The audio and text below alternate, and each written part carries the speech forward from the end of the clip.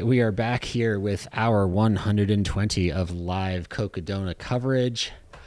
Greggy Verrigan here from the studio in Flagstaff, and we are awaiting our next finisher, who looks to be Michelle Goldberg, bib 66.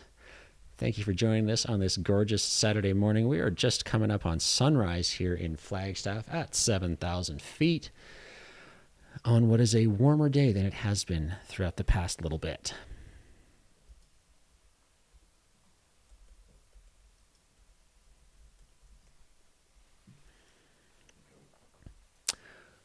And looks like there we go. We got a live stream cam. Bib number 66.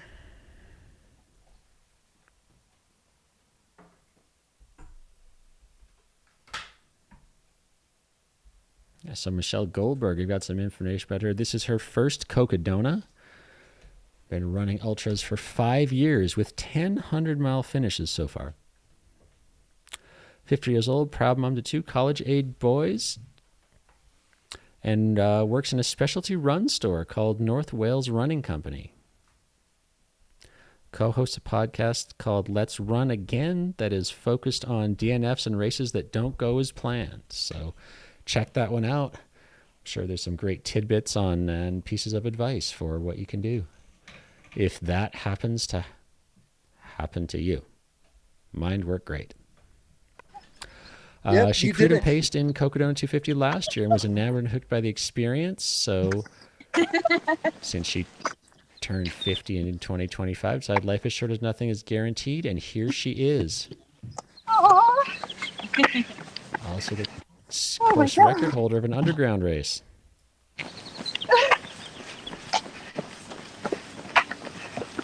Michelle's double her previous longest distance, which was at a 34-hour race. 119 miles in 32 hours. You can do it. It's amazing. Oh my god. Oh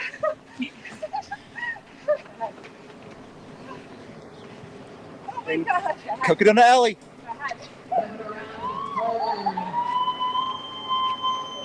Running to the finish of the Cocodona 250. All right, so we got Michelle Goldberg coming into the finish.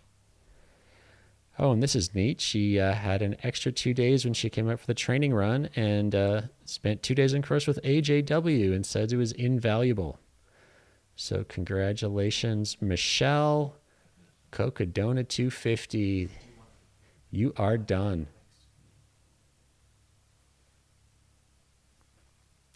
Way to go, and good vibes for whatever is coming next. There we go. Great picture, Michelle.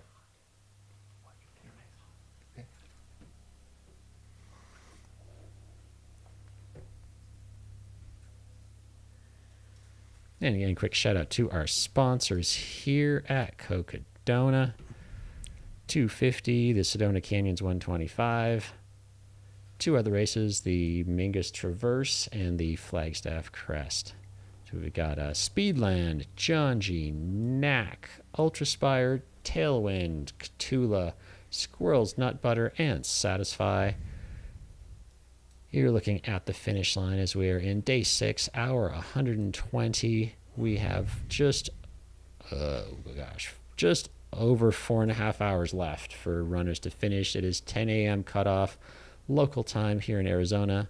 We've got 1 runner left on the 125 course, pushing that 75-hour cutoff, and we've got a bunch left in the 250 course. Looking like almost all of them have made that last switchback to the north and will be heading back south as they summit Eldon from the north side. And look at that beautiful shot of sunrise. Arizona does have the prettiest skies. My name is Greg Verrigan. I am here as your live stream host, and I am joined now by a familiar face. I can't see my own face, so I don't know how familiar I'm looking right now, but I am back, Chris Warden, and I was here in the studio last night and went down to the finish line area to help film and also just join Andy Jones Wilkins as Yeah, he of crossed the course. finish line last night. And it was a pretty powerful moment, very emotional. In remembrance of a friend of ours, Rob Martin. And AJW was supposed to be joining us today, but I think he was expecting to finish a little bit sooner than 2 a.m. So I think AJW is unfortunately not going to be joining us on the final call. So, best of thoughts and recovery and napping for AJW. And thanks to his pacer, Brian Powell, for making sure for about 100 or so miles that he is safe and sound. But congratulations to AGW. Congratulations to all of the finishers here. But he is going to continue to rest and recover after a long and arduous Cocodona 250 week. Yeah, it has been quite the week of adventures, every type of weather imaginable, all kinds of twists and turns from what people's predictions were to what happened. And wow, course records down, obviously new course, amazing new trip. Is that Georgia Porter? No, I think that's Emily Can't quite Harris. tell. Okay, we're back to Trinity Heights aid station. That is our volunteer extraordinaire, Brett, in the white hat and green jacket. We've seen a lot of Brett today. As we are pushing this final cutoff is at 8:15 to this aid station, which is 3.9 miles to the finish.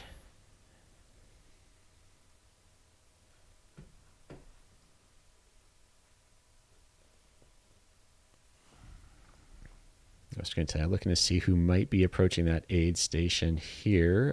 Bib 265, Tony Gillum. 162, Anna Robbins. 288, Sean Gibson. 124, Megan Walsh. 133, Megan Healey. 149, Jen Novobilski. 145, Jason Brock. So looks like they were all be getting there, and we've got a big group coming down Mount Eldon on the Eldon Lookout Trail. The very nice technical descent that's epic at what was that, mile 245 ish? We figured out The Eldon Descent. the Eldon descent. Yes. It's probably closer to about 250, 251 itself. The beginning of the ascent would be about 245.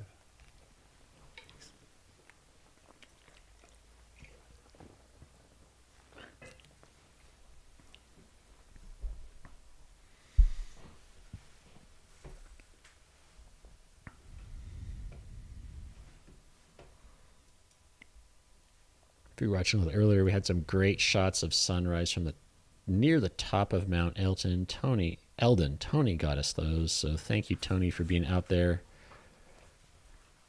Thank you for climbing up that mountain in the dark to get some photos for us.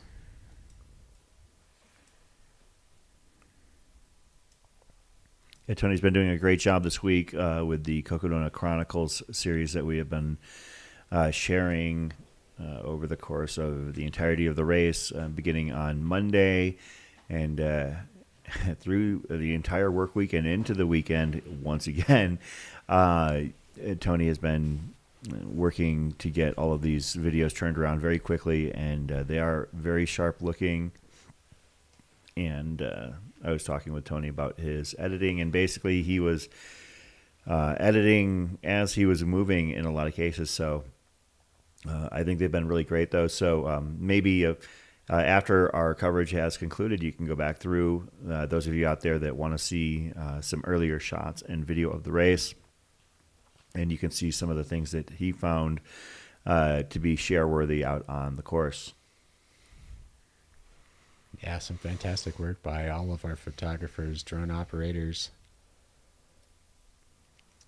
And I think we got a few heading out sometime around now. It is light, so as it gets lighter, hopefully I have some stuff up there.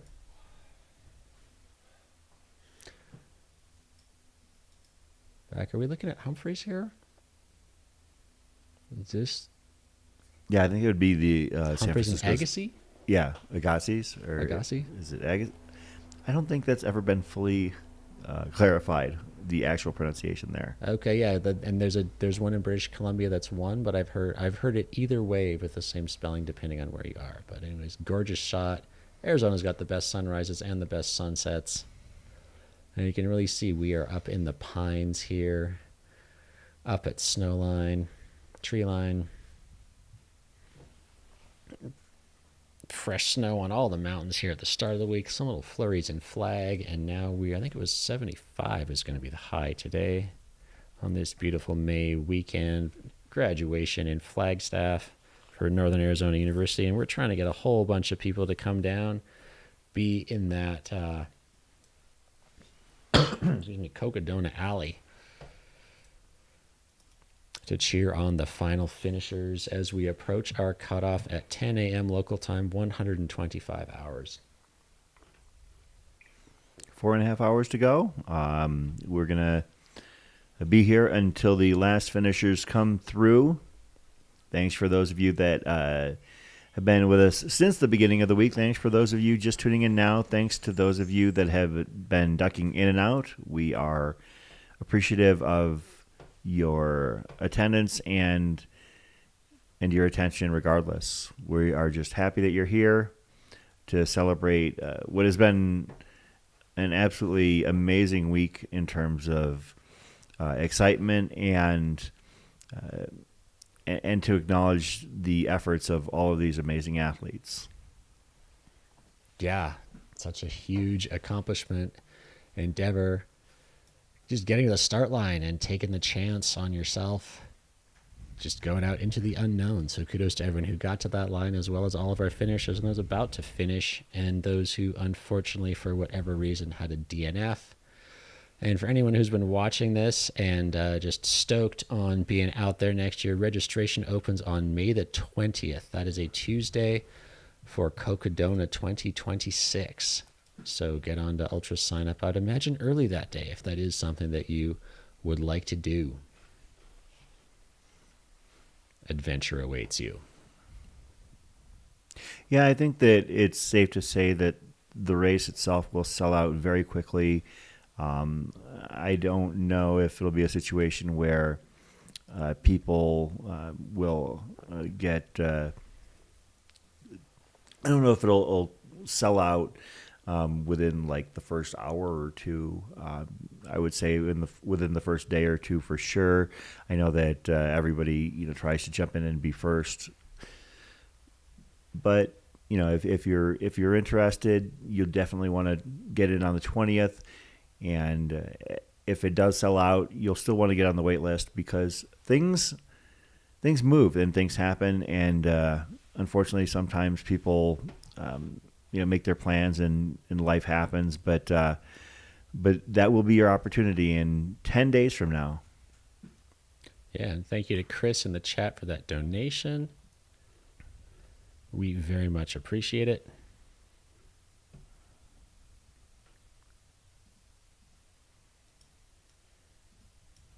Oh, Paul Nielsen coming in the chat. Paul Nielsen, champion of the Across the Years Last Person Standing 2 years ago. Yeah. Hi, Paul. Hope you're staying warm in Colorado. And thank you for the stats, Mountain Up host. Tug was not the youngest finisher of all time. That would be Brody Chisholm. Which was just last year. Yes, and that Brody had an unfortunate DNF this year, as did Elliott. But Jenny Chisholm, mom, she did it. She was chasing Shelby, jockeying with Shelby for a while. So that was neat to get Shelby's take on that earlier. I guess that would be this morning. And thank you for the donation, Paul.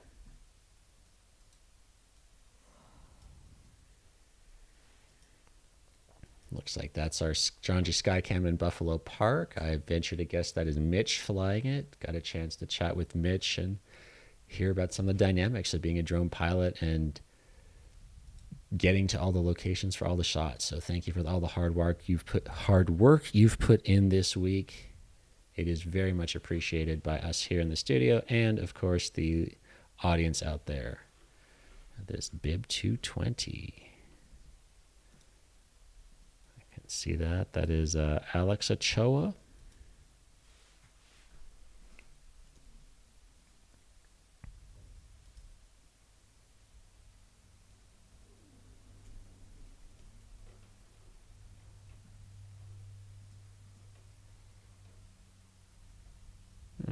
In a quick search, looks like Alex is a Flagstaff to Grand Coach and stagecoach. Oh, that is okay. That is my friend Nick. Hi, Nick. If you're watching this or looking later, I see you on the live stream. Pacing, I think that is Elizabeth Russ, because that is definitely Nick's braids. And that was definitely Elizabeth Russ. We've seen her out on course. Of course, she was the DFL in 2023.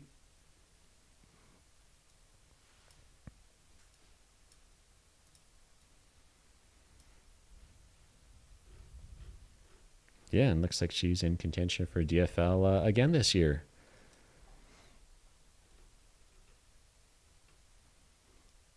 Which, in the grand scheme of things, is still a Cocodona finish. Absolutely. Finish, and there is definitely I would say, a larger market for DFL than the front of the pack for something like this.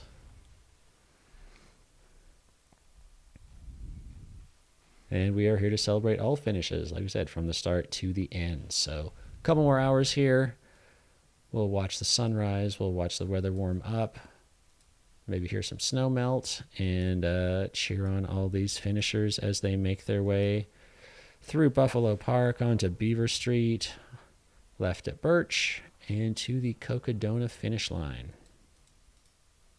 Thanks, everyone, for joining us, whether you're just joining now for the first time or you've been here in and out throughout the week.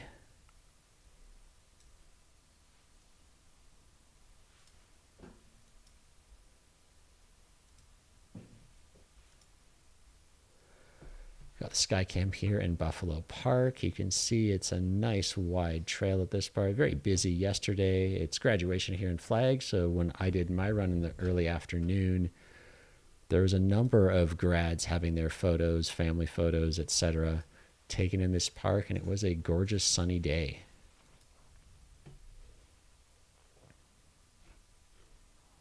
Can't get a bib number from the air, but just grateful for this shot, and you can see the towering pines in the background, just, those humans for scale. We are in a very different landscape from the start at Black Canyon City Monday morning.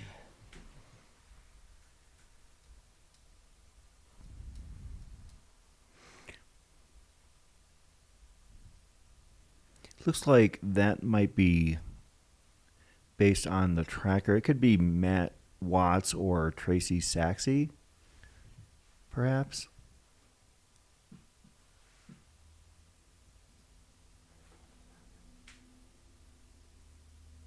Yeah.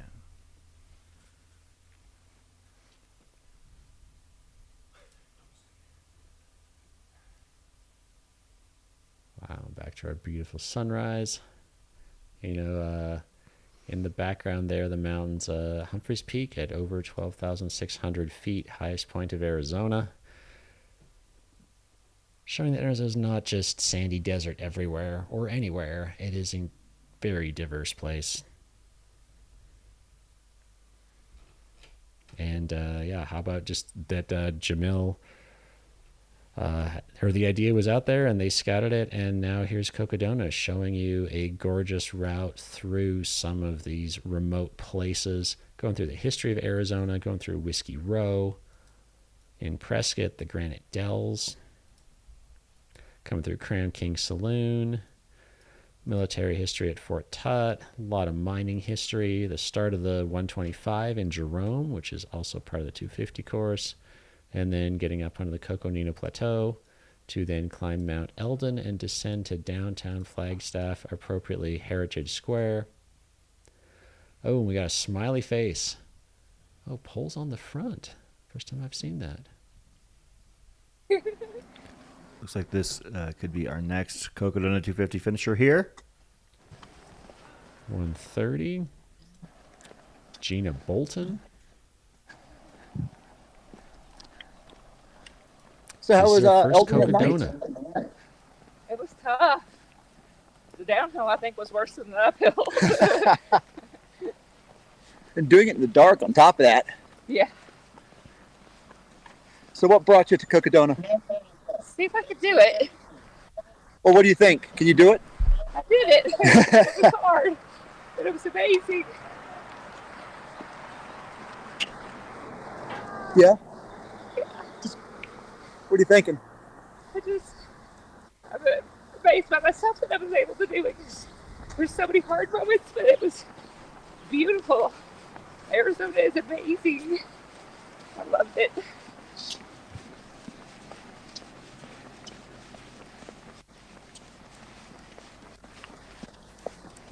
So you got the live stream. Anything you want to tell them? Anything you want to share?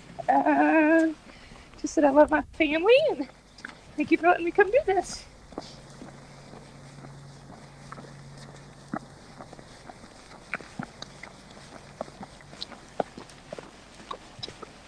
Thank you to Stephen Crawford for giving us this moment.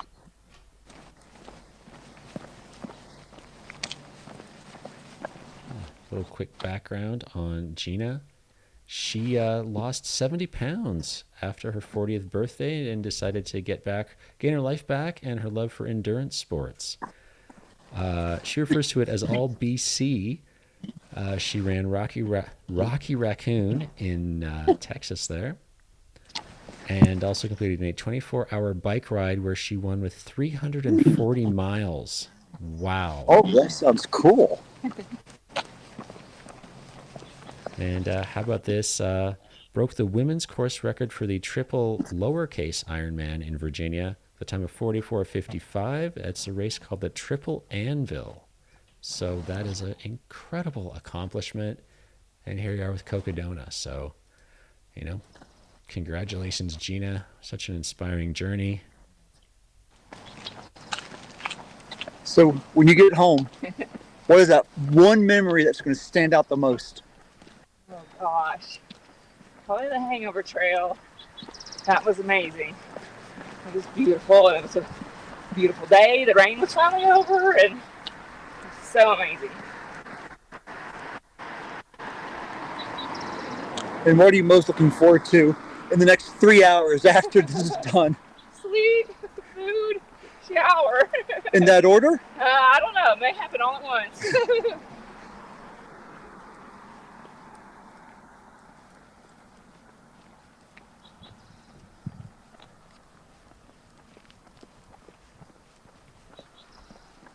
You seem like one of those people who probably has an idea of what's next. I don't. I think I could only focus on this because it just seems so big that I don't know now. Because I didn't know that I could do this. So I gotta think on it.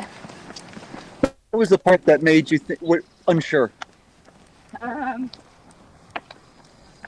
It's a long distance, but it's all the pieces that go together, like the sleep and nutrition and all the things that play into it.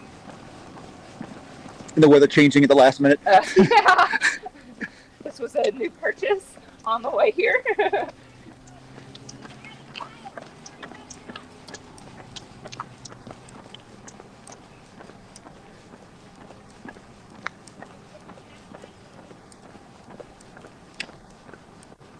Oh, wow. This is neat. The inspiration to participate in the race for Gina. Watching Jamil's videos when the world was closed and he was scoping out the course. She was only about halfway through her weight loss journey, so it seemed impossible, and here she is finishing. Those were amazing videos, weren't they? Yes. Amazing work. Thank you. You're right there. So when you saw those videos, what were the things that stood out? The places, just what was it? I don't know. My only Ironman that I've ever done was Ironman Arizona. Loved it. I've taken trips up here. I ran the Grand Canyon rim to rim to rim. So I love the uniqueness of Arizona. So what year did you do Ironman out here? A long time ago, 2006, 7. Oh, back when it's still in the spring. Yes. And it was hot.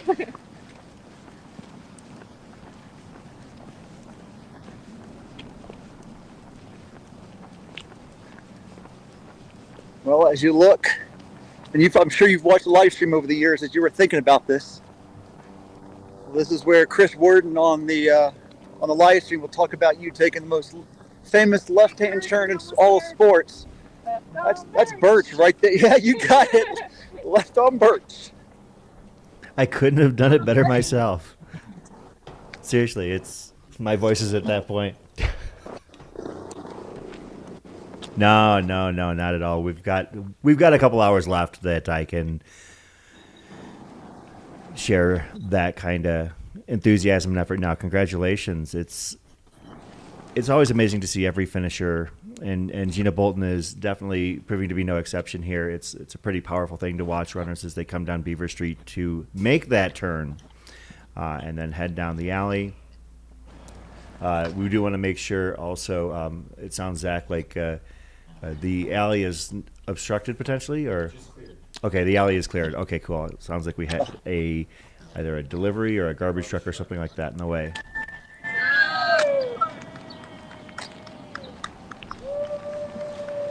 Coming up, So you see the across video, the street, you know what to make do. that left on Birch. Good job. Awesome. See if we can run it in. We got Do it. spectators already at 5:44 a.m. Gina picking up the pace.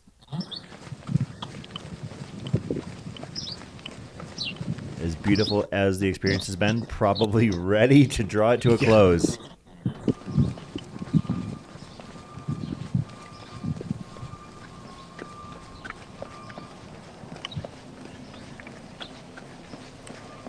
Yeah, thanks to all 800 of you now watching this. We got Gina Bolton coming into the finish.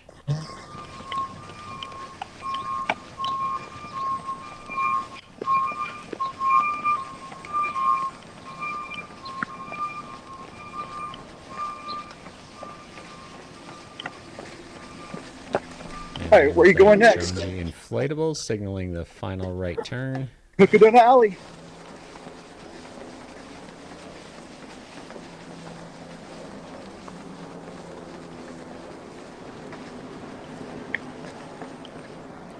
And here she is, the last little stretch. Cocodona Alley. And here we're at the finish line cam. You can see the clapping hands as Gina is going to complete the Cocodona 250.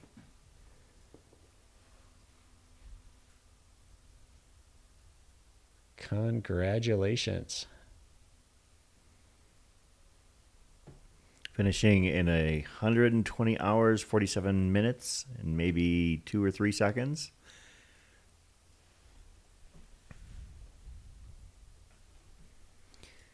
And by my calculations, that leaves us with 37 runners still on course.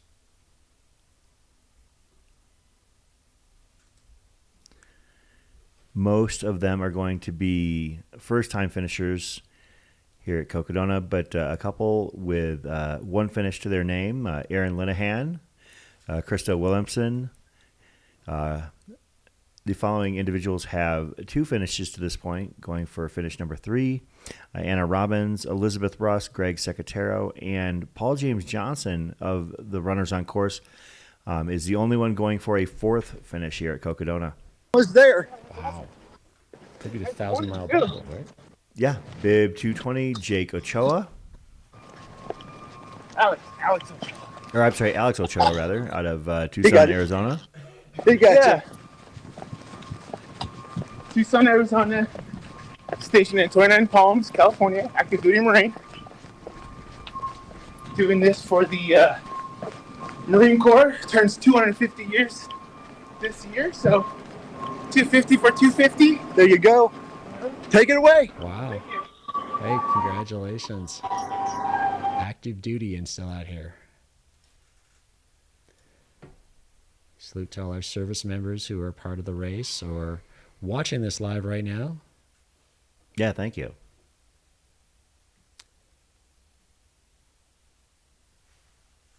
120 hours, 48 minutes, 52 seconds. Congratulations, Alex Ochoa, Yeah, way to go, dude. our newest Cocodona 250 finisher.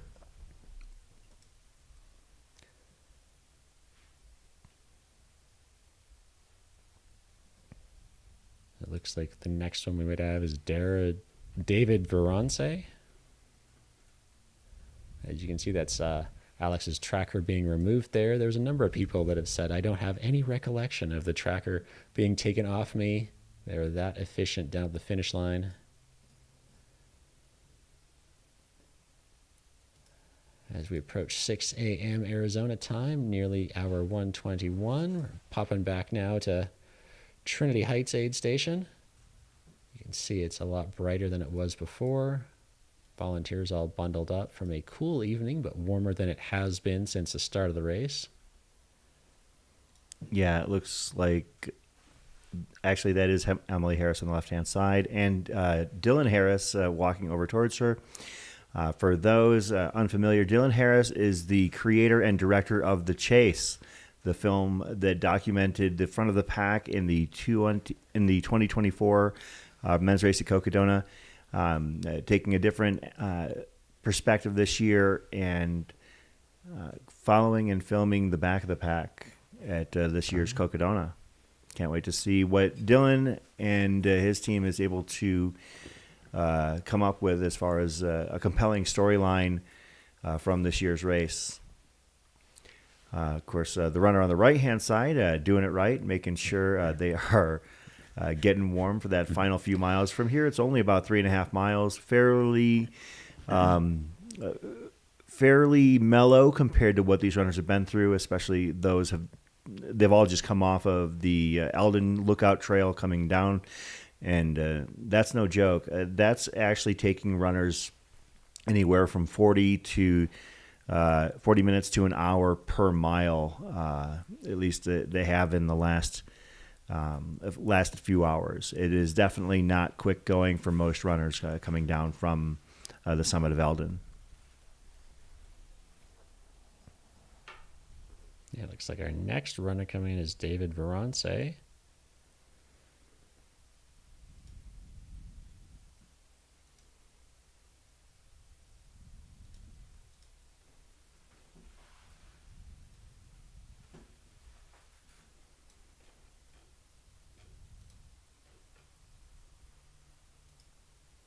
And a big thanks to all our aid station volunteers, all the aid station managers, everybody who packed all the box trucks, got all the food out here, maybe went shopping for the food, drinks, electrolytes. Yes, there appears to be someone underneath that blanket, Grace. And yes, I hope there's somebody. Blanket is moving now, so yes.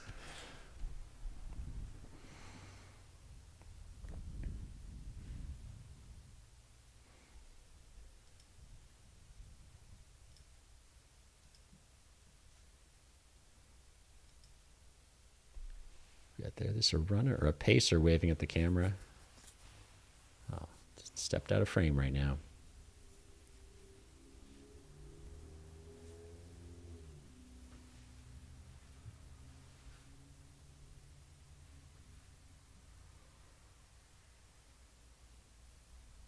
For those not in Arizona, Flagstaff sits at 7,000 feet, so it can get cool overnight. And with that slow descent Chris was mentioning, it would have felt it can be easy to get quite chilly. Oh, hello! Thank you for the wave.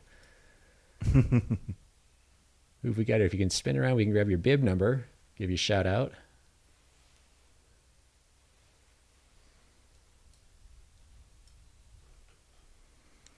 Could be maybe Anna Robbins or Stephanie Irving. Those are two of the names that we see at the aid station. 159. That is Stephanie Irving indeed.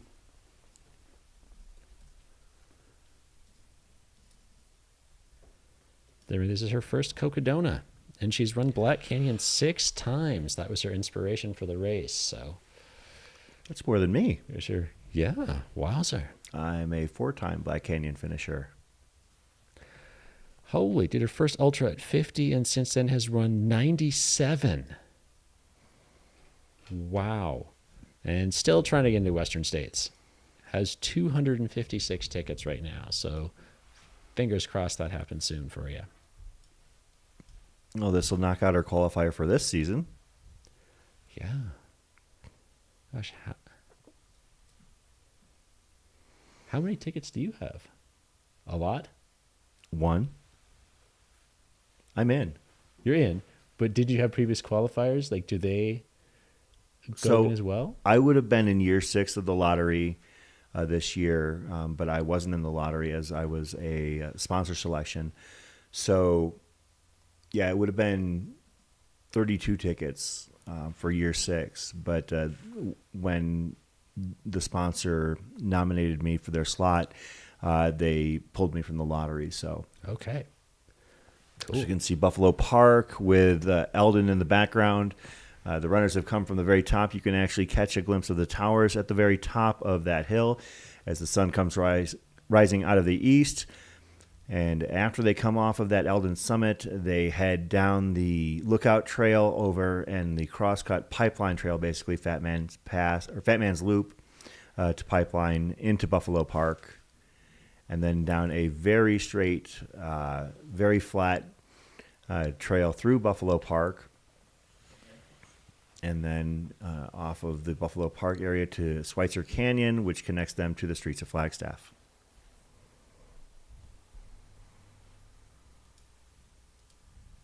Thanks to John G for sponsoring the Skycam, and for a drone pilot, I would wager that is Mitch out there right now today. Gorgeous shots we've got. You can see the pines and the forest meadows here. As we approach 6 a.m., we're going to hit the 120-hour mark of Cocodona shortly. 125 hours to go 250 miles, and we've got one runner from the 125 still out there, and it's a simultaneous cutoff 10 a.m. today, and that is 75 total hours for the Sedona Canyons 125.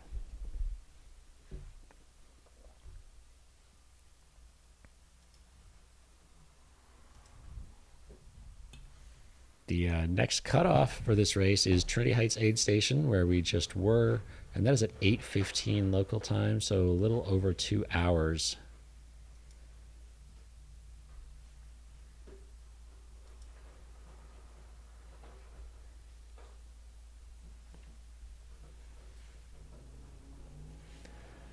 Current temperature in Flag is 44 Fahrenheit with a feels like 43, sunny with a little bit of wind gusts, and we're going to go up to 75 today as a high.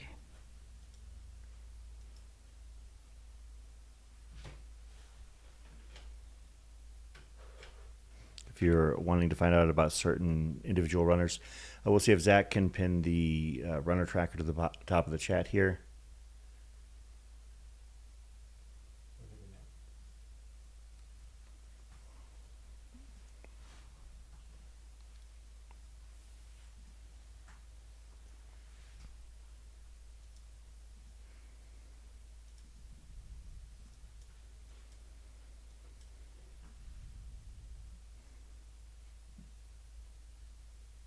Yeah, the runners have about 2 hours and just under 2 hours and 20 minutes to make it to the final aid station before that cutoff, and it looks like everybody is at the top or heading down from Eldon. So that descent is going to take them some time. It's about an hour of a gnarly descent, and hopefully they're all able to make it over to Trinity and then to the finish. David Veron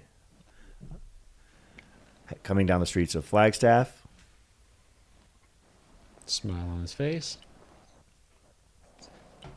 So how was it out there last night? It was good. Had a good time? Oh, yeah. Nice. Time was good. The descent was great. Loved everything about it. Oh, good. Good. Thank you.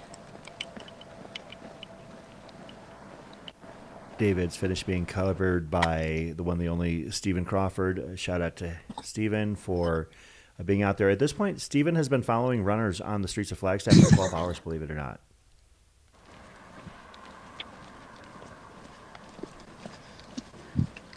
thank you to the Deaf Cattle Dog.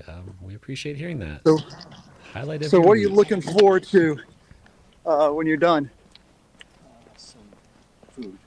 Some food? Yes. Well, they got some pancakes up there. That's great. Yes, I love pancakes.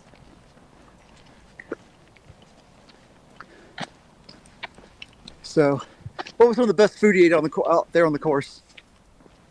I mainly had a lot of chicken broth. That's what I ate like every station I went to. Pasta, vegan chicken bites, stuff like that. Excellent. So, what'd you think of the race? I liked it. I really did. Good. I really did. Everything I thought it would be.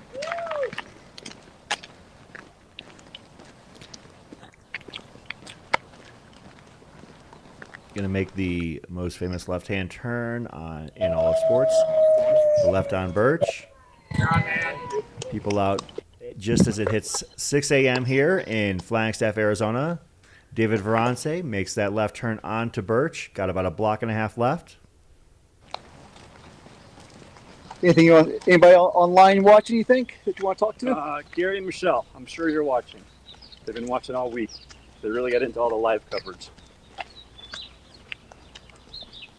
Yeah, they'll tell you all about the stories you missed. Exactly. I don't know anything about.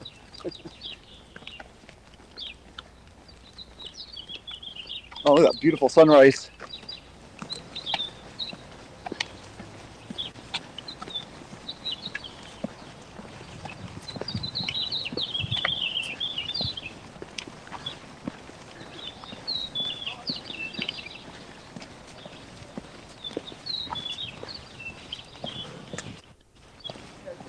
Coming up to LaRue Street, after which he'll head half a block down, take a right-hand turn down the alley, and be at the finish line. See, crowds are gathering now.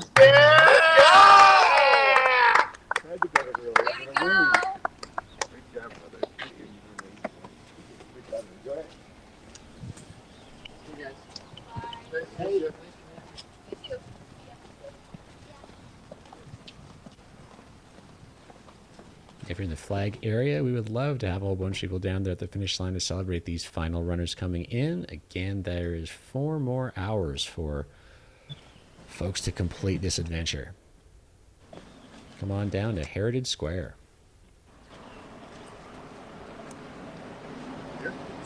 Right here. All right. All right. Go get that buckle. All right. Putting some hustle in for that last few steps of the journey. Yeah, I can hear the cheering in the background too.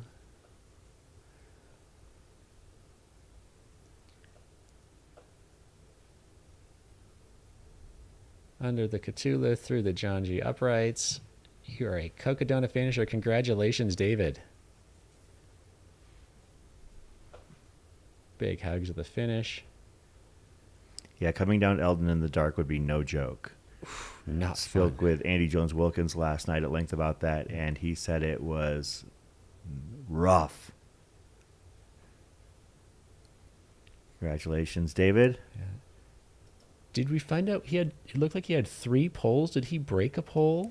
Yeah, so he actually did break a pole, and Jackson Wolf, another finisher, actually gave him one of his poles. So wow. that's why AJW not only had 2 poles, one in each hand, but he also had one stowed in his pack. If our finish line filmer can readjust their camera, thank you.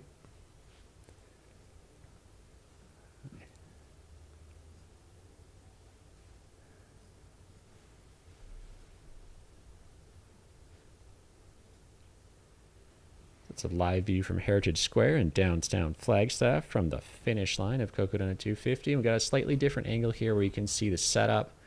You can see the Speedland tent off to the left, one of the big sponsors. John G right in the center.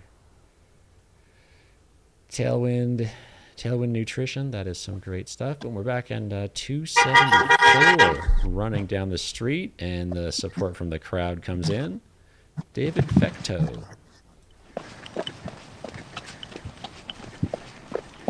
David Fecteau from Philadelphia, Pennsylvania, going to be finishing his first Cocodona here.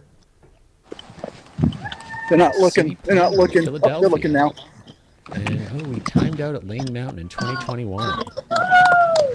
Back for redemption here in 2025. You're making it right after the hot, inflatable. brutal year. Getting to Lane Mountain that year was no joke. Even though it was 36 miles into the race, it was hard getting even there. But this year, no problems. Down the alley, heading to that finish line.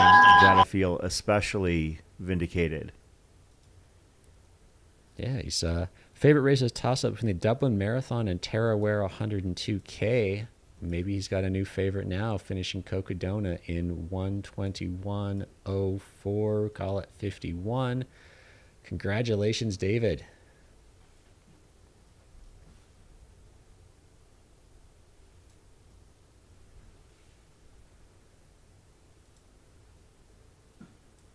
I want to clarify, I thought that all runners had made their way up the Eldon climb. We actually have two that are still ascending.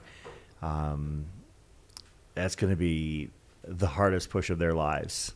They have basically 2 hours and 10 minutes to get up and over Eldon and down to the final aid station at Trinity Heights.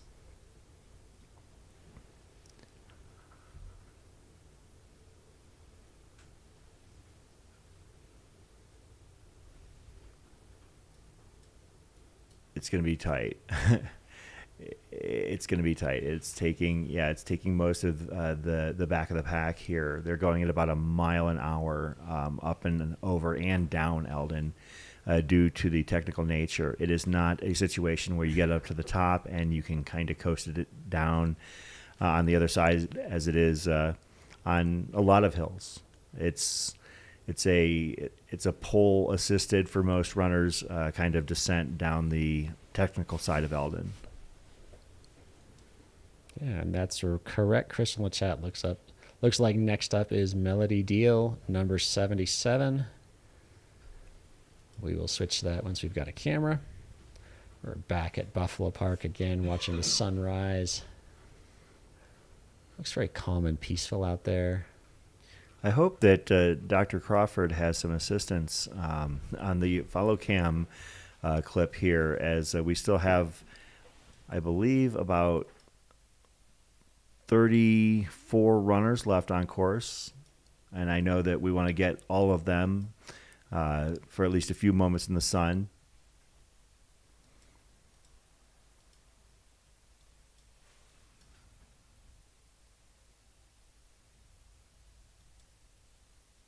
But we'll be keeping an eye out for Melody Diehl. And we have found her.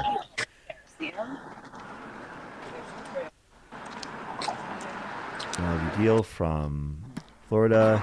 She works as a subcontracting officer for the University of Florida and loves to spend her free time with dogs, traveling, and training in Krav Maga.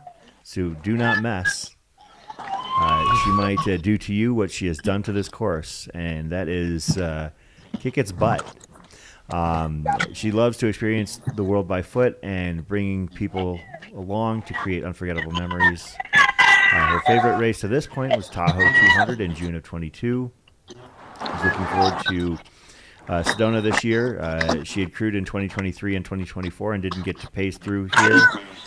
Jerome had been her favorite place both times, both sunrise and sunset. And if she's not watching a random and usually terrible movie, she's watching Gilmore Girls or Friends. She trained in aerial silk for a year following a bad breakup, trying to find herself. She trains for life as Zombieland always prepares you for an apocalypse. Cardio, double tap, and enjoying the little things.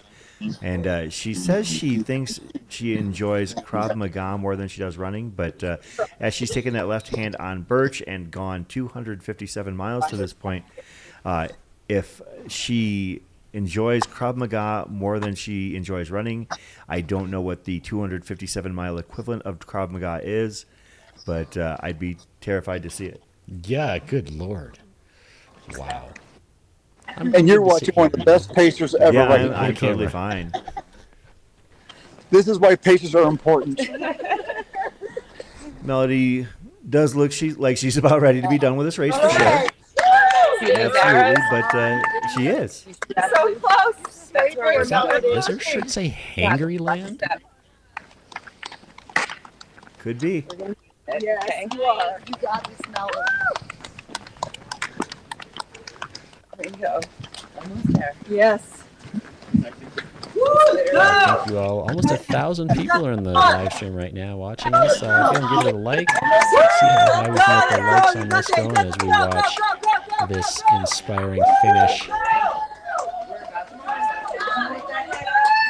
You got it, Melody. Come on, Melody. You got it. You got it. Almost there.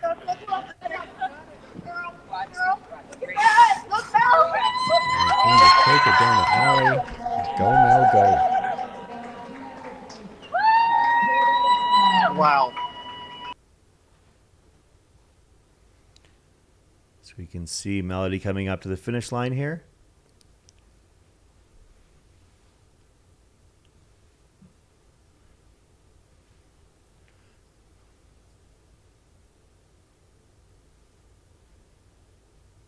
Congratulations, Melody. Diehl, you are a Cocodona 250 finisher. Wow. 121.10. Incredible. All smiles on the crew.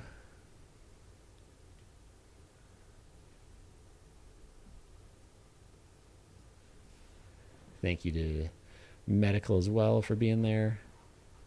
We're back to Buffalo Park. See if we can see anybody on this gorgeous drone shot, sunrise drone work. Thanks to Mitch out there in the field.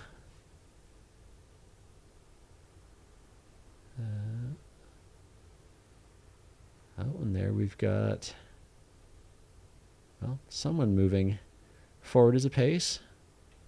Absolutely.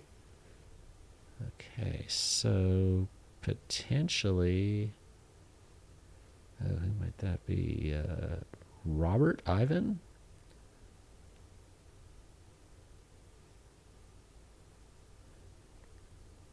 See that orange Air Viper course marking on the right-hand side, just where our pacer's walking by.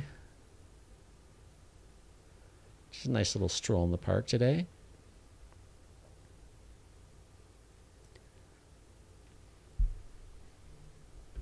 Looks like we're getting more of a crowd down at the finish line now. Sun is coming up. Coffee shops are opening.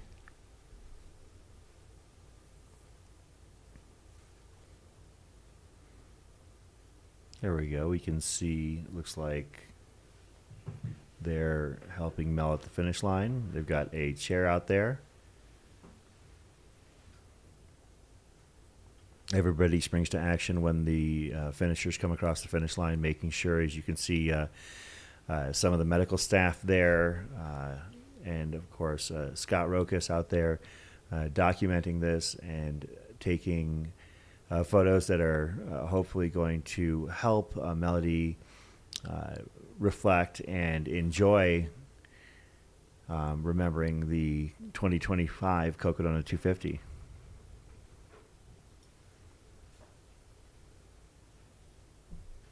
You can see that nice gravel path going through Buffalo Park. Very busy location during the week, probably very busy location later today. And this is the final push in miles for our Cocodona 250 competitors as we are in our 121 of 125, making that final cutoff at 10 a.m. Arizona time. We are watching sunrise from the John G. Skycam, with temperatures up to 74 degrees here at 7,000 feet in Flagstaff. My name is Greg Verrigan. I'm here with Chris Warden. And we're enjoying watching this drama unfold, getting all of the people, which are now the back of the packers, to the finish line ahead of that cutoff.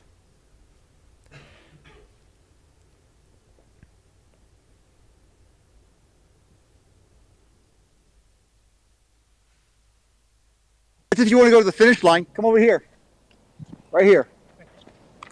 Oh, I mean, like, again, that's if you want to go to the finish line. Sorry. If you want to go to the finish line, it is. Across the street. What's that? One too You're many gonna go to the times, finish line. it's Back. Oh no, this We're gonna is get you there, Jim. Sedona Canyons. Sedona Canyons. This is Jim Miller. This looks like our We've been waiting for you. last in the Sedona Canyons, Cypress, Texas.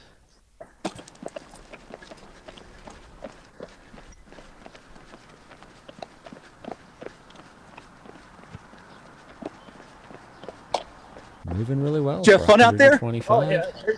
Good. Oh, I got my legs back today. So, So your legs woke up with the sun. yeah, exactly. I'm missing for 2 days. Oh, you go straight across and then turn. Go straight across and then turn left. Right here. Yep. Oh, good golly. Look at this. And though And then turn. he was Right here. running Sedona Turn. Canyons, Perfect. the left on birch Yeah, no. is a part of their journey. Yeah, looks like Tahoe 200, Bigfoot 200, and Moab 240 are coming up for Jim here. So Keep going. Keep going. No, keep going straight. Here, quite this the way. year. You'll see the alley. Got it. It'll be obvious.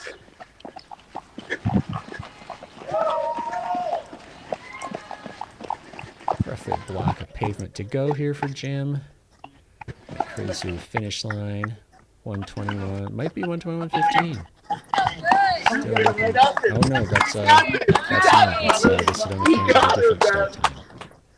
Yeah, they started at 7 a.m. on Wednesday. I do not have the math brain to do that right now, but It's still gonna okay. get the finish. We're here. We're here. You can see Irving. Right, go past the blue thing and turn right. On the left. Right there, just like that. Seeing this runner coming down Cocodona Alley. Matt knows the drill. He's going to cheat off to the side here. I think. Pretty good wheels there, Matt. And congratulations, Jim. Cocodona 2025.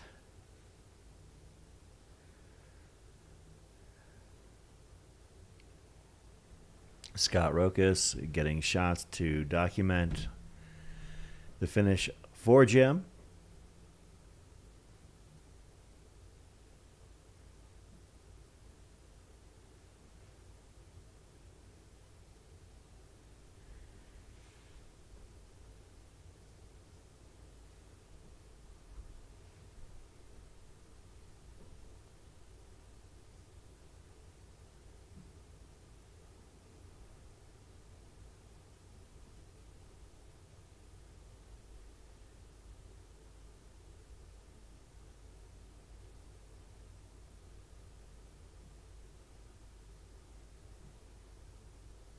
Yeah, and the next cutoff that is coming up for the race is at 8:15, so just under 2 hours. That is 8:15 to get to the Trinity Heights aid station, which is a mere 3.9 miles from the finish, passing through Buffalo Park.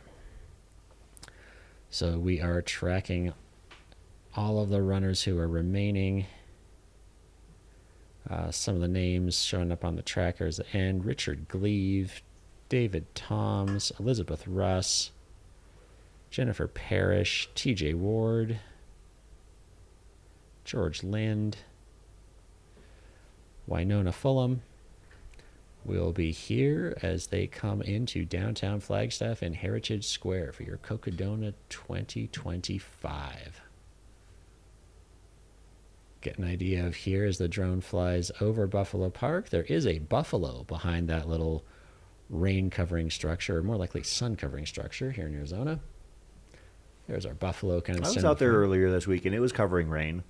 Yep. That I can tell you. Yeah, I came through it in the dark and the rain. It was a brief respite, if you will. And into the parking lot that definitely will be filling up as this gorgeous Saturday on NAU graduation. I think our takes count. drone is coming in for a landing, probably to recharge batteries. I know our drone pilots, when they head to our accommodations in Flagstaff, they are constantly trying to get batteries charged up as quickly as possible so they can head back out to the streets and catch these runners. All right, we've got Matt Watts coming to the finish here, Kingman, Arizona. Inspiration for this race, loves Arizona and loves running on trails, so why not? And correct, that is a great line of reasoning to come and do it. Furthest distance, 100 miles at Stagecoach, and he is most pumped. This is my favorite Oh, it answer gets so even far. better. For that For one fences. section from Deep Canyon Ranch to Heritage Square. Well, he's living it as he comes up on the most famous left-hand turn in all of sports. The Go left straight, on go the straight bridge. across, go straight across first. You should know that, Pete. I thought he was going to Come on, take Pacer. the near side approach, which almost caused us to miss Jackson Wolf when he came through the finish line last night. We pivoted to the finish line cam, and all of a sudden there was Jackson running down the alley. Our follow cam had missed him because rather than coming down and crossing the street onto the south side, as you saw the runner do here, had made the left on Birch on the other side of the street. Now, to my knowledge, there is no penalty for running on the wrong side of the street in Flagstaff, but it did almost cause us to miss him. It looks like being flanked by family there. Matt rolling in. Yeah! We're Very going! excited family, too. I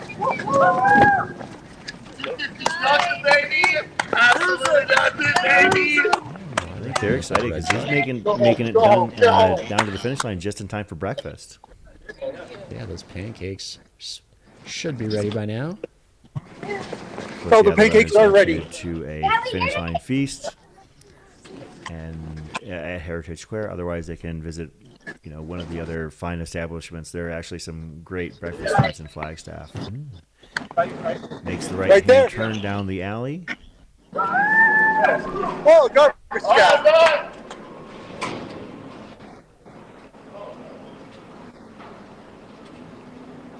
All right. Okay, it looks like we have a bit of an obstruction at the finish line. Hopefully, we're able to get something of it. Thank you very much, Zach. We're doing what we can here. We are at the mercy of. There we go. Here we go. Just in the nick of time.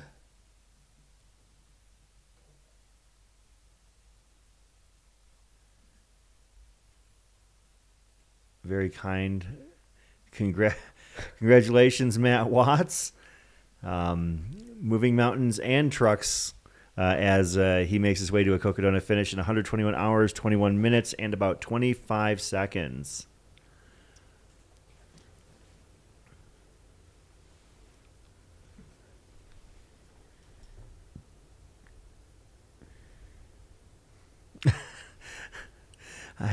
Thanks to Jeff Garmeyer in the chat, the free outside, asking, has Chris nailed this finish line call finally? I don't know. I still work at it to the best of my ability. One of these days, maybe I will get there. However, I don't know if I will, but I'm sure as heck going to keep trying.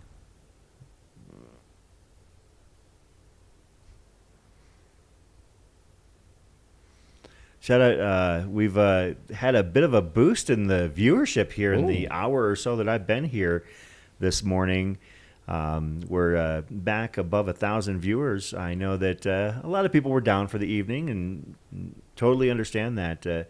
We've gone from 500 to over 1,000 viewers here as the sun is coming up here in Arizona. Shout out to all of you in the live stream viewer land. And you can see this is Buffalo Park here. This is a very gentle, as you can see straight away. It's a very comfortable path. There are a couple of trail options in Buffalo Park, none too technical. I like to do usually a couple loops going in each direction. It's about a 2-mile loop to do the whole outside loop, the whole outer rim of Buffalo Park. This straight line shot is over a half mile when they come off the Arizona Trail down to the connection to Schweitzer Canyon. Have we got anyone to kiss the garbage truck yet as they finish? Have not yet. Not going to insist upon, encourage it, or hope for it, but people celebrate their great accomplishments in different ways, and if somebody does, that is their prerogative. Up and Adam asking, did AJW make it to the studio? No. It was a long, long evening for AJW and his pacer, Brian Powell. You can see Matt Watts here at the finish line celebrating with family. And, there's his pacer. His pacer is Pete Mortimer, someone I'm very familiar with. Pete's Meats. Of course, Pete Mortimer on the far right there. Before pacing, Matt was helping to create that barbecue buffet out at Wildcat 8 here this week. How you doing? You bet, because hit the finish line just about. Our next finisher looks to be bib number 277. And that is going to be James Busing. You can leave us.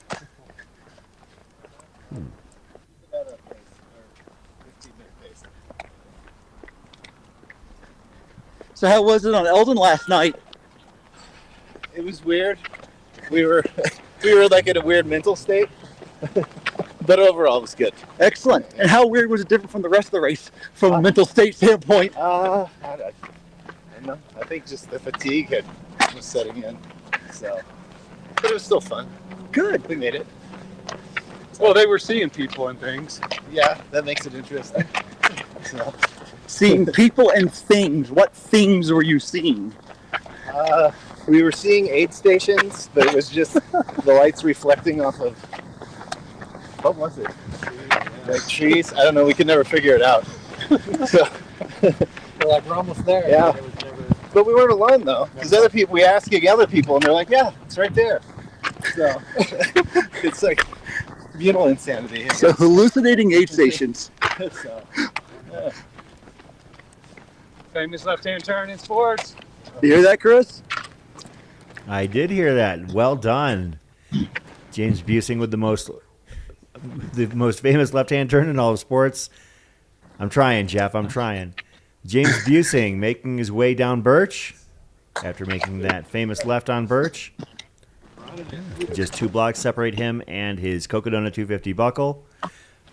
Sharing the moment with with a supporter and a pacer. Looks like this is James's longest finish by far. 2 DNFs at Mogollon Monster, and then coming back to get the Cocodona finish.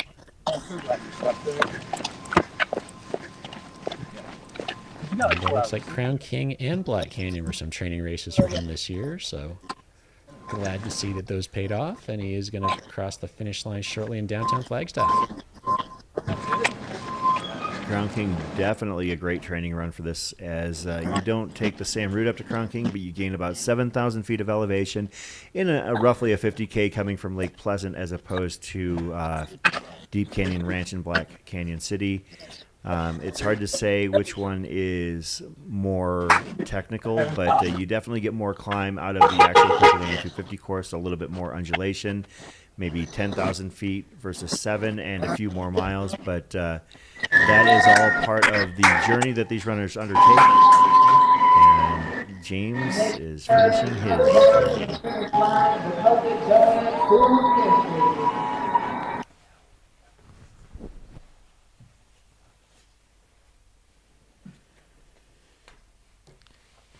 James Busing,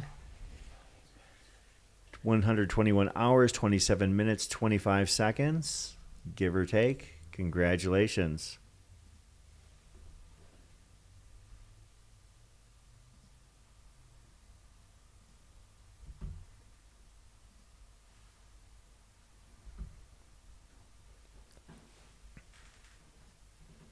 Back to Buffalo Park on the John G. Skycam. Shadows are getting longer here in Flag. Temperatures will be warming shortly. Looks like that is the pacer on the left. Looks like a pacer bib. And free outside, yeah, favorite day of Cocodona. Thank you for being here. Yeah, thanks to being here in studio last night. The free outside, Jeff Garmeyer joined us here in studio with Rory Monahan, Kevin Goldberg, and Shelby Farrell. Things got a little bit off the rails from time to time, but I am very proud of the fact that we were able to capture all the 250 finishers that came through, despite the fact that we were getting a little bit silly at times. Jeff is so stoked to see these runners finish this race, even though he became the first 5-time finisher in Cocodona history, as he was the first of the legacies to cross the finish line. He also I talked to him last night after our broadcast, and he said that he was going to be down here or down at Heritage Square to greet runners at the finish. Awesome. As is Kevin Goldberg. Yeah, well, yeah, congratulations to both of them. That was quite the entertaining evening yesterday. It had its moments. Sometimes the herding of the cats can go a little bit awry. But I think we were all having fun, and I think that they were really great about answering questions from the audience, as well as from myself and Rory. And, that's one of the things I love about this event. The Air Vipe After Dark format allows us to kind of play around, but at the same time still cover the race and give these runners their due. Yeah, this potentially is Aaron Linehan coming through Buffalo Park. And looks like we've got, a handful getting close to the finish line here from that Buffalo Park area.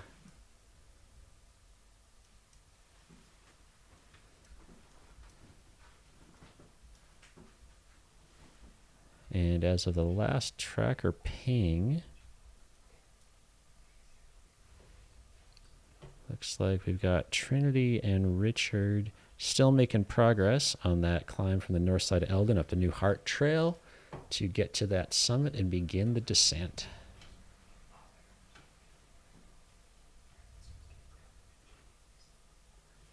Great shot, too, of the mountains in the background here.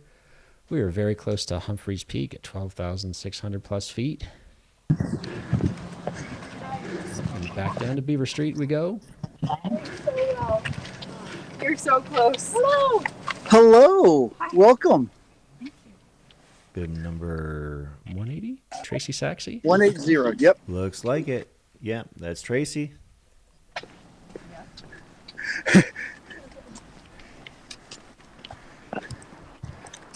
How you feeling, Tracy? I feel better, but I'm really happy to be here. Tracy Saxy from Clearfield, Utah. It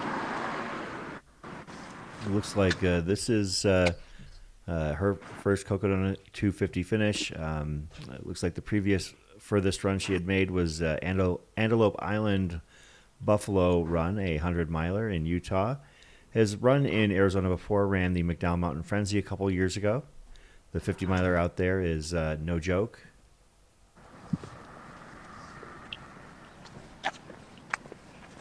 And she's been waiting here in this corner for the last couple. How long were you out here? Not too long. Not too long. I don't know, 5 days. 5 days. 5 days today. She patiently waited. 121 and a half hours. If you're counting. Yeah, who's counting the hours?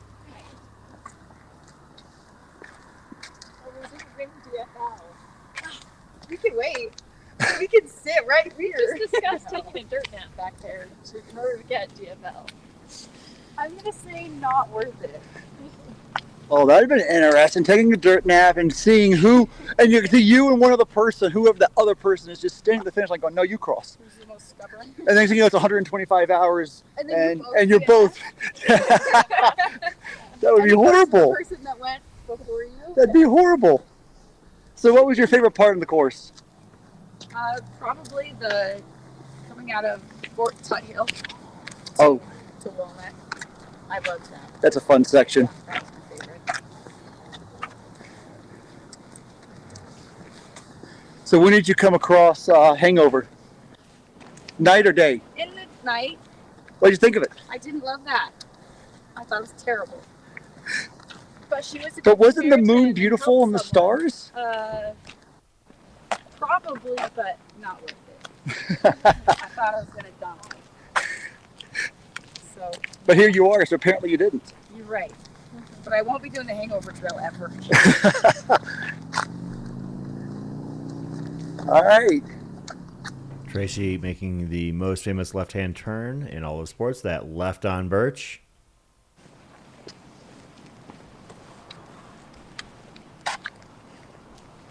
Roughly so how much sleep did you get? Finish line. About an hour and a half every day. An hour and a half every day? Nice. Yeah. That's great.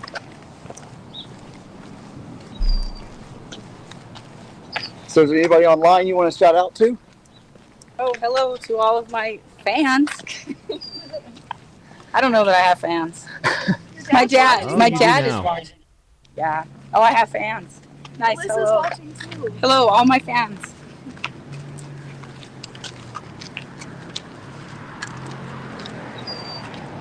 A big shout out to the medical team from David Harrison. Didn't finish, but appreciates all the work they did, specifically Tina. Hope to see you back here next year crossing the finish line.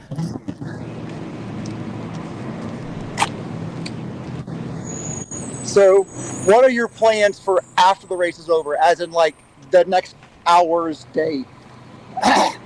Well, I just got done saying. Look at the garbage truck by. I wanted to take a shower, put on comfort clothes, and curl up into a ball and sleep. Looks like we're keeping an eye out for Robert Ivan as well. Oh, and I got someone coming up behind you. So let me go. Thank you, Chris. Yes. 125. Actually, is Krista, That's 125. Is that Krista Williamson? Yes, trauma surgeon from northern Minnesota. Keeps coming back to this race in some capacity, running, pacing, volunteering, and wants to keep up that trend. Didn't finish the first year, but finished in There you go. the And here. Just loves Arizona. It's her favorite place to run and hike. Headed down the alley.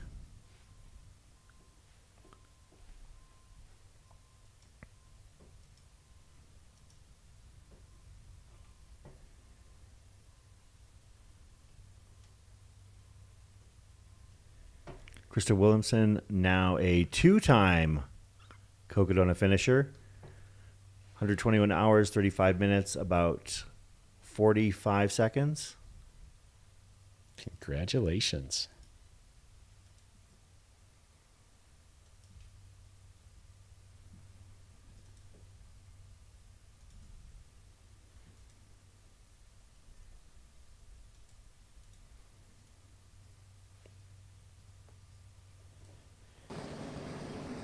Oh, here we go.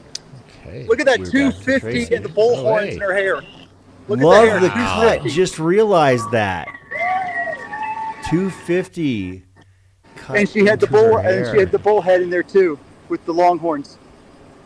That's fantastic. I hope one of our photographers can get that at the finish line. Maybe Scott Rokas can take a special shot of that. That looked to be a Flagstaff crest finisher.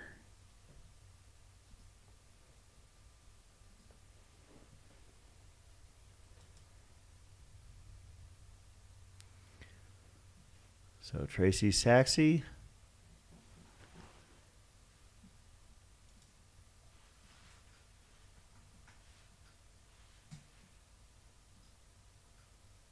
$121 hours, 37 minutes, and 13 seconds. Congratulations, Tracy. You are a Cocodona 250 finisher.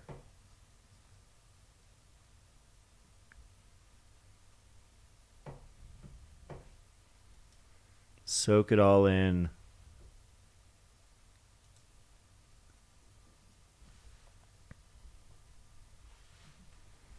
The next runners we should expect to be coming in will be caught by Dr. Stephen Crawford. It looks like it might be Robert Ivan coming in soon, maybe Stephen McClean. Yeah. A few people in there. Aaron Linehan.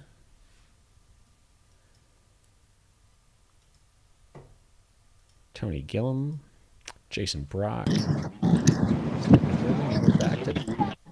No, we're making the left. Here we are. Yep, making that Sure, left yep. on Birch. Oh my goodness. 1.5 blocks. First Cocodona done. Sounds like you can do a second one. Ask me again tomorrow. He'll be on Ultra sign up. Yeah. Week. May 20th. Take away his password. And Stephen, can you get a bib number or name of the runner for us? I can do that for you. 82. Robert Ivan. 82. So ambulatory human. I love that. So what was it like out there? It was amazing. It was more than I ever thought it would be, and incredible. I mean, from hail and snow to sun and heat to mud and desert heat, it was everything in between. It was crazy and magical, and it beat me up, but I still I'll see you at the still finish did line. it, and I loved I'll every go moment this of way. it. I'll see you at the finish line. All right. All right, brother. We'll get it. Yeah, it was incredible. It's the best thing ever. Best ultra I've ever done. I got to see more of America in 5 days than I have in my entire life. That's worth it in and of itself right there. Race course is gorgeous. I feel grateful for being able to do that. Everyone should experience it.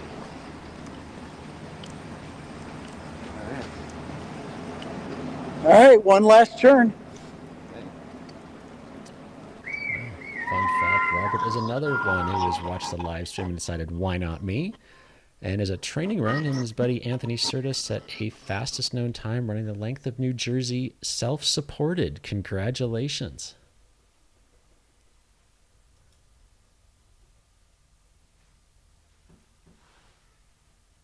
And with that, we've got him skiing through the finish line. Congratulations, Robert. You are a Cocodona 250 finisher.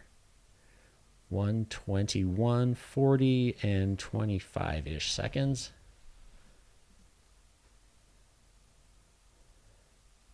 Fun fact, he hates social media and says, find me on Strava.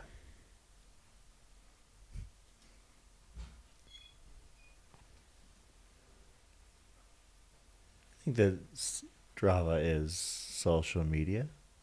I think so. They've got the DM feature now. That's what we've been hearing about for people sliding into DMs and getting dates, getting Pete's Meats delivered, whatever else it might be.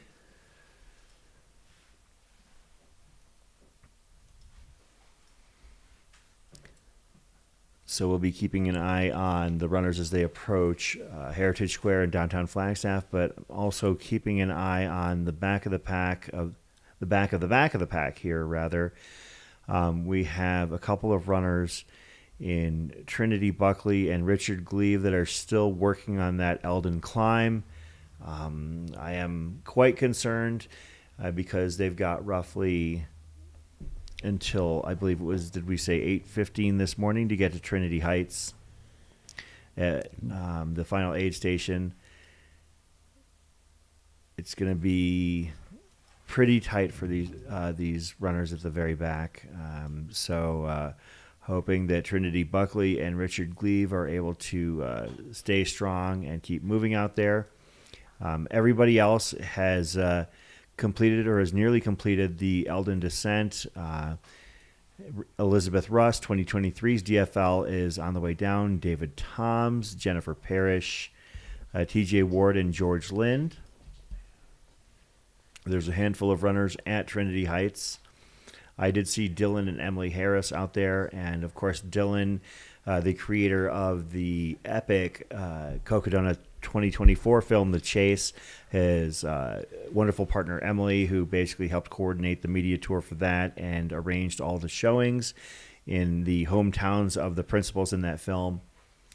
And I think that they're using this year's opportunity to try something entirely different. And we'll see how that goes. Cannot wait to see what the finished product will be with what they have documented in the 2025 Cocodona race.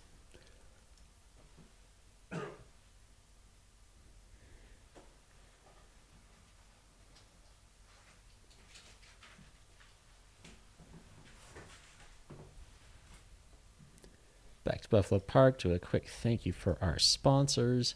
The John G. Skycam flying out there. I think that is Mitch out there at Buffalo Park. Thank you for your gorgeous shots this beautiful Saturday morning, 6:42 Arizona time in Flagstaff, which is Pacific time right now. We've also got Speedland, Knack, Ultraspire, Tailwind, Squirrels Nut Butter, Catula, and Satisfy. Thank you, everyone. Here, broadcasting live, Mountain Outpost, hour 121. I am Greg Verrigan. Chris Warden. And thank you all for joining us. I believe we cracked 1,000 people a few moments ago. 1,100 now. How are you? Yeah, just out here filming, having a good time. Yeah. Where's your bib at? 172. That is 172. That Yep. is Because he wants to see the Stephen bib. McClean. Good butt. It's a good butt. Out of Boise, Idaho. Yeah. So let me guess, you're not in Idaho anymore. You're in Arizona. That is correct. How does it compare? To Idaho? Yeah. It's actually pretty similar this week. I think normally it's a little hotter.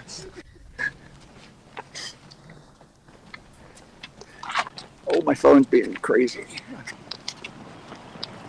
Looks like I'm Tough 100 miler is his longest run to date.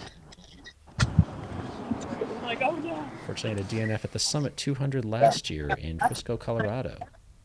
And then we're there. All right, so what was it like out there? Up and down. A little wet. I'm sure that's not the first time someone said that. But it was fun. I had, lots of down moments, but overall, time. So what brought you out of those down moments? Time. A lot of time. I had a lot of down moments. It was not a great race in that regard. Well, but that's the thing, in 125 hours, you can pull yourself out of it. That's true. So just keep going, never stop when the time happens, and eventually you'll pull through. So, yeah. Of course, our filmer here, Stephen Crawford, is a Cocodona finisher himself.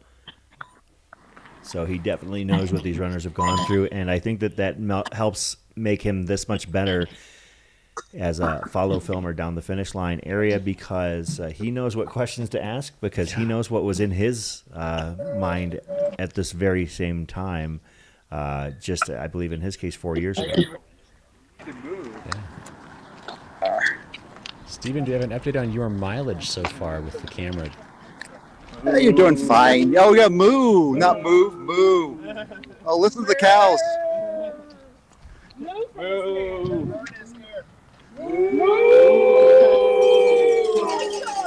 Had a guest appearance from Tara Cowler and the Rachel and Trekking incident at Deer Pass Aid.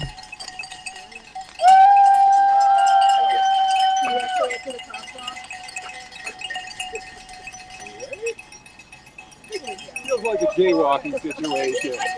Well, we won't put it on film. Yeah. Some people called it an unofficial aid station. Stephen McClean making that left on Birch. Actually, it's kind of funny that, as Stephen mentioned here, Jeff Garmeyer last night talked about how getting a red light at that corner was actually in some ways a benefit.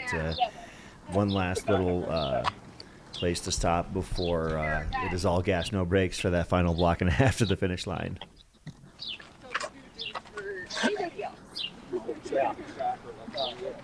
You're checking the tracker for the runner? Yeah. Where's our runner? Michael just checked the tracker. Oh, yeah. It feels natural at this point. He's right here, guys. Guys, he's right here. You don't even have to look at my little things. I know. You can look at me. I'll miss them. What are you going to do next week? What am I going to do without refreshing? Yeah, what does Cocodona withdrawal sound like or look like? Yeah, what are we going to do with our lives? I don't know. Yeah. It looks like sleeping through the night. I'm just going to show up at your house in Boise. Be like, hey, you got gels? You good? We're like, you need anything done? You need to... Yeah, you need a... Can you clean my feet, please? Can you put nut butter between my feet? We need to do a wardrobe change. Yeah. Only the most famous left-hand turn, the most famous red light in sports. Thank you, Jeff. We're almost there. That's where we are. We turn right there. We turn right there. Crossing LaRue here. Let's go. Yep. Oh boy, did I can't believe it. Steven, you're in the last block. I know. I Yeah. can't believe it. Yeah. crushed it, buddy. That was rough, but I did it. Got it done. Anybody online you want to say something to before you turn that corner? My lovely wife, who didn't get to be here because she's pregnant. And my parents. You better get home, boy. Never. Just support me. Just been, it's been a journey. I can do it without them. It's amazing. I can do it without these lovely people. Well, there's the finish line. Go get it. There it is. Stephen McClean. Kid on the way, and he is on his way for those final few steps to the Cocodona 250 finish line.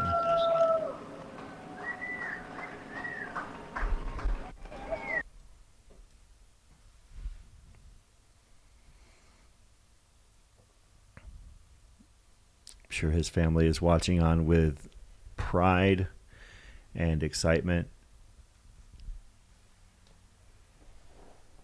121 hours, 49 minutes and 59 seconds. Set a spell, soak it in, and then get home to your expecting wife and savor this experience.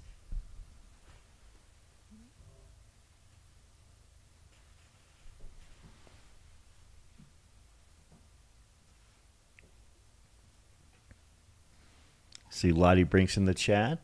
Shout out Lottie, somebody we've seen race here in Arizona quite a bit and very well, having run and won the Healey 100K. We'll have to see if Lottie might be interested someday in leveling up the distance and coming out to Cocodona. I could see Lottie Brinks spreading a lot of smiles on that course over the course of that 257 miles. For sure. All right, we're going to take a quick ad break while we have a break in the action on the course. Let Dr. Stephen Crawford reset himself and catch our next finishers. This is the Cocodona 250 broadcast presented by Aero Viper Running on the Mountain Outpost YouTube channel. Everybody has skin, and we have the skin salve for you.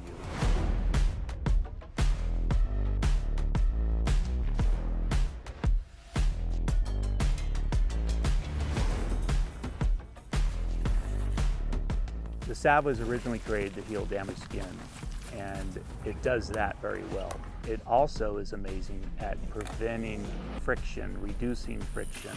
So whether you're using it as a moisturizer, a hydrator of the skin system, or going out, you're in a big race or adventure, the skin deserves squirrel's nut butter.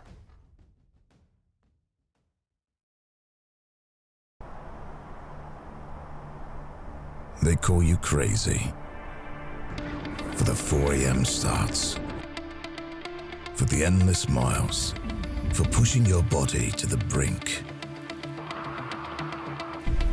They might call you crazy, but that just spurs you on. Go further with Enduro 3, the ultra-performance GPS smartwatch from Garmin.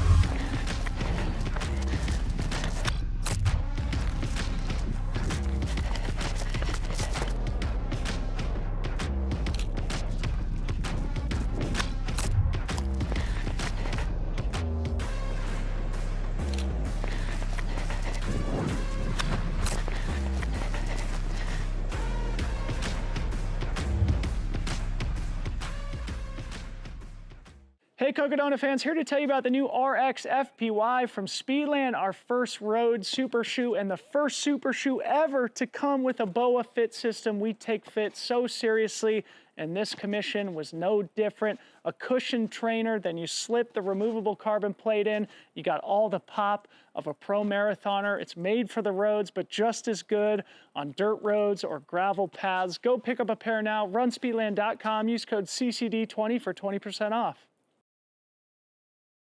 Look at the growth of ultra running the past few years. In fact, now they have 200-mile races, 240-mile races, 250-mile races. They're growing exponentially.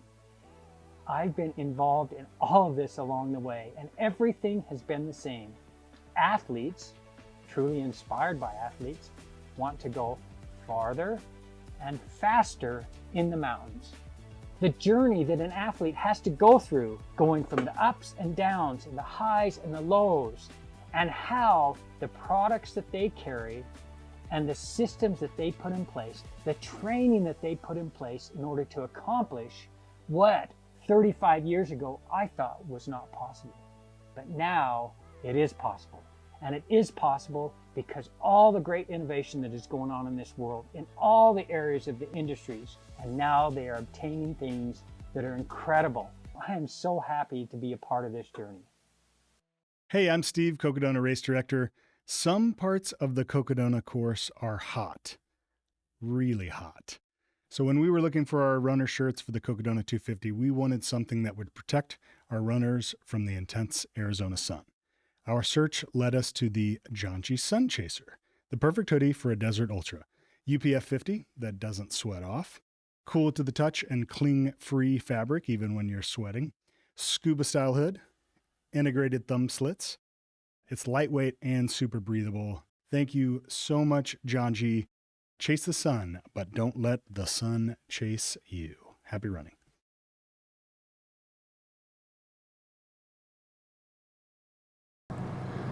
And we're back here at the finish line of the Cocodona 250, presented by Air Viper Running on the Mountain Outpost YouTube channel. Chris Warden with Greggy Verrigan. Thank you very much for joining us, everybody. We are approaching hour 122, merely 3 hours and 4.5 minutes until the end of this 250-mile adventure.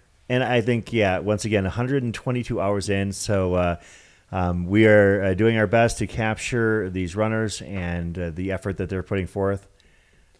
I imagine, holy shnikes, for this time of day, putting Dr. Stephen Crawford to work. 9-minute mile going down that hill. Jason Brock. Jason Brock, a serial 200-miler, 11 finishes. Jason's bid number is 145? Nope. 145. Nope. Okay. Oh, this ain't happening. Well, I guess that's what happens when you dust the follow cam. Shout out, as we mentioned, Dr. Stephen Crawford on hour 13 on a heck of an effort out here. But we can find out about Jason Brock. Let's get some details on him. We'll catch him at the finish line.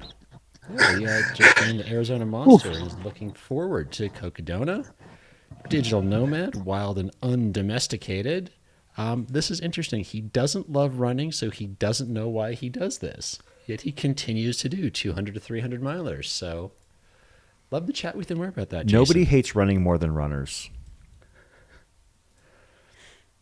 Loved the live stream last year, and that pushed him over the edge to sign up after pacing 45 miles of the course in 2023. Shout out to Jeff Garmeyer in the chat. And that, folks, is how you do strides. Yeah, you could hear Steven say, nope. As we mentioned, yeah, Steven's been out there, definitely put more than an ultra on his own body out there. And a Cocodona 250 finisher himself, definitely knows what these runners have gone through. And I have to admit, I think he definitely probably exercised the better judgment out there. We want to obviously follow the runners as much as we can, but I don't think they were going to get a lot of conversation out of Jason at that point. No, that was a very speedy downhill he was doing. And Stephen, if you can hear us, what is an update on your total mileage over? I know he's going to plan 16 hours. I think he was going to be out there. By the end, it will be yes. Wow, here comes Jason. Congratulations! I would love to see that last mile split. Wonder if he was shooting for a sub 122, perhaps. Oh yeah. You'll see that sometimes on these. Final finishers here at Cocodona and other races.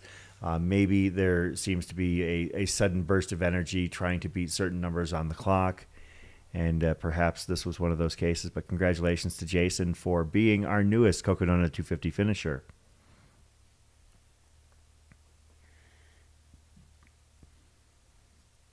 Yeah, what was he doing down that hill? I mean, you're probably talking about I would say faster than 9-minute mile. I think that when he started to get those strides in, you're probably talking about an 8:30, 8-minute mile pace coming down that hill.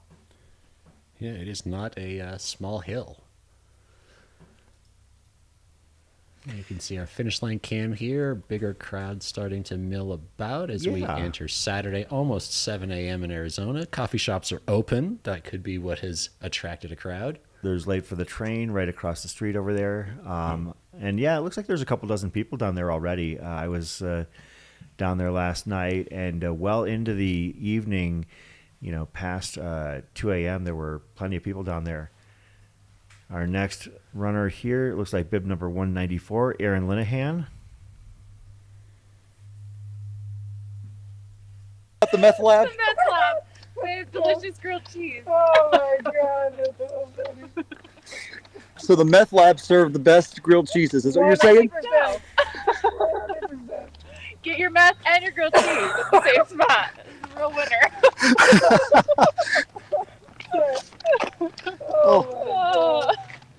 Oh, what a night. What a night. That's the set, y'all. Oh, Nice little trickery. Switcheroo. That was something else. Champ over here. Done. Getting it done. Thank goodness. Oh. Yeah.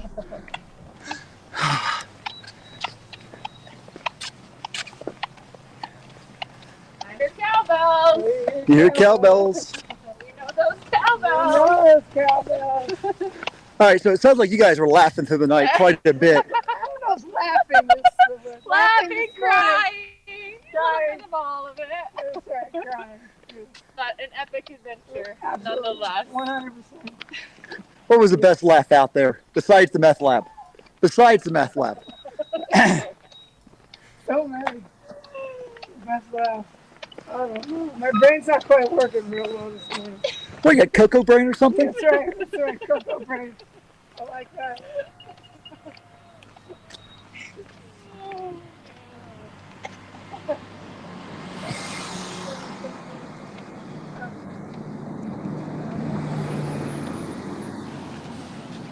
So the meth lab. So there was an incident where the aid station at Trinity Heights was reported by neighbors to the police as being a meth lab, and quite the interesting interactions we heard about. So the aid station has rolled with it, and they had some fascinating signs out there yesterday. So yeah, that's what we know about that. Yeah, quite the fun things happen.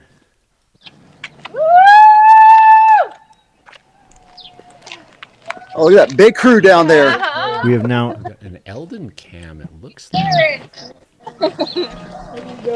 Eldon cam is always dicey as it is a pretty chunky, rocky terrain, but it looks like we've got some of our final runners descending Eldon. Yeah. I think that would be Nicola Grice in the bucket hat and Liz Russ with her. Yeah. Is Nicola pacing Elizabeth then? Yes. Okay. Yes, I have a makes text sense. from Nicola. Once I find out. But yeah, speaking from personal experience, trying to descend that trail with a camera in hand, not the easiest thing to do with runners ahead of you.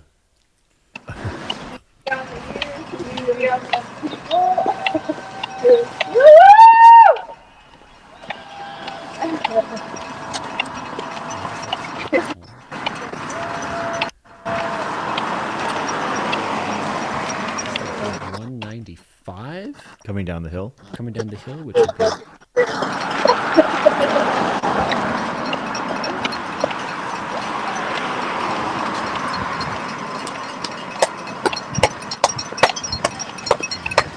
Taken on that 194.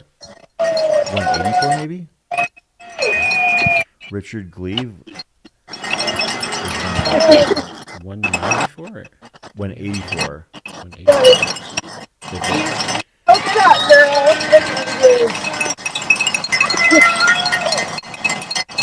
Aaron Linehan is 194. Are you talking about the top or the bottom shot? The top shot. That's That's Aaron Linehan. The top shot, Aaron Linehan. The bottom one. entry going down Eldon. Yeah, that bottom shot is, looks like that's 271. David Tom. All right. There we go.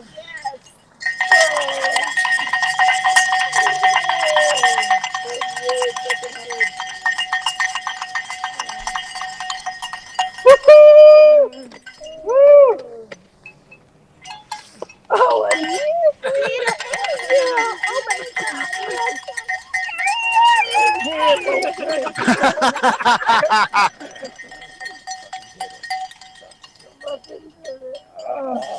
Go cross that finish line.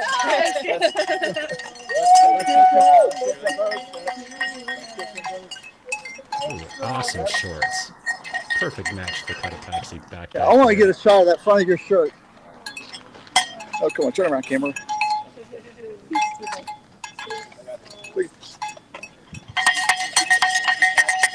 shirts for Aaron. You can see Air Vipa Socials Guru Jen Laughlin also filming this as well. Aaron Linehan about 2 blocks from the finish, going to be about a half block up to the most famous left-hand turn in all sports, the left from Beaver to Birch in Flagstaff, Arizona at the Cocodona 250.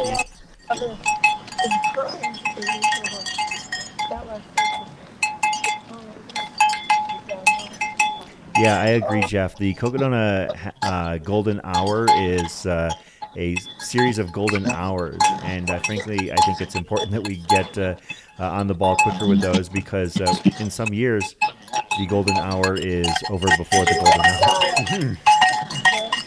Yeah, we'll see how this plays out too. But Cotopaxi Heights coming up in a little over an hour.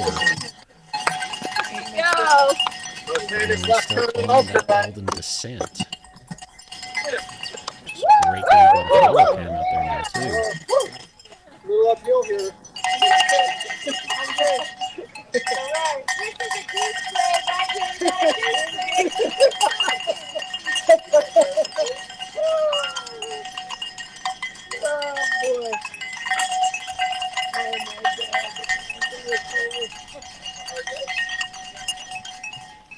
Great thanks to our sponsors. John G, Knack, Don't hit that pole. Tailwind, Ultraspire, Catula, Satisfy, Squirrel's Nut Butter. Thank you all for supporting this as well. Mountain Outpost and Air Viper Running, bringing you Cocodona 250 coverage.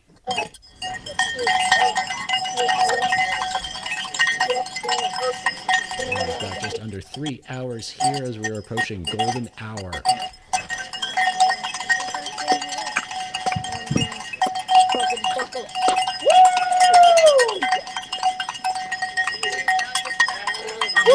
Amazing. Oh my God. Oh yeah, go get it. Go get it.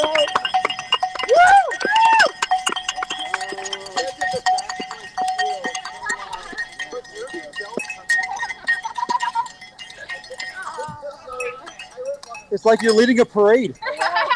You're the Grand Marshal.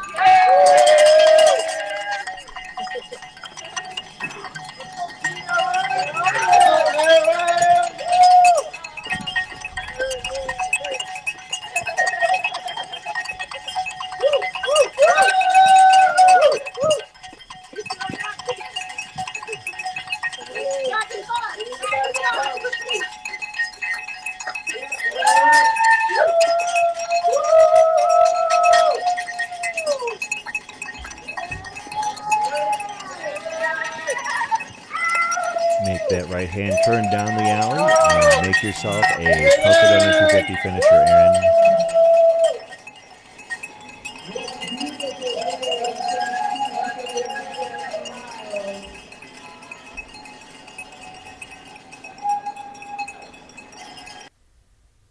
Cowbells clanging down the streets of Flagstaff.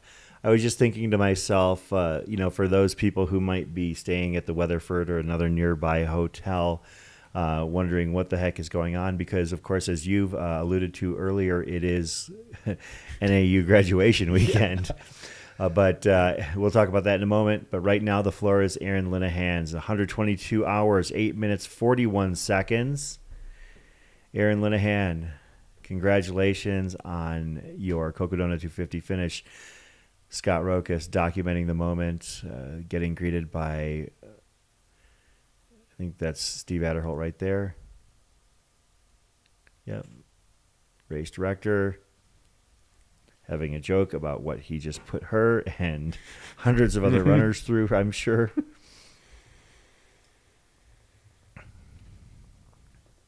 But yeah, as you're saying, it's early Saturday morning, and if you were on the live stream feed anytime after 11 p.m. last night, there was quite the variety of people walking through looking confused in the background, and in a college town, no less. And when I walked up here with that big delivery I had, I got more than a few strange looks from people. Yeah, a college town, 11 p.m. on a Friday night, and yesterday and today are graduation ceremonies here at NAU, so... definitely a lot of people downtown who did not realize there was a world-class 250-mile foot race going on in their midst. A few of them kind of stopping by because the whole area down there, as we see Aaron Linehan celebrate her finish, it's got vendor tents, and I know that John G has a shop set up there. Aravipa has a shop set up down there, and they have some tents for... runner massages and some personal care for them down there at Heritage Square, as well as a whole mess of drop bags. Yes. A few hundred drop bags. So, with all of that going on, I'm sure there are a lot of people that are making their way around downtown Flagstaff who are wondering exactly what the heck is going on. Well, it's Cocodona. And right there we can see Buffalo Park. We are about... 65 minutes from the closure of the final aid station on course at Trinity Heights.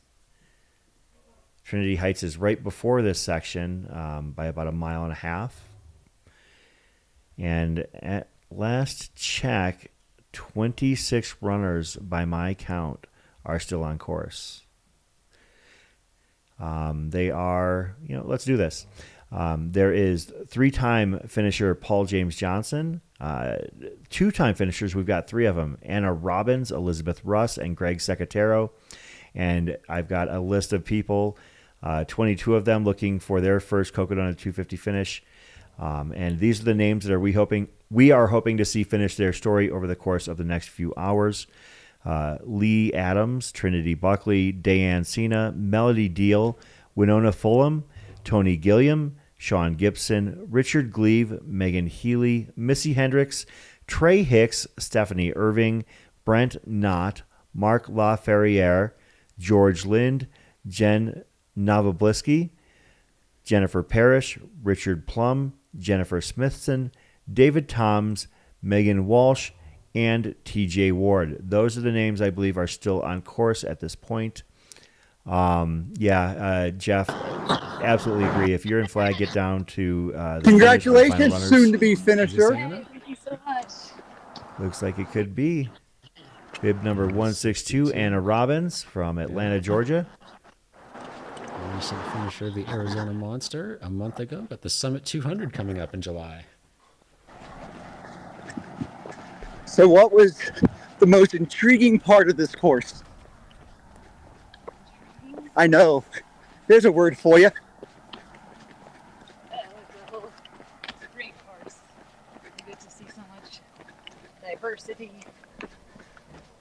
There's so many great spots. The Dells, Eldon, Hangover, Westwood here. Beautiful. Did you get the hangover at night or at day? During the day.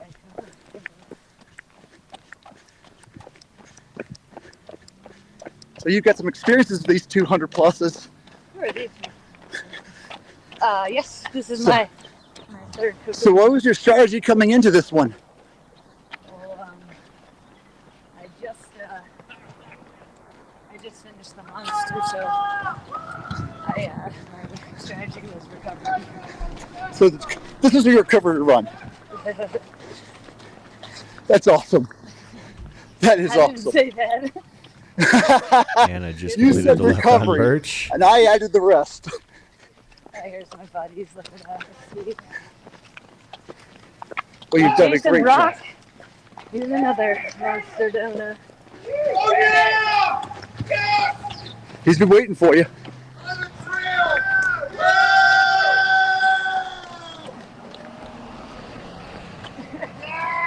This could be perfect because I could just.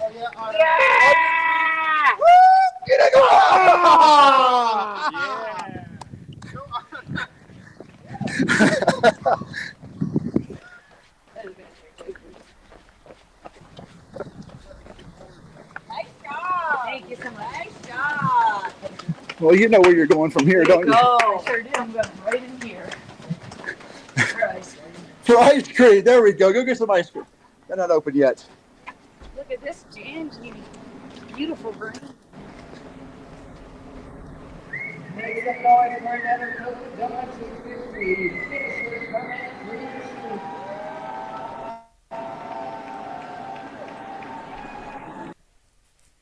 And Anna Robbins has completed the Cocodona 250 for the third time. 750 plus miles on this course. This time 122:14:59. Congratulations.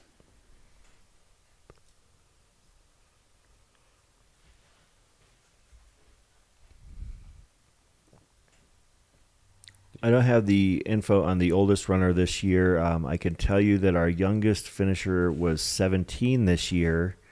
I saw a question in the chat. I didn't see what our oldest finisher was, though. Yeah, Tug finished a little earlier this morning. Yeah. To a lot of cheers and a lot of comments in the chat. I know his mom was in the chat sending updates. At least he didn't get picked up for curfew violation. Yeah. I mean, with him being 17 years of age and Graduation weekend. roaming a college town in the middle of the night. Yeah. Looks like our next little herd here, or group, we got Tony Gillum, Stephanie Irving, and Megan Healey, all getting closer to the finish line here at Heritage Square in downtown Flagstaff, Arizona. Temperature's warming up already. We're nearly 60. Sun is shining and the grass is green.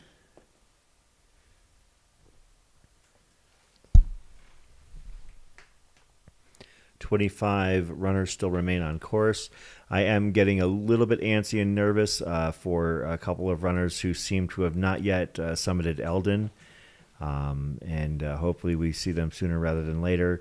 Trinity Buckley and Richard Gleave seem to be the final two runners needing to make that Eldon ascent. Because heading down Eldon pledge for the wild kind of town. at fastest is going to be... I don't mean to brag, but people often tell me I'm beautiful. That Eldon ascent is brutal in and of itself, but that descent, that mile plus heading down to the Fat Man's Loop at the base, is going to take them at least 45 minutes. So we need to see, hopefully, these last couple runners heading up Eldon to get to the summit, cross over from Newhart down to the Lookout Trail ASAP. And I'm rooting for them. And I hope that Trinity and Richard are able to get it done. Richard, I believe, was our DFL last year. Quote Purple Pants Guy, if I remember correctly. But we have 25 runners still on course.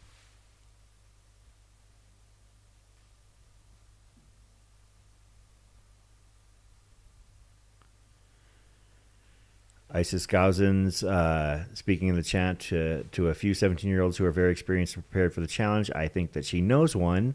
Haynes Gossens was our youngest finisher at Havling 100 last year. Wow. Yeah. In the heat, no less. And I think Haynes is 16 and ran a sub 21, if I remember correctly.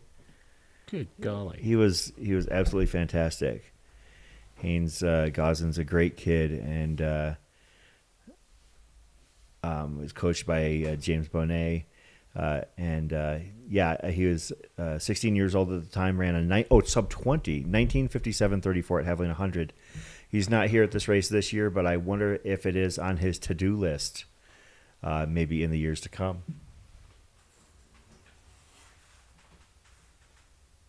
Oh, and he paced Tug. I did not realize that. Wow.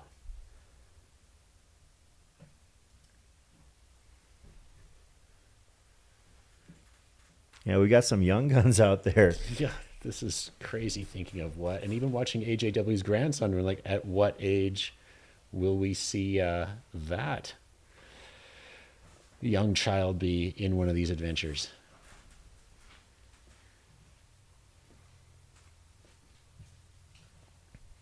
You can see a bit of a crowd starting to gather there at Heritage Square in downtown Flagstaff. For the final hours of the Cocodona 250, we've got roughly 2 hours and 40 minutes between now and the final call for finishers at 10 a.m. here in downtown Flagstaff. Chris Warden. Greggy Varigan. And we are here, we did a little bit of shifting, and the last few hours have been a little bit wonky here, as we can see our final aid station, Trinity Heights. I believe that is TJ Ward, from Morganville, New Jersey. They are at the aid station, bib number 229. But yeah, of course, Greggy was on last night. Aravaipa Dark, After Dark, with Rory and I ran a little bit late. We were having so much fun, and Greggy was cool enough to kind of hang loose. I was entertained. It was great. I was like, I'm just gonna sit here and listen. And then AJW, all of that was happening as well. Yeah. So yeah, shout out to Greggy for being flexible. We had in studio, we had the People's Champion, Kevin Goldberg. We had our F4 and two-time finisher, Shelby Farrell, and the Tiger King himself, Jeff Garmeyer. 11 combined finishes on the couch last night here at the studio. And then as we were basically given the instruction to sign off, I kind of said, I need to wait because AJW was coming into Trinity Heights, and I wanted to catch that. And Greggy took over and has been doing work through the overnight and into the morning here. He was supposed to be back at our accommodations and sleeping by now, and whatever. He's sticking around with us because as much as I would love to be with AGW here as well, I am absolutely thrilled to be here with Greg. And frankly, if you had the conversations I had with AJW at 2 a.m. last night, you would know that he definitely needs to be sleeping. Well, yeah, I'm just happy I got to spend a couple hours with Shelby before she was at Yeah, the same that point was of cool like, of her. "And I'm going to fall asleep sitting here, so my Uber will be here, and we're peacing out." I thought it was great of Shelby to hang out with you. Oh, yeah, that was shout awesome. out to Shelby Farrell. Thank you, Shelby. And if anyone knows Jason Gerhardt, Aravaipa, Colorado race director, he confused the bejesus out of me because he shaved his mustache between when all of the stuff was being filmed and tomorrow or yesterday at some point. So I was talking to Shelby at the finish, and someone walked up and shook my hand. I'm like, I have no idea who you are. It took me a good couple minutes to realize that was Jason because I'd only seen him with a beard mustache for a while. So kudos to Jason for being out there and recognizing me because I was kind of out of it at that point. Yeah, I guess while we have a break in finishers heading down Beaver Street, Sage Search was asking the story about AJW. I think I can get through it now. So Andy Jones-Wilkins and our friend Rob Martin were supposed to run the Sedona Canyons 125 together. They were both registered for it last year. And, of course, everybody knows AGW. If you don't know him, he's a legend of the sport, a 7-time top 10 Western States finisher, a true hard rocker, wins at the Vermont 100 and many other 100-milers. Has come back to the sport as a participant, not at an elite level, but as a 58-year-old double hip replacement recovered badass. And AJW and our friend Rob Martin, who does a lot of filming for these events, were supposed to run Sedona Canyons together. Unfortunately, Rob passed away last November at the age of 54. AJW took it upon himself to decide that 250 miles needed to be covered by him and Rob. And so they made a commemorative bib with Rob's name, and AJW carried that rather than for 125 miles to 250. I want to shout out to our next finisher here. Looks like bib number 159. That would be Stephanie Irving from Washington. Stephanie Irving. I think we saw Stephanie Irving having a bite to eat at that last aid station there for a few Yes, moments. that's right. Her pack was in view. And the way she's moving, I think she got some energy from whatever it was. Dancing her way to the finish here. Right, this is definitely her first Ultra at 50, and since then, 97 Ultras, 6-time Black Canyon finisher, 2 Javelinas, 2 UTMB CCCs, 1 UTMB 100-miler, and still trying to get into Western States on her 9th year with 256 tickets. Perhaps this is your year, Stephanie. It's a very hard race to get into. Absolutely. And she was most excited for Mount Eldon, so I'd be curious to know if she's still as excited about it as she was before she did it. So are you still as excited about Eldon as you were before you did it? I am. It was a glorious hike. I hiked it. Yeah, but I didn't mind the stairs down either. It was kind of fun. That's me. Yeah. In fact, I convinced her to go run it right later on. Woo! Which way? 159. 159. Woohoo! Thank you. Got it.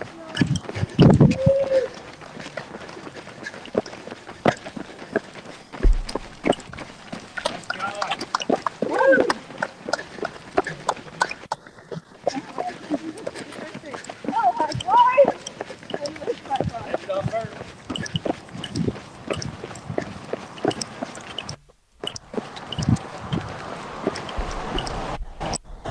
Eric Jones with a question about having Jeff as a field reporter. I have a funny story about that So you're here. straight across and then you turn left. Bib number 159. Then turn. Making that left on Birch. Just a block and a half now for Stephanie Irving to become the next Cocodona 250 finisher.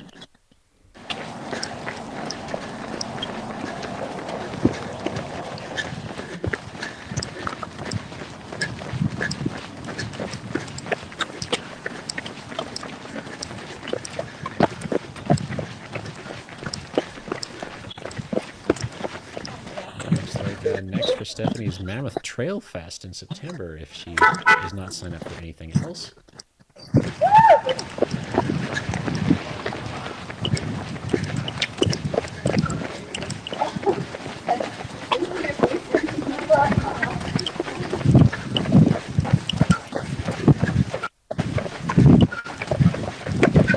Stephanie!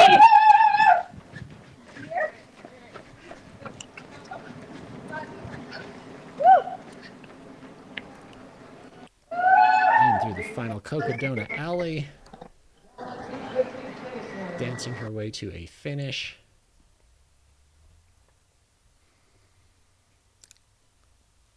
Stephanie Irving, no stranger to Arizona Ultras, now completed the longest one of all. 122 hours, 27 minutes, and 10 seconds. Congratulations. And there's a Patty sighting in the background. I know we've seen a few people down at the finish line already. Scott Trayer and Callie Vinson were there very early this morning for... Oh, yeah, I saw them. John G. athlete manager Kyla Maher's finish. I know Shelby was excited about that as well. I'm not sure if she was there or if she was passed out somewhere.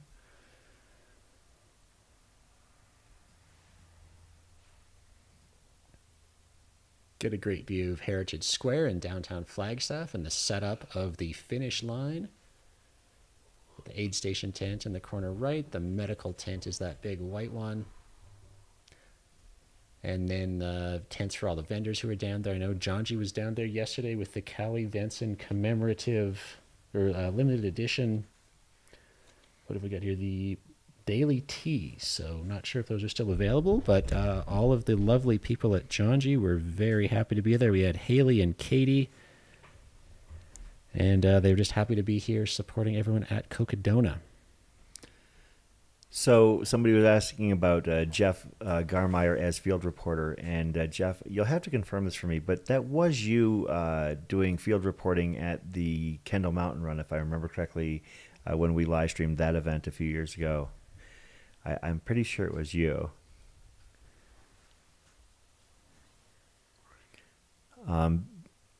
Bixels, 6 miles were not added to the 250. I don't think it's ever actually been a true flat 250 miles. And again, that would be, this is not an elongation of the race. The only time that it was actually I believe, close to a true 250 was the altered course in 2022, where they actually cut time from the requirements, where it was down to 122 hours, and that was when the race started in Prescott. But yeah, the race has not been elongated by 6 miles. I don't know if there's some misunderstanding that this race was ever meant to be exactly 250 miles. If that's what you're searching for in your races, perhaps there's a road race that might be exactly wheeled out to specification, but and frankly, 250 looks much better on a shirt than 257. Yes. Round numbers we like. There's 265, it looks like. Bib 265 would be Tony Gillum. I think that's the Alaska flag. I have verification on that. Thanks, Zach. First Cocodona. And after getting out of the Marine Corps, he swore he'd never run again. Stuck to that for many years, but decided he needed to get in shape. First a 50-miler with a few beers. Got off the couch, a couple miles a week, 50-miler. And here he is a few years and 10 ultras later, going to become a Cocodona 250 finisher. His family is here, wife and 2 daughters, very outdoor, active family, and they're going to be here as crew and pacers and at the finish line. Also like to shout out his coach, Rachel Lemke.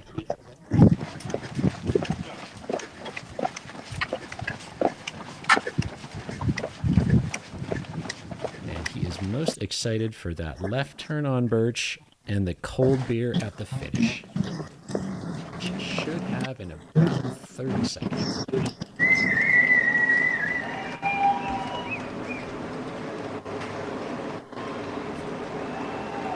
Nice job, Tony Gillum, heading down to the finish line.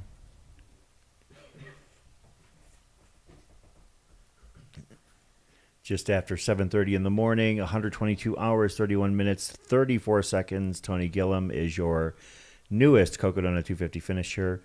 Meet and greet with family and friends.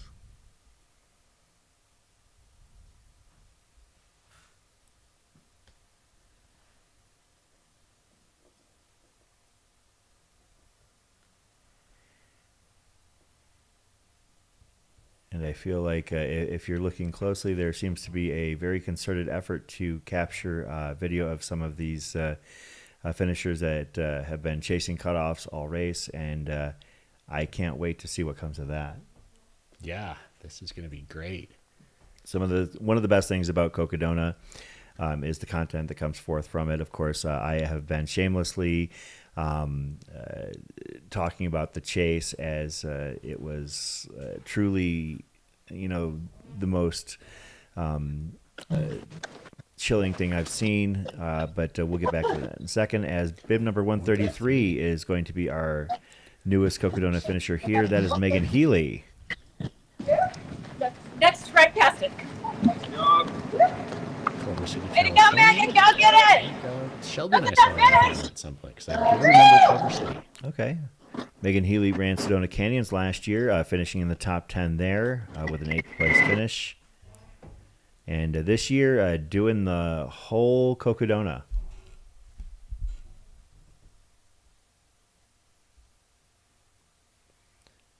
(122 hours, 33 minutes, 13 seconds).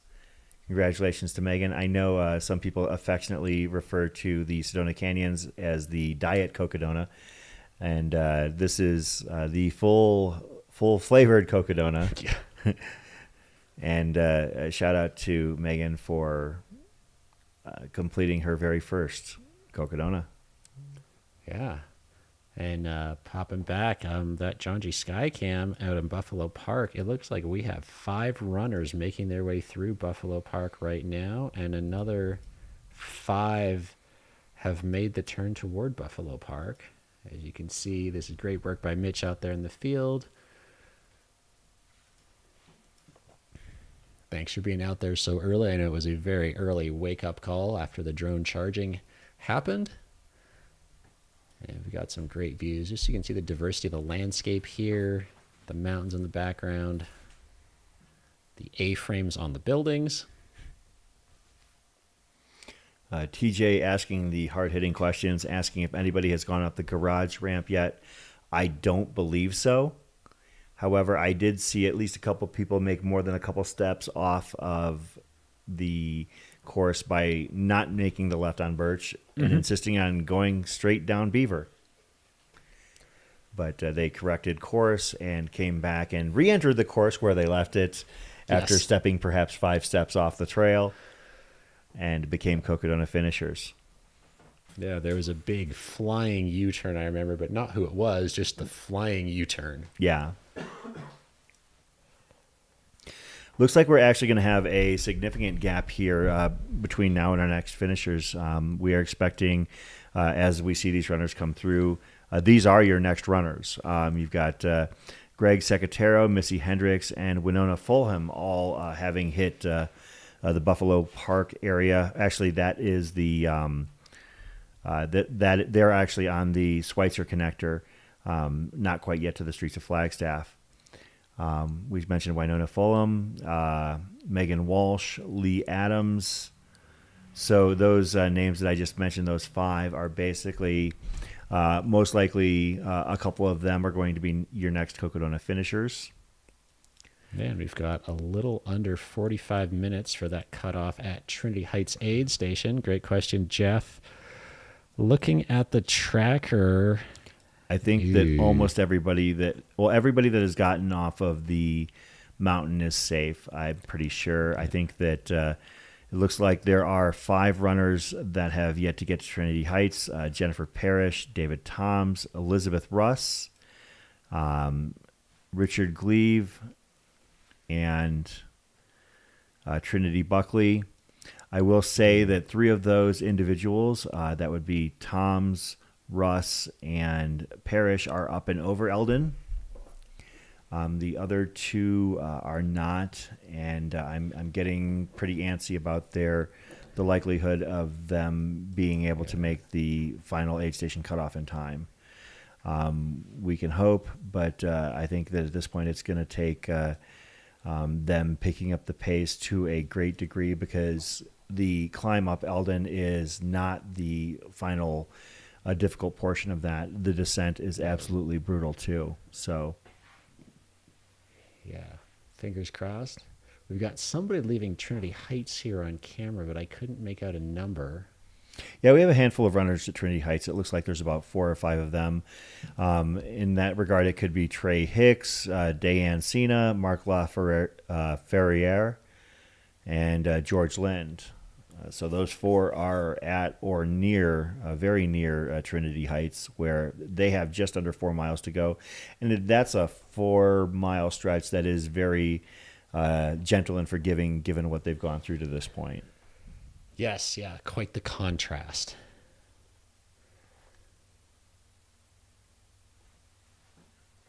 Oh, and here we are back to Buffalo Park. Thank you, Mitch, on the John G. Skycam. You can see the temperature has already popped up a fair amount. It is going to be toasty here in Flag, high of 75 at 7,000 feet.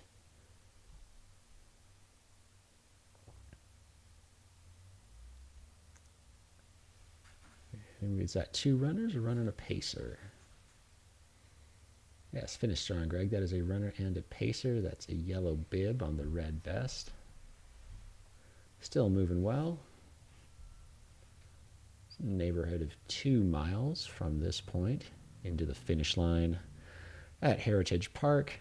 Thank you all for joining us. We've got almost 1,300 people in the chat. Thank you for joining us today on Saturday, well, still morning in North America. Yes, I've got my time zones right. Still morning on the East Coast. And thank you, April J. Very much appreciate that. And maybe you're going to come out in 2026. You have 10 shopping days left until Cocodona 2026 goes on sale. May the 20th is that day. So perhaps we'll see you out here running the race, or if not, come out, try one of the different distances, pace, crew, volunteer. Come and just enjoy the experience. You're getting a taste of it here on the live stream, but it is a little bit different in person.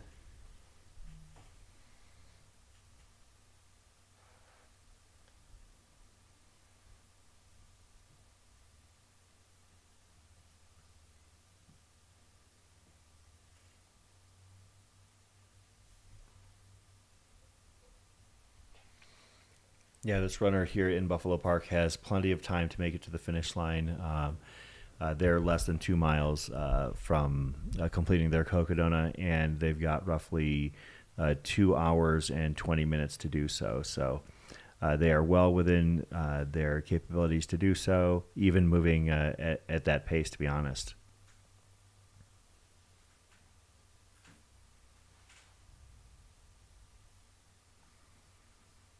No, they are still pushing up there on Eldon.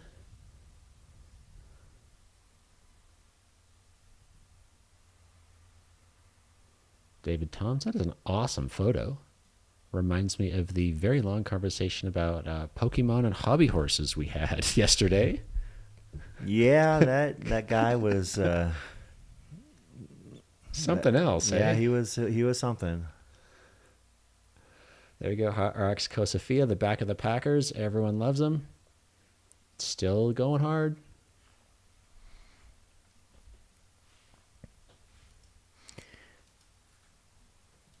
If you like what we're doing, you can show us some affection by hitting that like button on the YouTube screen, and perhaps subscribing as well. Mountain Outpost obviously covers several races throughout the year.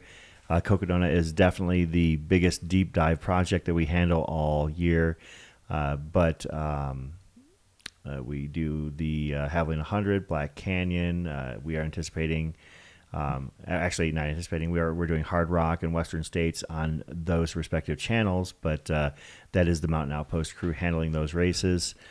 We've done some races all over. We did JFK 50 last year. We did High Lonesome.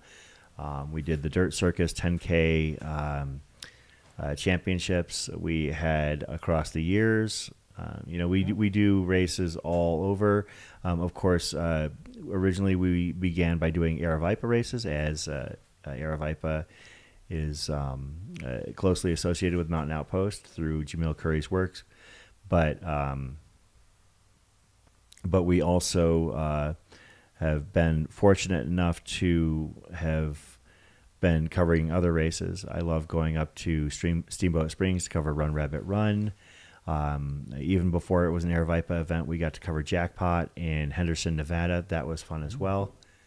And thank you for joining us on the, I guess it's technically still day, well, no, it's actually this is day 6-ish for Cocodona. Jogging Jim asking if we're still taking donations for Girls on the Run of Northern Arizona. I will see if I can pull up their website. I don't have a link that, let's see. Yeah, in the meantime, thank you, Lisa Gibbons, for the donation. You are right. These amazing athletes' journeys. You rock as well. All right, I'm going to pop the website, and obviously you'd have to cut and paste it for Girls on the Run of Northern Arizona. Thanks to Kelly Teeslink for joining us in studio here Thursday night with Jeff Browning on Aravaipa After Dark and myself, as we were able to raise $871 for Girls on the Run of Northern Arizona, more than doubling our 2024 efforts. And next year, I would love to see when we have Kelly and Girls on the Run on how much more we can do. It's a cause that I have come to know through Kelly and the story, the fact that Girls on the Run of Northern Arizona covers basically the entirety of the Cocodona course after they depart the start line from Yavapai County up. They help young girls in a very complicated and trying time in life learn life skills. It is girls on the run. They do obviously center a lot of their efforts around running, but there's so much more that they provide. And it is also, they do what they can in terms of need-based help for runners in Flagstaff, or not for runners, for girls in Flagstaff and in other northern Arizona communities such as Cottonwood, Cornville, Jerome, Prescott, and also serve the Navajo Nation, which is a large geographic area here in the state. And, with every donation that they receive, they are able to assist more future women and leaders of this country, and help them navigate a very complicated time in life. So if you want, you can donate through the link that I or not the link, but the website I posted. Thanks to those people who donated, and a total $871 to Girls on the Run this past Thursday. Yeah, thank you to Maureen Carey for the donation and the pretty hilarious emoji that kind of looks like a mushroom, the way I saw it first. Yes, I did say that, Jeff. If somehow $10,000 in donations come to Girls on the Run of Northern Arizona, I would run Cocodona next year. They basically told me to name my price. Yes, yeah, we were sitting here for that, fly on the wall. Yeah, and I believe that the charity bibs were, I guess, for raising $5,000, and I figured like the rationale there was like, why 10? It's like, well, because 5 they actually want to run Cocodona. Yeah, and that's fair. And for me, I don't have any desire to run Cocodona. I just want to be associated with it. Yeah, and cover it. But yeah, if we were able to find $10,000 worth of donations for an amazing organization, I might have to reassess my life and make time for a week next year in Northern Arizona. Michael Murray, $20. Thank you for the donation. We appreciate hearing those words. Oh, and you got some tears out if you might not be commentating for that. I'm sure they would find a way to stick a mic in my face over the course of 257 miles. Multitask over 250 miles. Yeah, I don't know how blue I'd be working, to be honest, but I would try my best to keep things at least Air Viper after dark cleanliness. So I just want to confirm, Troy, are we going to go to a break here shortly and then come back on the flip side? I'm sorry, Zach, rather. We've got a couple minutes until we catch our next runners, and we're just going to take a brief break here on the Cocodona 250 live stream presented by Air Viper Running. You're on the Mountain Outpost YouTube channel. We'll be right back. I'm a pledge for the wild kind of town. I don't mean to brag, but people often tell me I'm beautiful. Maybe because I'm nestled at the foot of the tallest peaks in Arizona. Ponderosa pines, trails, stargazing. Yep, I have all that too. Let's set a date. Bring the bikes and your hiking shoes. Oh yeah, I'm good with kids too. Yep, that's me. Flagstaff.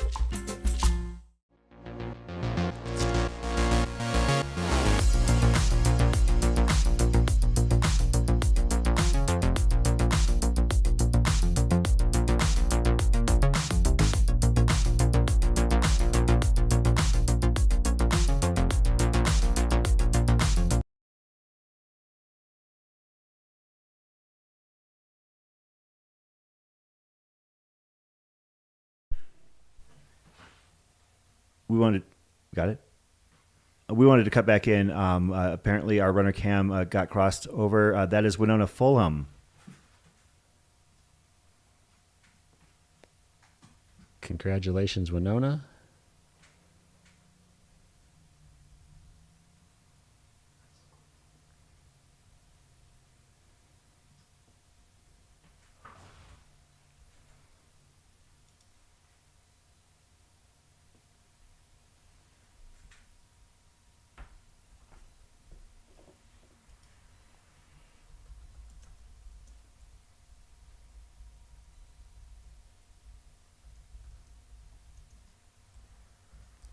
Winona is a mother of 5 of the Black Sheep clan and born for the Bitterwater clan.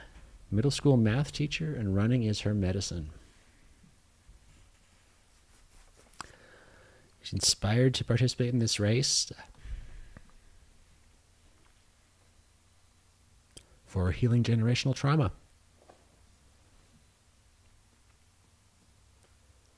Running for those who can't, running for relatives that never made it home, running for the land, running for her family and for herself.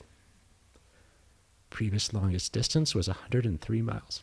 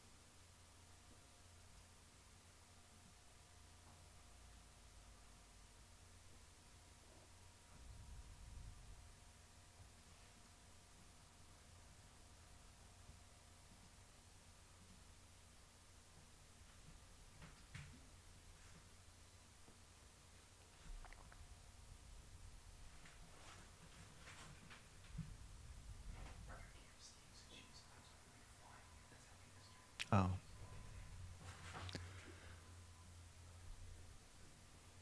Sounds like Winona was running with extreme purpose at the very end there as our follow cam tried to keep up but couldn't. And so we're glad that we caught it on the inset, but as soon as we realized what was going on, we wanted to go back to a full shot of Winona and the celebration of her amazing finish here at Cocodona 250. You can see that it has it's a very moving moment for everybody down there.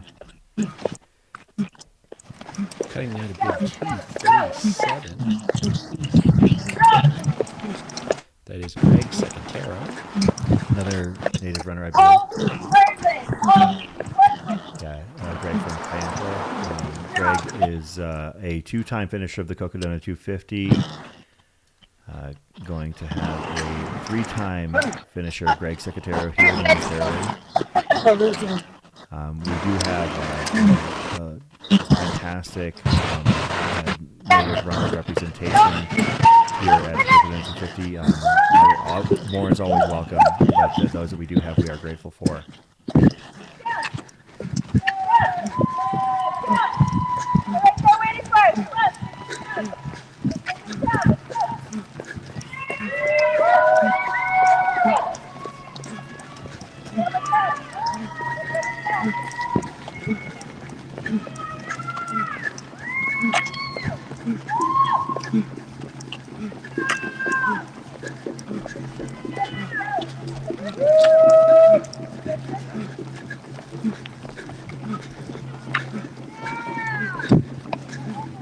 Crossing the road, making it on bridge.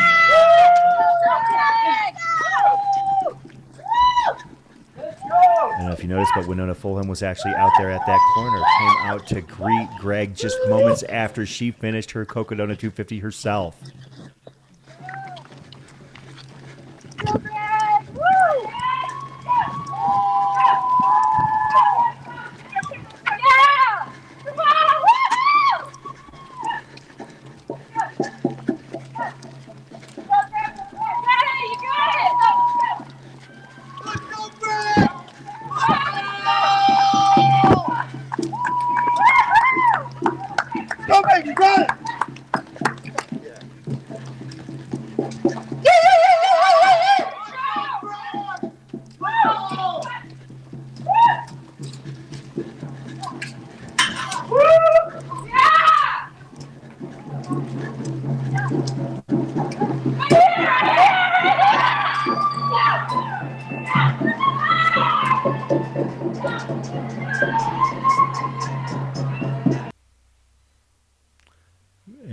shout out Greg Secatero.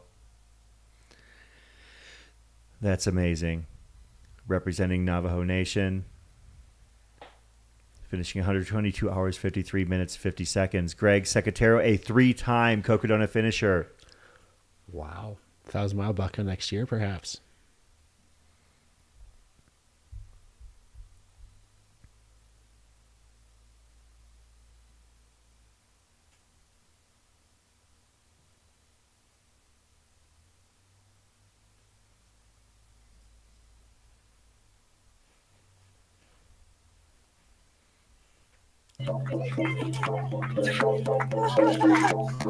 Amazing representation for our native runners here, who are such a huge part of our community and just part of the story of trail running in Arizona.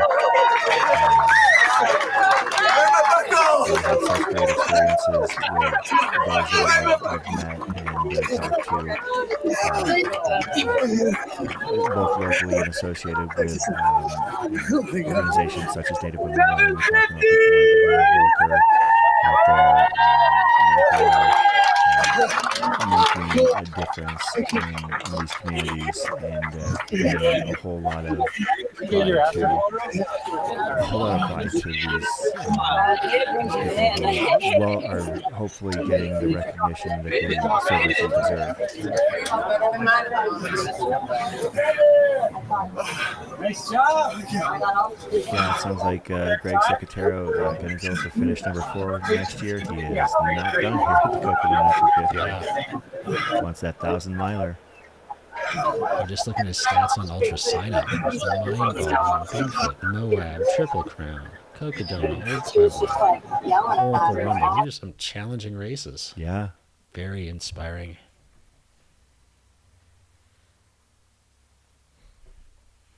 And a shout out to all of you that are watching in the audience out there on YouTube and hopefully enjoying your Saturday morning wherever you're from. It is just shy of the 8 a.m. hour here, which means we're about 2 hours and 4 minutes from the finish. We're 15 minutes from the closure of the final aid station on course at Trinity Heights.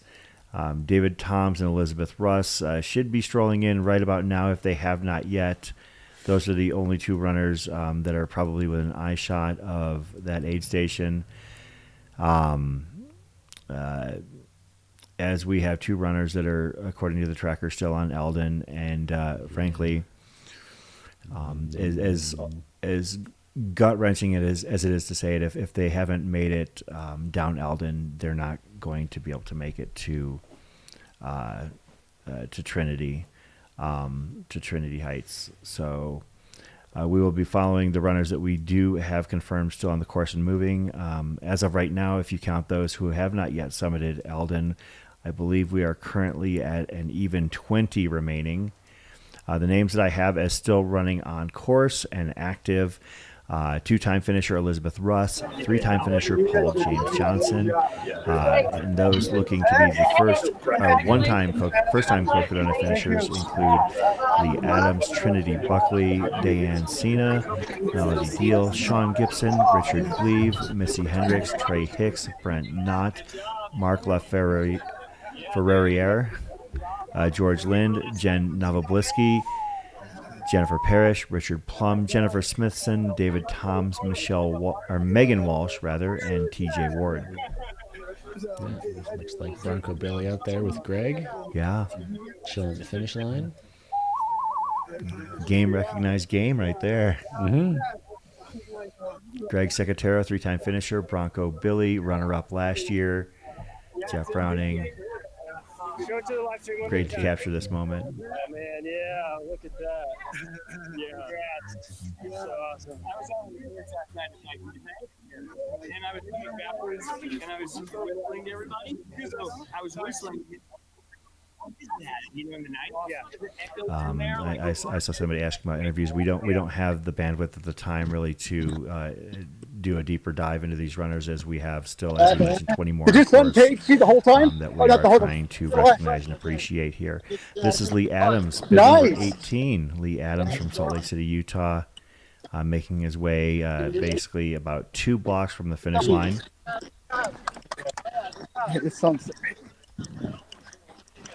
Lee Adams going for his first Cocodona finish. Ran Black Canyon 100K earlier this year. And actually is a multi-time Black Canyon finisher. Has run 200s before. Looks like he has a finish at Moab from 2021.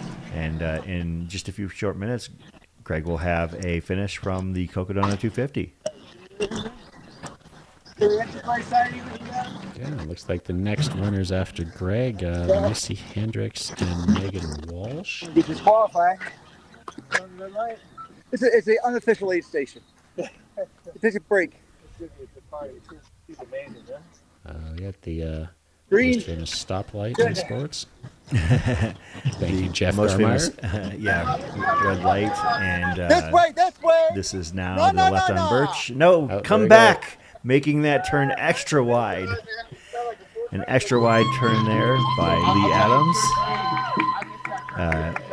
Giving all of our hearts a big jump there. But it makes, That was the hardest one you've done, right? Yeah. it makes great light. And giving himself a few extra steps That was the hardest one to you've get done, to the right? finish. Yeah. So we just crossed hour 123 of the 250. There are 2 hours left, just under 2 hours left for runners to finish. You finished. This actually is going to be a far more hectic year than most at Cocodona, as there have been years where when AJW and I are calling the final finishers where everybody's been in well before the golden hour would begin. I believe that in 2021, when Andre Lee was DFL, he was in well over an hour before the final deadline. And Elizabeth Ross the same way. Well, we almost had somebody head up the parking garage. But congratulations to Lee here, Lee Adams. Rolling through Cocodona Alley. With a pacer. 123 hours, 1 minute and 10 seconds, Lee Adams.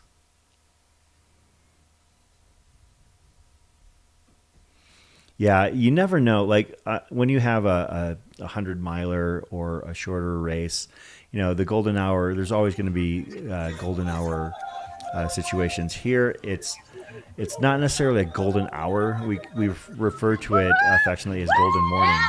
Looks like we have another native runner here.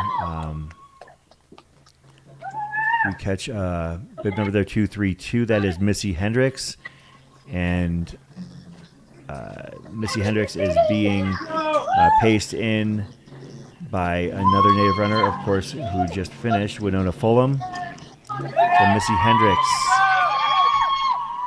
the inspiration that I'm feeling, the excitement for these native runners that are coming in now in full force is just, it's amazing to witness.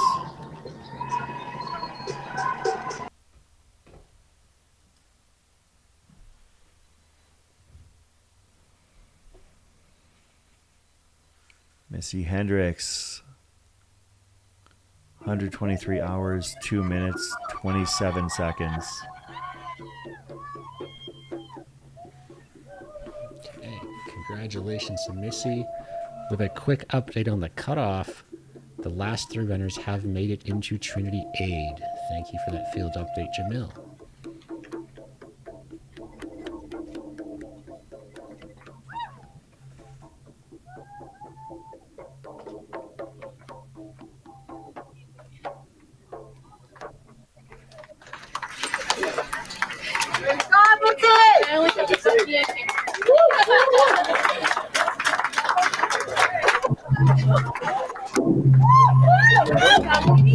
Once again, give some love to Missy Hendris for finishing the Cocodona 250.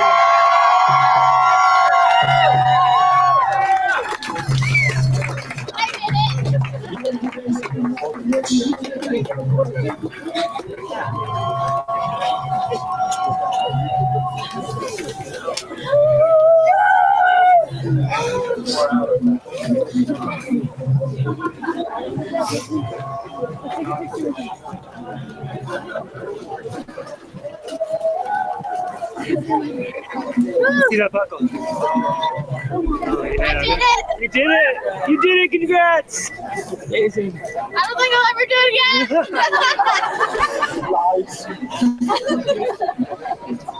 See you next year.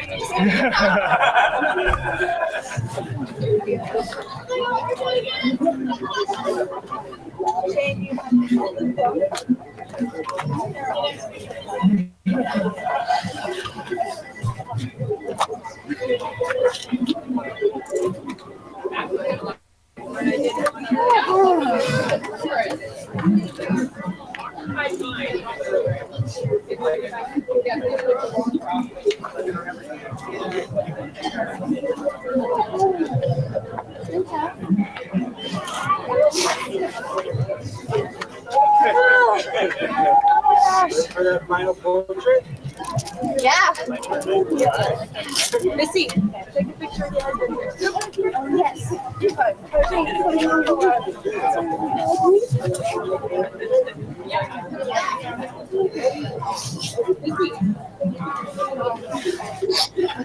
Come on.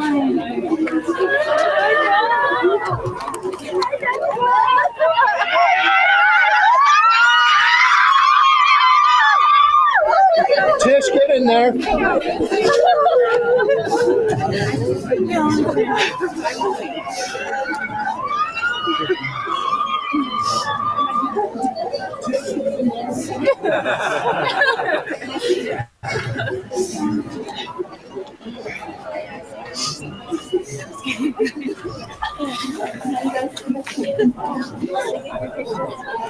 Go get your finisher picture.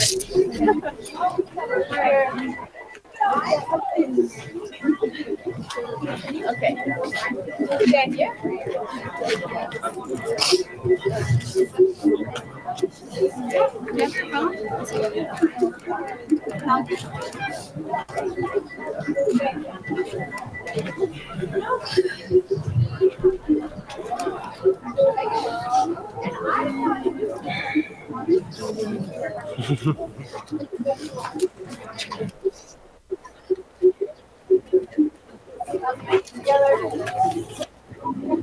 Okay, sorry, Mike. Let's go.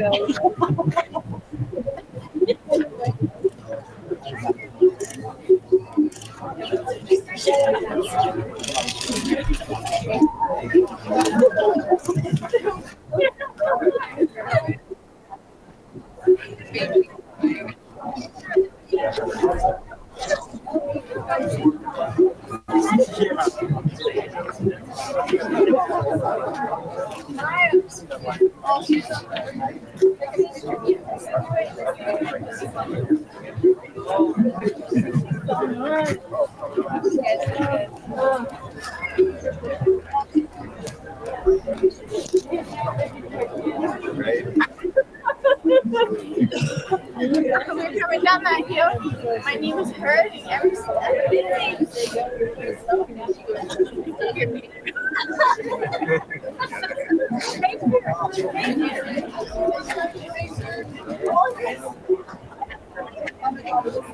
Just make a kiss right now. Yeah. On the finishing side. On the other side?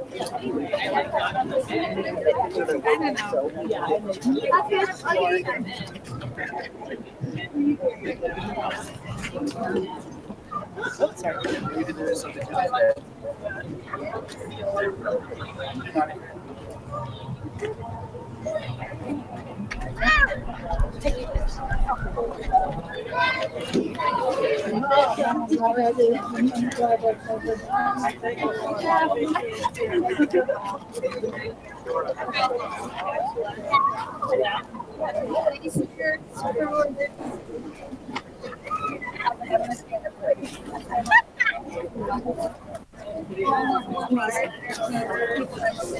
Okay, so I want to end the video. Yes. As soon as, let me know when and I'll put it for you.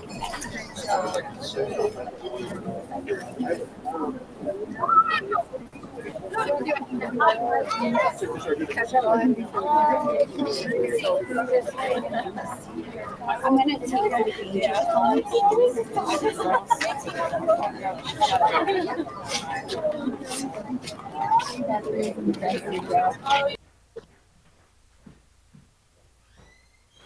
Congratulations to those runners. And our next finisher here, Megan Walsh from Oakland, California. Currently right at the left on Birch. Soaking it in, greeted by supporters. About a block out from completing her Cocodona 250 story.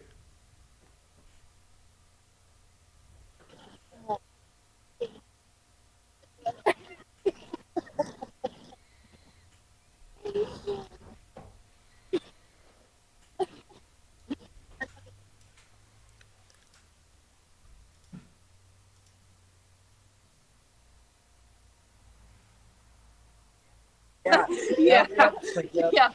Yeah, you are. Let's do it. But you're not done yet. You're amazing, but you're not done yet. Go this way. How you feeling right now? Know what you're feeling? Grateful to have all this love around me. They definitely carried me through the entire experience.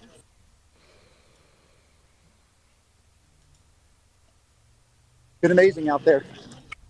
Yeah. Anybody online that couldn't make it? I don't think so. No, I think we have everything there.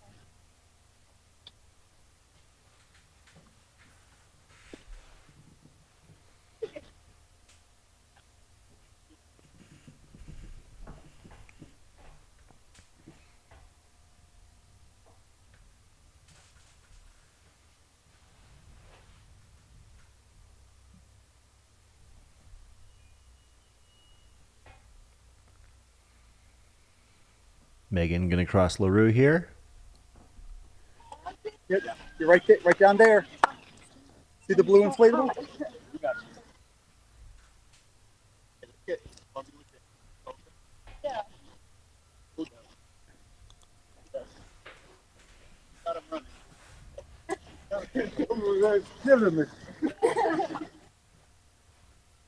What does this mean to you for her finish? What's it mean to you?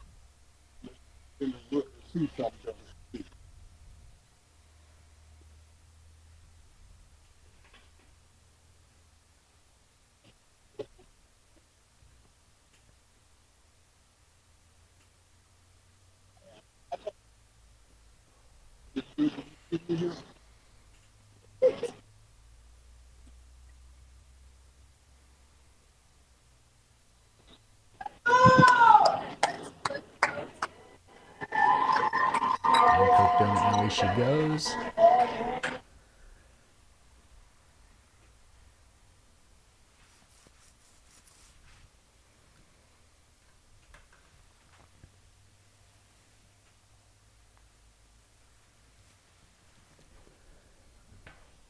Megan Walsh will be your 55th female finisher of Cocodona 250.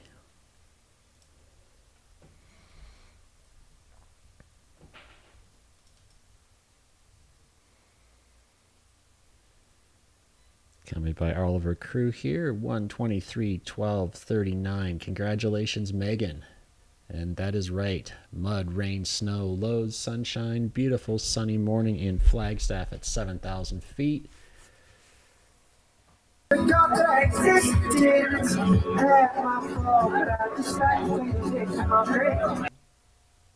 As rough as the race started out, I do love the fact that we are greeted here with a beautiful Saturday morning here in downtown Flagstaff. I mean, you know, like the beginning of the week when runners were encountering some, you know, caked mud on their shoes and sideways rain, you know, to see that everybody is able to be out there in short sleeve T-shirts and enjoy the day, you know, that makes me happy.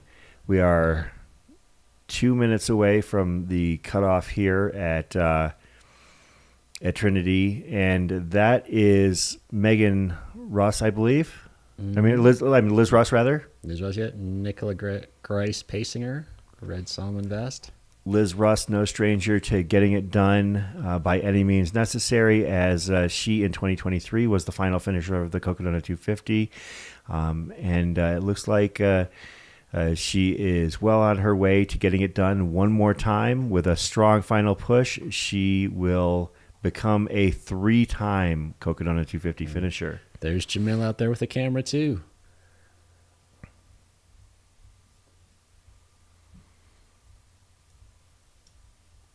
Lots of love coming into the chat for Liz.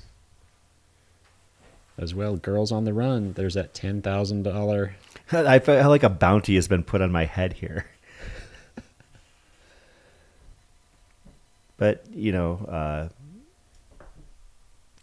I guess I did kind of put it out there myself. We're going to see Liz and Nicola head out from Trinity, the final aid station on the Cocodona 250 course. They do have ample time. As long as they keep moving, they've got almost exactly 1 hour, 45 minutes to make it to the finish line, just under 4 hours. So if you break that down, you're talking 25, 24-minute miles. Very doable. No need to rush as long as they keep moving forward. As long as they keep pressing, Liz is going to get that third Cocodona finish.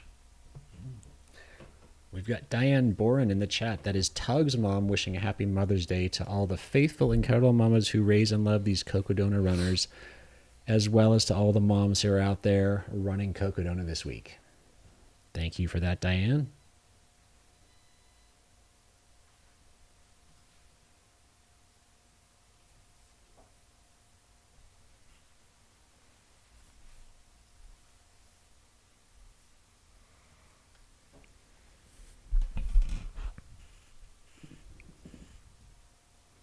Thanks, everyone, being in the live stream with us right now and the chat. We got almost 1,400 people watching at 8:15 a.m. Arizona time. Maybe some people are getting back from their Saturday adventures already and flipping the live stream on in their car and listening. Some of our upcoming finishers that are making their way down Beaver Street include Sean Gibson, Brent Knott, 3-time finisher Paul James Johnson, and Richard Plum. Back a little bit further, you're looking at Jen Novobliski, Jennifer Smithson, and TJ Ward. Novobliski has hit the streets of Flagstaff. Jennifer Smithson appears to have as well. TJ Ward might be just leaving the Schweitzer Canyon Connector Trail and getting onto the pavement. Diane Cena just hit Buffalo Park. Mark LaFerriere has gotten to Buffalo Park as well. George Lind has come off the Pipeline Trail, and Jennifer Parrish is on the Pipeline Trail. All of these runners are less than 4 miles out from the finish line, with an hour and 13 minutes to get, or an hour and 43 minutes to get there. So over 100 minutes and 4 miles to go at most for these runners. I like their chances. I think we're going to have a flurry of finishes here, as the Cocodona 250 is now in hour 123. Wow. And as we're in that hour, we are flying through Buffalo Park. And looks like, as I thank you to Mitch for flying that drone for us this morning. And now we're back to following Liz through the forests of Flagstaff.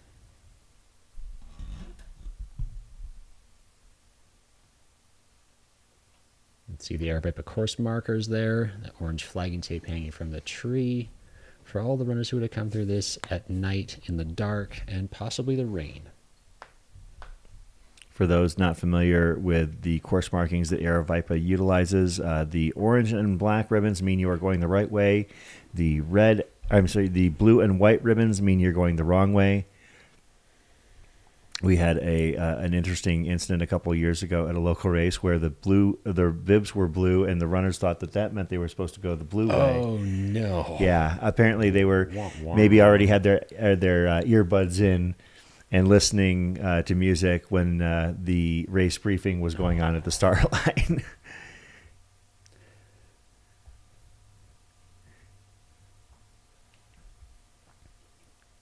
Yeah, we got someone coming down the hill now. I'll try and grab that bib number.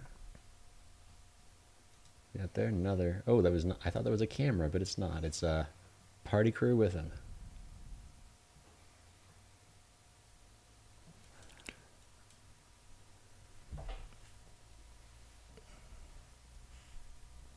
Let's see if we can verify this runner. I'm guessing it's Brent Knott, possibly.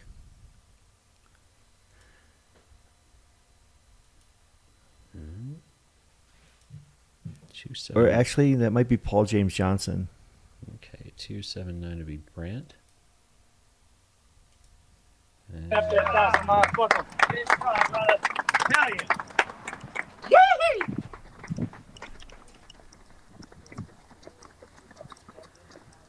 looks like that is Paul.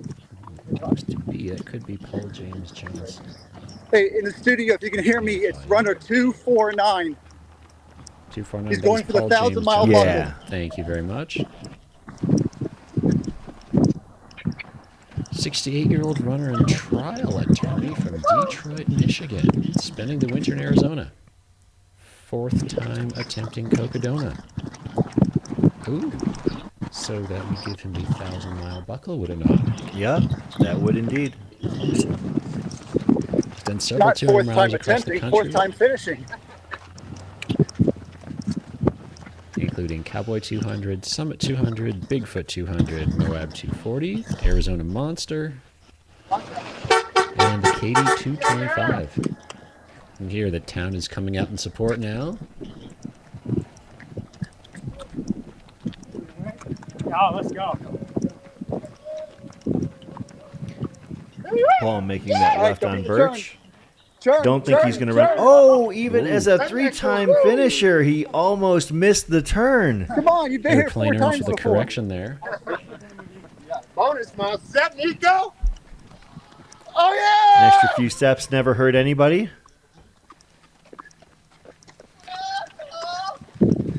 No, Paul isn't 68 years old. I think he's 68 years young. Nico. True, the proud grandfather.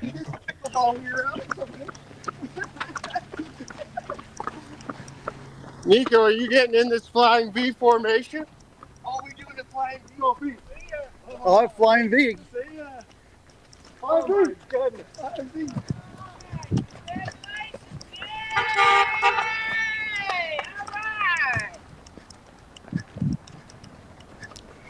Shout out to the Schlag family in Idaho watching. I see that the kids are fans of the Cocodona 250. They are not alone. I am a fan as well. All right. Let's go. Tee it up. Tee it up. Make sure he turns Great here. turn into the John G. Inflatable through Cocodona Alley.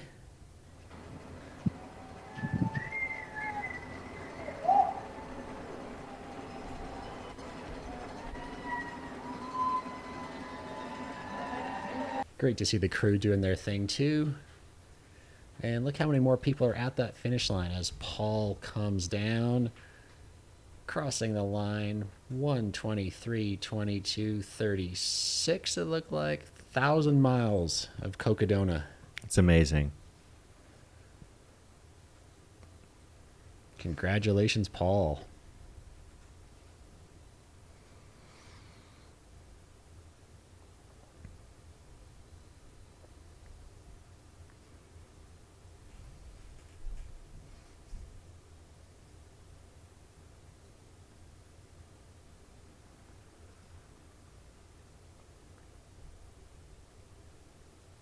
See, oh, that looked like Goldberg, just moving out of the frame down at the finish line.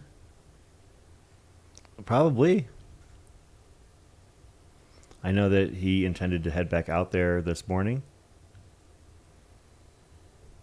8:22 a.m. Again, we got the 10 a.m. Arizona time cutoff. Hour 125. I think that there is a burgeoning market in belt straps that maybe an enterprising vendor could come up with and make the rounds at 100 milers around the country. Yeah, got some nice leather tooling, custom belt. Absolutely. Leather, like non What's his number? as well. Brett for Knott, sure. 279. 279. Brent Knott, Bib 279. 279. Brent Knott. 824.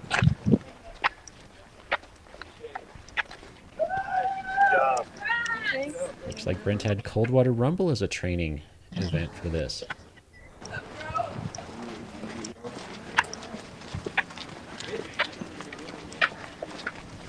Also a Rocky Raccoon finisher. Finish strong.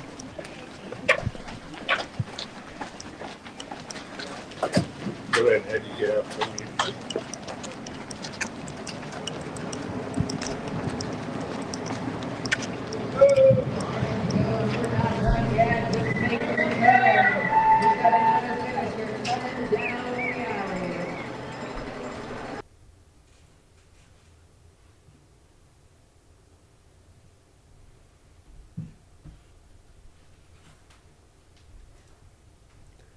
And here it comes into the finish.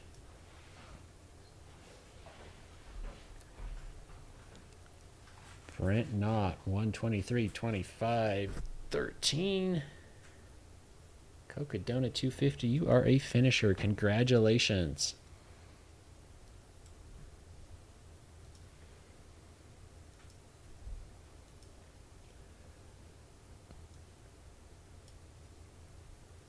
Crowd getting bigger and bigger as the day progresses here in downtown Flagstaff. Temperature already creeping above 60. And Absolutely. another finisher in the background there. Is that looks like another finisher? Scott Rokas. Sean Gibson. With a jump over the finish line there. Sean Gibson, congratulations to Sean. Sliding in right behind.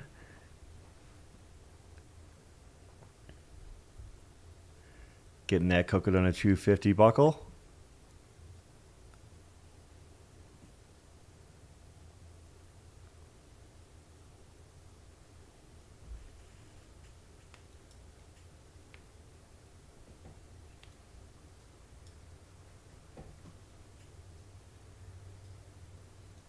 Getting that tracker removed too.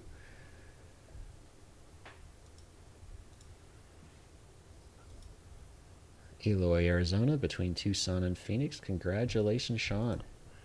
I don't know Sean on a personal level, but I know I see him at a lot of events.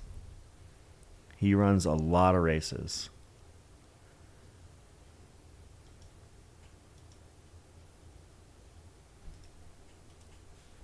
That looks like our next two who'll be coming through appears to be Richard Plum, TJ Ward,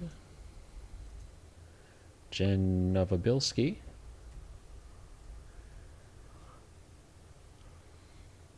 and looks like I've got 1, 2, 3 runners in Buffalo Park now.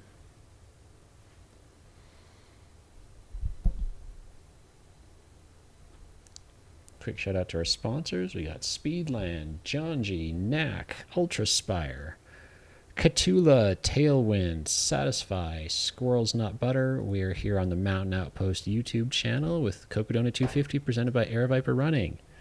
My name is Greggy Verrigan. And I'm Chris Warden. I want to shout out to some people in the audiences I heard that are watching at home with mom and dad.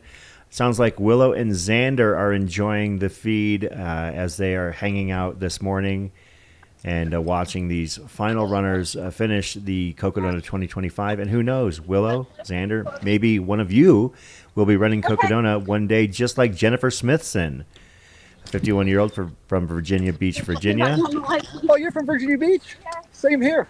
I live in Arizona now, but what part of the beach? Well, which part? Redna. Oh, it's over in Kimsville. But what do you think about Arizona? Nice. See, I didn't leave. I love it.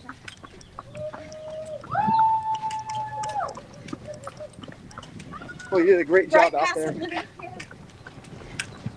Fun fact about Virginia Beach, the highest piece of land is a pile of garbage called Mount Trashmore. I'm learning so much today. Wow, yeah. The man of the crepuscular? That's right. That as well. 229 just came Of course, through. Dr. Stephen Crawford dropping knowledge as Jennifer finishes the Cocodona 250. Jennifer Smithson. Inspired by Sally McRae's 2023 finish. And another finisher right behind her. Is that...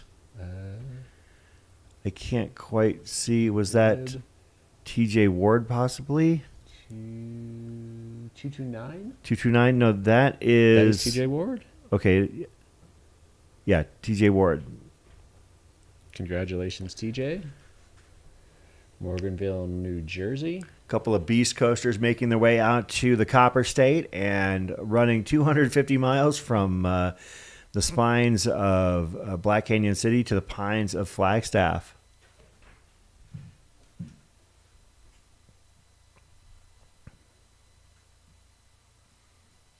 Thank you all, 1,400 of you watching this live stream broadcast. We got just over 90 minutes to go till the final cutoff for Cocodona 250.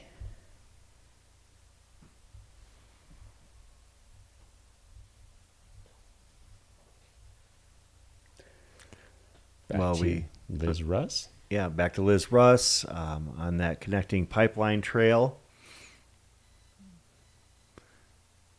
Not too far out from Buffalo Park. Again, if there's anyone on the course that I am not worried about being able to navigate the cutoffs from a mental standpoint, it is Liz Russ, as she has finished this race with effectiveness and the fact that she is a previous DFL. She knows how to get it done. So you've watched the live stream once or twice? Yeah. Sounds you watched the live stream once or twice. You know where you're going. Oh, I've done this route before. Oh. I did Sedona Canyons 2 years ago. Oh, cool. I loved that. But I always knew I did Sedona Canyons as a little test run. It's always a test run. To see if I was tough enough for Cocodona. And what's the verdict? Oh, barely. But that was just the greatest week. I mean, you had tough climbing on day one. I had rain on day two, horrible cold rain on day two. It was tens and tens of miles of mud on day three.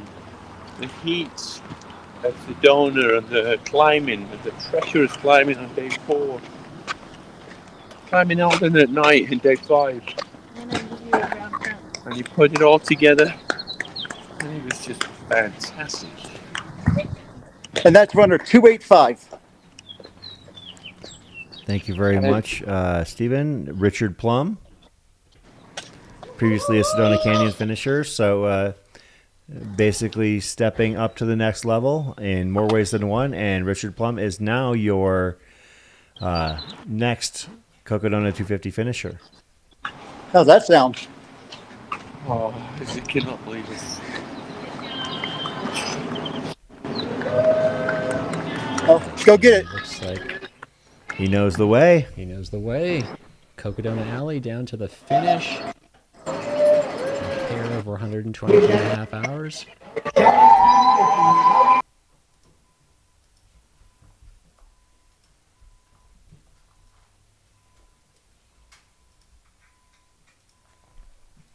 And congratulations.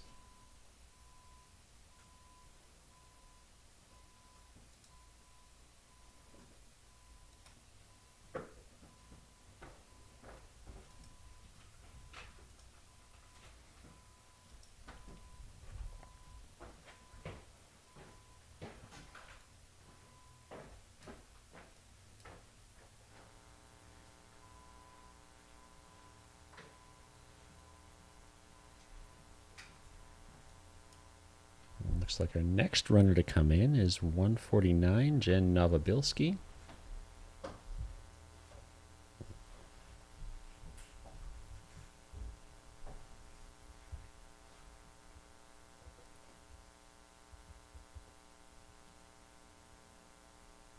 Thank you all for joining us here on the live stream feed.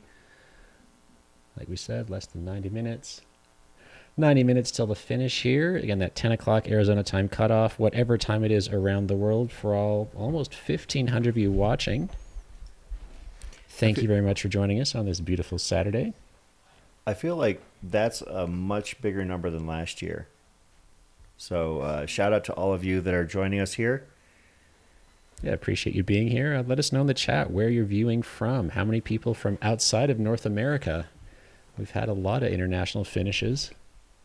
A lot of international support.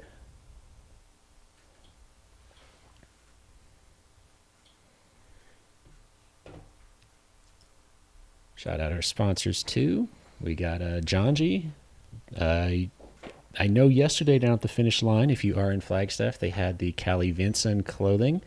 Not sure if they're set up yet today, but you can always go down and check that out, as well as get your, if you're in Flag, get down there and cheer on some of these runners. Make some noise as our final finishers come through. We've also got Speedland as one of our sponsors. We've got the Cameron Haynes shoe right on the desk here with us. Knack, Ultraspire, Catula, Tailwind, Satisfy, and Flagstaff's own Squirrels Not Butter.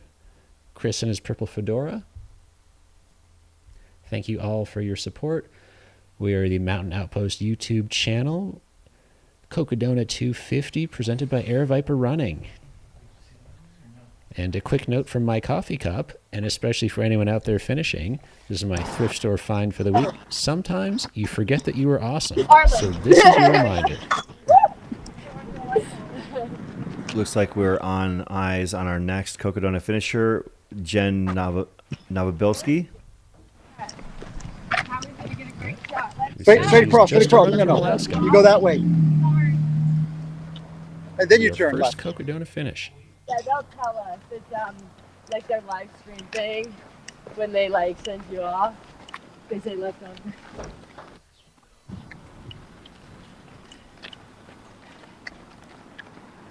Jen just a couple steps away from the final finish line of the Cocodona 250. Anybody want to shout out on the internet, on the live stream? Who knows? Handled that left on Birch like a champion. Yeah. Go get that buckle. I mean, I guess if I'm going to shout out, it's going to be these guys. Love you. Good spirits coming to the finish line.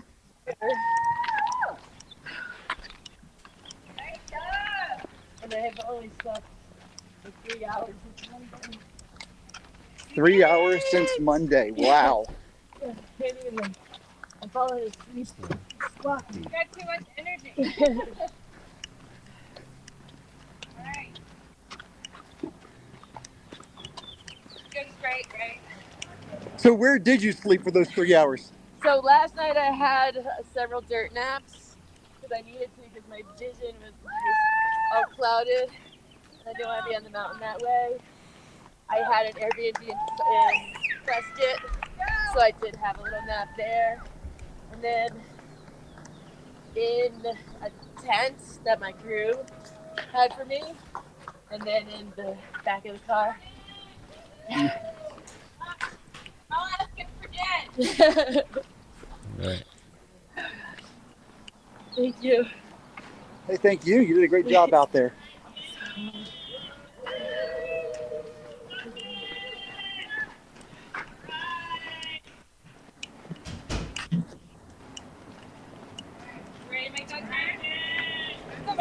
Let's go make that turn. Look at that. Cocodona 250 finish. Right here it is. Go.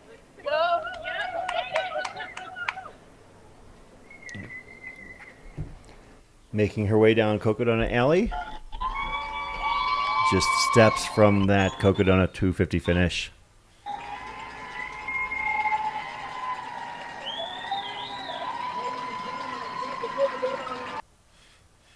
The cheering is getting louder and louder along the finish line here. It's going to be pretty intense for these last few finishers. 123 hours, 38 minutes, 48 seconds. Congratulations, Jen Novobilski of Anchorage, Alaska. You are our newest finisher in the Cocodona 250. Congratulations. Got to thank you for Bill Kimbler in the chat there for the donation. Loved the coverage this week. We'd love to hear that.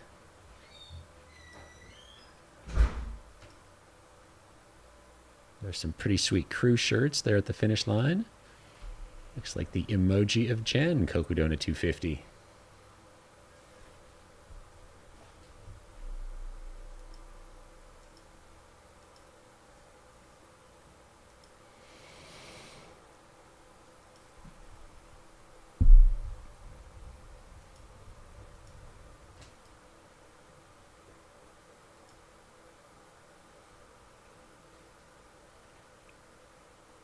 So again, thank you all for joining us here. We have, oh gosh, a mere 80 minutes, 82 or 81 minutes until the final cutoff. We are live in Flagstaff. My name is Greggy Verrigan. Chris Warden. And Saturday morning, Cocodona 250. Where else would you be but watching or listening to us on the live stream? Got our back of the pack cam here. Liz Russ, pacer Nicola Grice. Nick Grice just pacing along. They're moving well. They still have 80 minutes to get to the finish line. They have not quite got up into the big open part of Buffalo Park, and that will be the next big monument. They got a left-hand turn coming up in a bit here.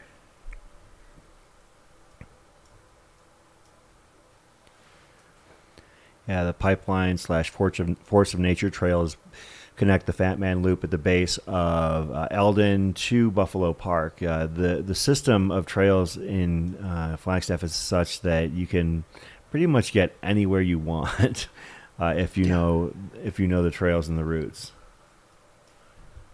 Yeah, it was a great place to spend a week running around when not being here. It's easy to see why there's so many elites that move up here and train. I got smoked, absolutely smoked by the NAU women's team on my run one morning. It wasn't even close. Yeah, they're fast. I'm not. Definitely not surprising. NAU known for being a distance running mecca, and Flagstaff in general. It's cool because if you're an ultra running fan, it's not uncommon to just be running down the street and see somebody who you might have seen on the cover of Ultra Running magazine at one time or another. It happens out here. And back to our great drone shot. That is Mitch out there in the field. Thank you, Mitch, for flying there this morning. Now, there's been a lot of movement and logistics getting cameras different places, so we appreciate all the effort everyone has put in, from the volunteers to the live stream staff to our drone pilots, camera operators, runners, pacers, crew, and just the community who have come out to support the race. I know yesterday afternoon I saw a group of 4 young women that had set up a lemonade stand at Beaver and Fine on that final descent before you make your left-hand turn on Birch, and this is great to see. That was so cool.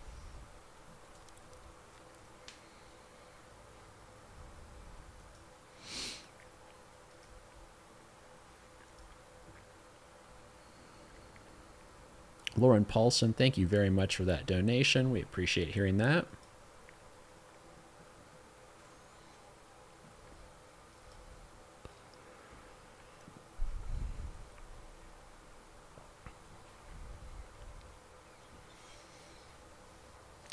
I'm operating under the assumption that Trinity Buckley and Richard Glebe did not make the final cutoff at Trinity, at least Trinity Heights. That's at least how I'm looking at it right now. So the way I'm operating in terms of the number of runners still on course, I'm believing that there are 8 of them. Elizabeth Russ going for her 3rd finish, and 7 other people looking to be first-time finishers. Diane Cena out of Prescott, Arizona. Melody Diehl from High Springs, Florida. Trey Hicks from Marietta, Georgia. Mark LaFerriere from Somersworth, New Hampshire. George Lind from Chandler, Arizona. Jennifer Parrish from Lake Stevens, Washington, and David Toms from Raleigh, North Carolina. Those are the 8 that I am expecting to see here in a little bit.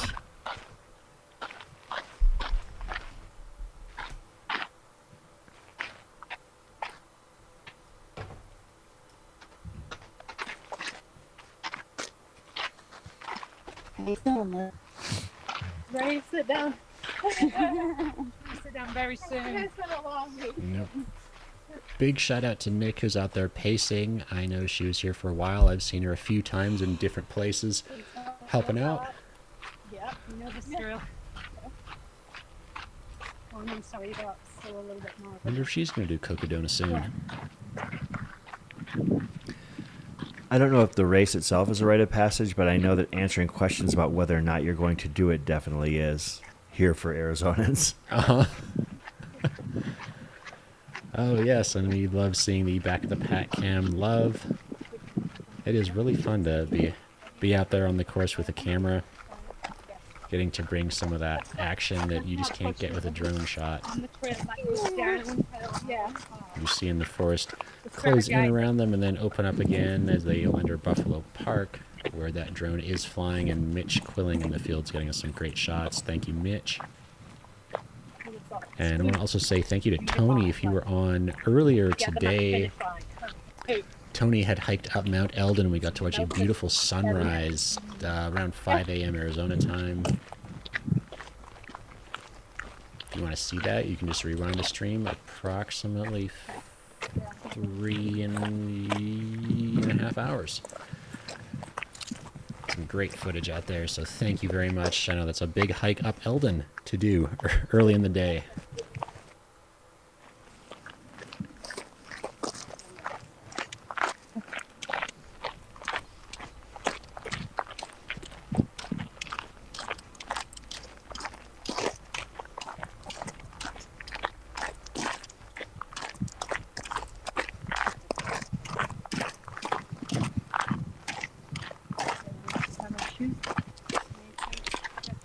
Update on our next 2 presumed finishers. Looks like Mark Laferriere and Dayan Sina are right around that 1 mile mark.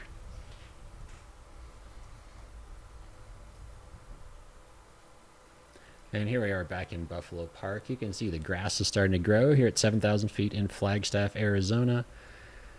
You can see the peaks behind where the runners have just come down from Mount Eldon. If you can see those radio towers and fire lookout. And you know, this is a very popular place on a Saturday, so it will be a hopping place, I'd imagine, later on.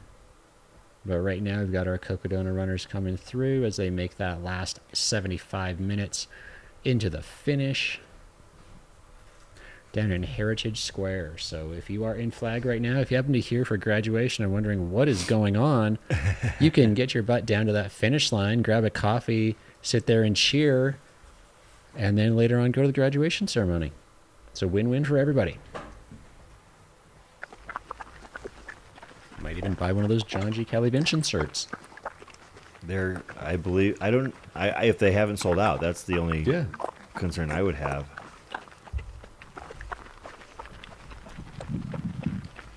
Oh, and there we go. Got Liz running. Running through Buffalo Park. Moving well. Are you going to do it? We're going to follow the video when you follow the back. If you want to follow them, I can follow this guy. Okay.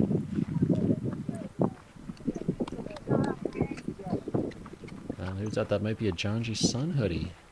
That looks suspiciously similar to the orange one that I've got. Great work to our live stream camera operator, too, for being out there. Kudos to you. Thank you for bringing this great story.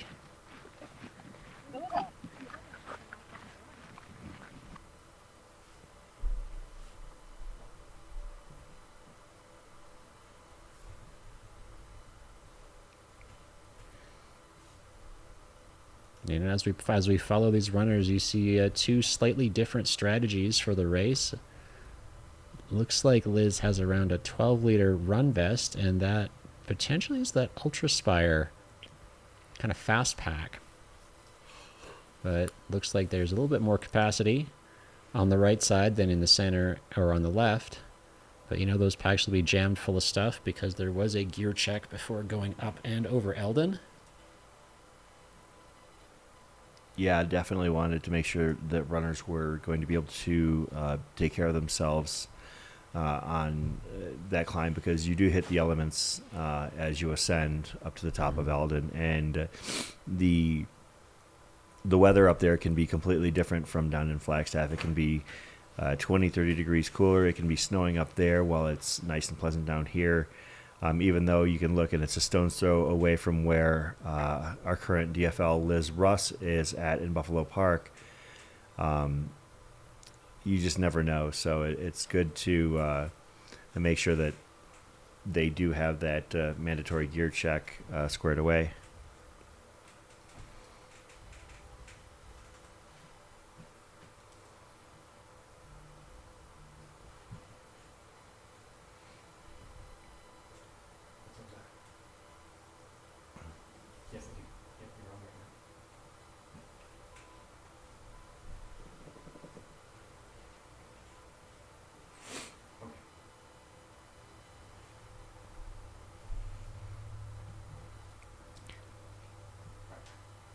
I think the next runners we're going to see here shortly are going to be Dan Cena and Mark LaFerriere.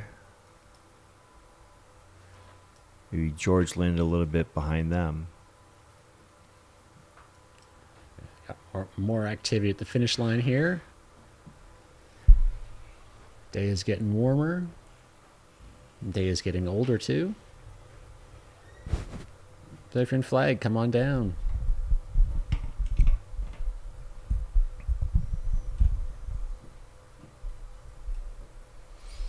Photographer Scott Rokas entering the frame. I know that will be a very popular question. I'm sure it's already been asked in the Facebook group when their race photo's ready. And you know what the answer is? Yes. When the race photos will be ready? Yes. Yes, I'm sure there are thousands of images to go through from all over the course. At the very least. And I am very excited for when they come out. It's great. Give that Air Viper Running and Cocodona 250 account on social media a follow. I know Howie Stern has shared some great stuff this week. Scott Rokas and Anastasia Wild, who are out there in the field. And just some of the finishes that we've seen today are going to be magical photos as we had our native women come through.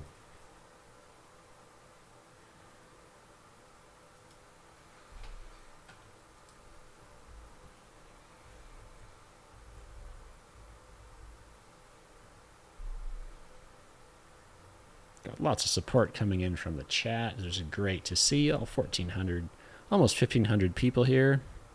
Thank you for being a part of this journey. Thank you, Danielle Soto, for that donation.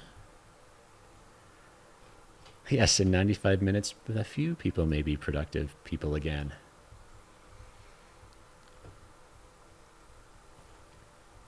In 95 minutes, I will be asleep. Yes.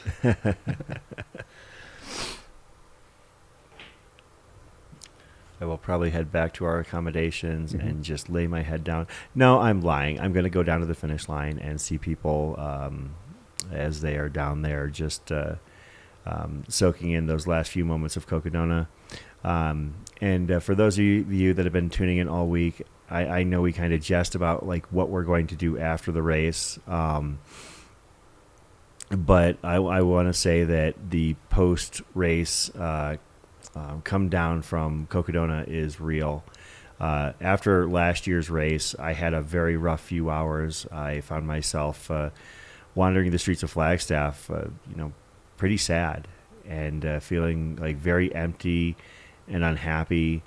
And luckily, my friends checked up on me. Shout out to the one, the only, the unbelievably awesome Aid Station Fireball for kind of just making sure that I had my wits about me and that I didn't, fall into a bit of a bad situation. The post race emptiness feeling can be real, whether you're running it, whether you're, like us commentating about it, or whether you're, just a part of it, or I know that those of you that have spent several days watching it and getting to know these athletes and their stories, you know, you've become emotionally invested in it, and for it to just suddenly just shut off, it's tough. It can be a very tough thing to do. So you know, not to get too in the weeds here, but take care of yourselves and mind yourselves when this journey is all said and done, because you know, it is a very emotional experience, and it can affect you in ways that you never thought possible, even if you're not actually covering 257 miles on your feet yourself. Yeah, so we got our back of the pack now, making that turn onto the Switzer Canyon Trail, leaving Buffalo Park, minding those giant rocks. And we had a couple donations here come in. So John Heinsohn, thank you very much. I think, is that a pear emoji? One of the days here we learned that there's a whole bunch more emojis if you press something plus E. Control plus E. Really need to, for the interest of productivity, probably not to know that. Yes.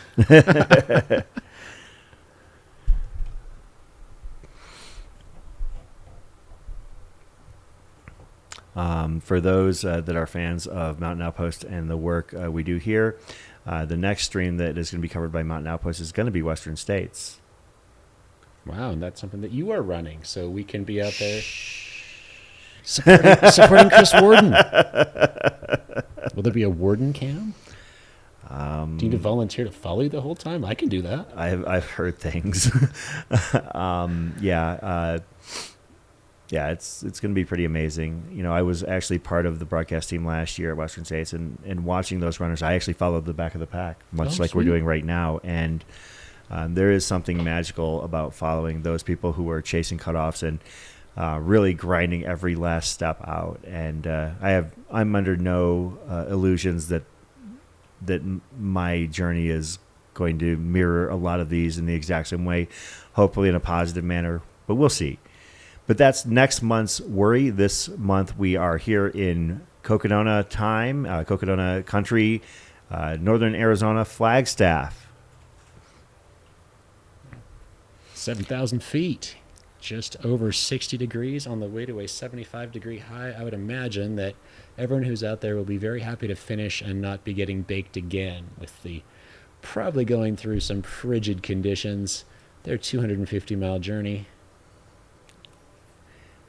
Of course, yeah. Right here we've got our final two finishers final two runners on course. Hey, looks like what's his number? Maybe our final 273. two or three finishers potentially. 273. That is going to be Mark LaFerriere. And we've got the other half of our team. Now Mark is just a couple blocks out himself. Looks like he has all of his goodies stowed, as you were talking about having to gear up for Eldon. Yeah, he is a previous Cocodona runner. He unfortunately DNF'd at Fain Ranch in 2021. Took him 4 years to come back, but he is going to overcome and finish this year, and it looks like he is doing that. Yeah, probably. Hey, Studio, do you hear what you just Yeah, said? shout out to Greg Bergeron, who was at Western States last year as a finisher. Actually met Greg early in the day and asked him if he was running, and he said he didn't know yet because he was next up on the wait list. And he got in and he got the job done. So that's part of the magic and the drama of these ultras. Like, it's not just about what happens on the course; it's the before and the after, and those surrounding the events. Mark here is 2 blocks out from, I'm sure, having a very emotional moment in the fact that he has returned to a race that he was unable to complete last time. He's getting it done. He has accomplished a goal that has taken him years to see come to fruition. So, I think that, those are the stories that I love, the redemption of coming back and getting that much further. It was a blast, wasn't it? Quick thank you to Christopher Tortolano for the donation in pounds. That's the first one of those I've seen, so thank you very much. Appreciate it. And every one of these is different. Hey, Chris, he mentioned earlier he knows what he's doing on May 20th, signing up for next year. That's wonderful. All right, and I got part of his team behind me, so there's another runner right behind me just to give you that heads up. Okay, thank you. So I'm gonna We switch got back to them. runners coming in fast and furious. Let's go, man. Actually, they're a little bit further behind than I thought, but they're right behind me.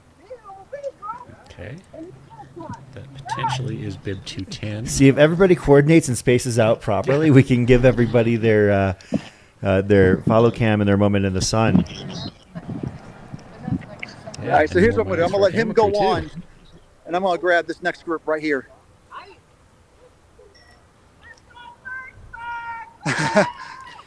Makes that left on Birch. We're going to catch up with Mark here as he approaches the finish line, but our follow cam here, Stephen Crawford, who has been working now, I believe he is approaching hour 15 of his shift as a follow cam.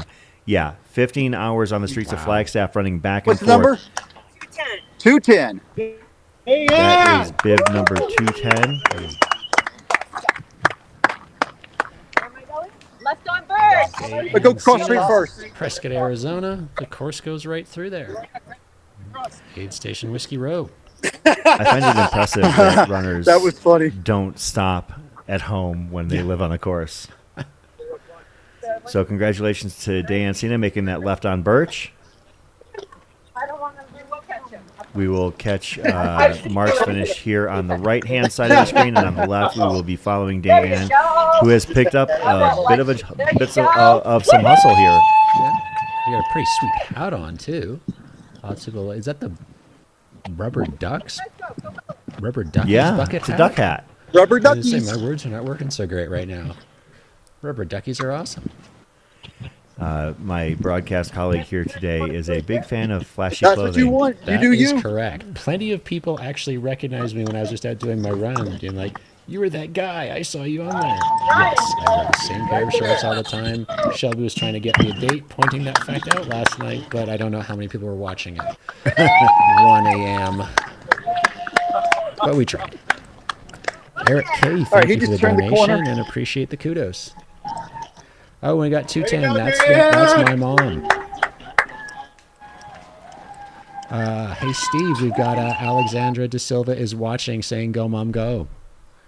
We'll flash back to Diane here, but Mark LaFerriere, congratulations on completing the story, coming back and getting it done.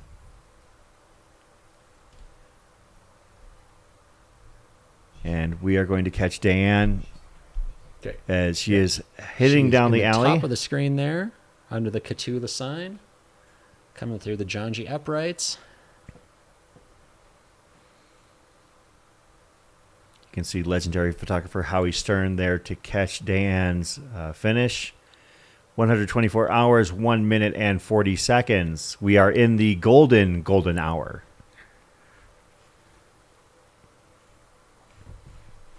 Yeah, Jan Rice, hello out there. I wonder if Andre Lee is also here in the chat. I am a couch potato myself, but I don't know if Greg and I can be necessarily considered commentators.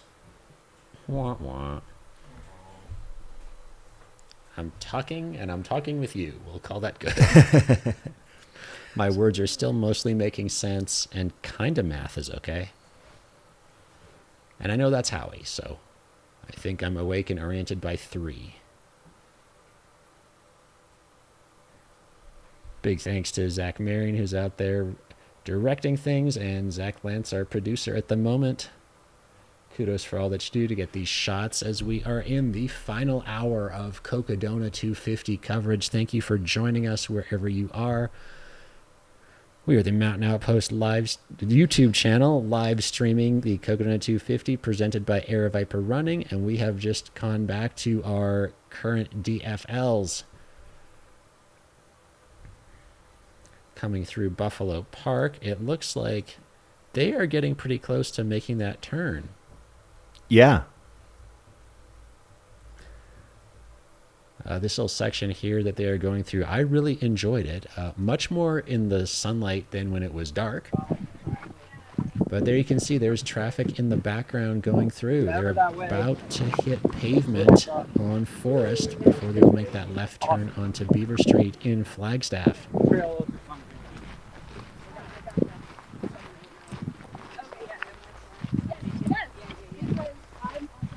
shirt stuck. We got David Toms. Actually, that's Zach Marion right there holding the GoPro. Shout out to Zach. He was just in here like 2 minutes ago. He's a pretty fast runner, I think. That is true. He's got some speed. And he actually is, of course, where these runners are is only maybe... one of us could walk out and wave at the camera if they wanted to. Potentially, absolutely.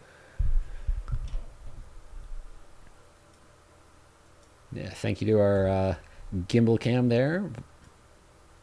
Appreciate y'all being out here. And there is the traffic lights. They are hitting pavement here in Flag.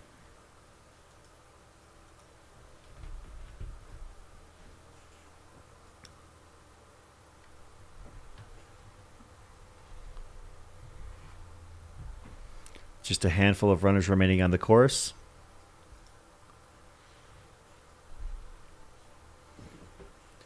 Yeah. We have, as far as I can tell, 6 left. Elizabeth Russ, Melody Diehl, Trey Hicks, George Lind, Jennifer Paris, and David Toms. I want to confirm that. I don't want to mislead anybody. No, it looks like Trey Hicks is not part of this crew, so we've actually got 5 left. Okay.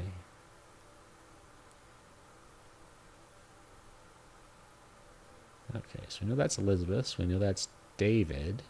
Jennifer Parrish, bib 129. Yep. Okay. That is that group. Oh, there we go. So the back of the pack has teamed up and are taking on the mean streets of Flagstaff. No, they're not mean at all. The streets of Flagstaff together. Alicia Judy, that just popped up in the live stream. That is a really cool hat. Does that say Gone Squatchin', implying like chasing Sasquatches? Yeah. So Alicia Judy is, she actually paced me at Black Canyon one year. Oh, wow. So she's a local. She is certified badass. I could see her running this race someday. She'll go out into the Mogollon Rim by herself for days and just hike and camp and stuff. So that's bib 271 on your screen right now. Number 271 in your program, but number 1 in your hearts. David Toms. Just a mile and change to go. Alongside... Is that Liz on the left, or is that a pacer? I thought that was... I think that's Liz. Yeah, I'm pretty sure that's Liz, yeah. Pacer, Nick Christ has the bucket hat on. Yeah, that's right. And the blue shorts. Maybe Liz dispensing some knowledge about the course and how to get it done. Yeah, so our golden hour being online today is kind of cool. Like, we actually had runners in the true final hour of the time limit, because it doesn't happen every year. Some years, runners at the very back of the pack that would normally be a golden hour maybe miss an earlier cutoff, but this year we do have some golden hour action, as we have 53 minutes left to go. These runners all have until the top of the hour at 10 a.m. local time to get to the finish line. So we are cheering them on, hopefully having good vibes out there. Thanks to the 1,500 of you watching the chat here. I remember back in the day when 1,500 was a huge number for us, covering a world record. So it tells you how much, number one, the sport has grown. Number two, how much affection you have for the back of the pack at this point. You don't have to be great for people to want to see your story. You just have to bust your butt and show them what you're made of. DFL, it's one of those things where at some races, you know, some of the major races out there, there's a kind of a thing, you know, I guess Cocodona is kind of becoming like that with the unpredictability of when the first starter or first finisher is going to come in.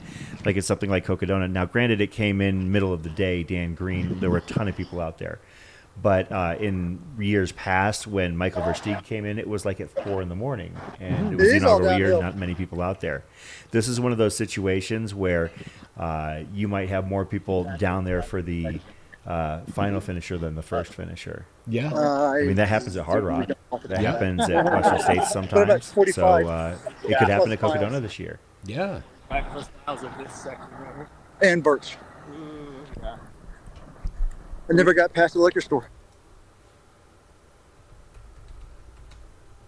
Oh yeah, Beaver Street Liquors had their nice. Beaver Street Liquor Store had a nice little aid station, free waters for Cocodona runners as they were making their way. That orange sign has been a fixture since the day I got here. I've come down by that a whole bunch of times walking to and from the studio. You can see George Lind here. I've seen George at a lot of races locally. He does some fixed time stuff, and I know that he was part of the training camp for Cocodona. Andy Jones-Wilkins, Steve Adderholt, and the team got some runners to be able to head up and check out different parts of the trail. I know that part of it was the Hangover Trail, and I think that George was, if I remember correctly, AJW told me that George was one of those people that was like, wow, holy, you fill in your own word from there. But yeah, these final finishers are just a few blocks from, at least in George's case, just a few blocks from the finish line.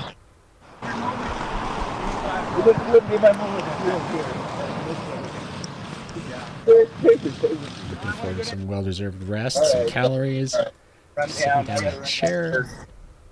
We got the medic tent down there to lay down in. Let me be the first. You killed it.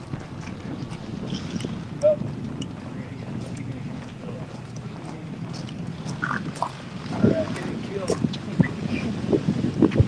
Yeah, Fin 237, 17,000 people on the Mountain Outpost stream. It was somewhere in that neighborhood. I know it popped up around 8.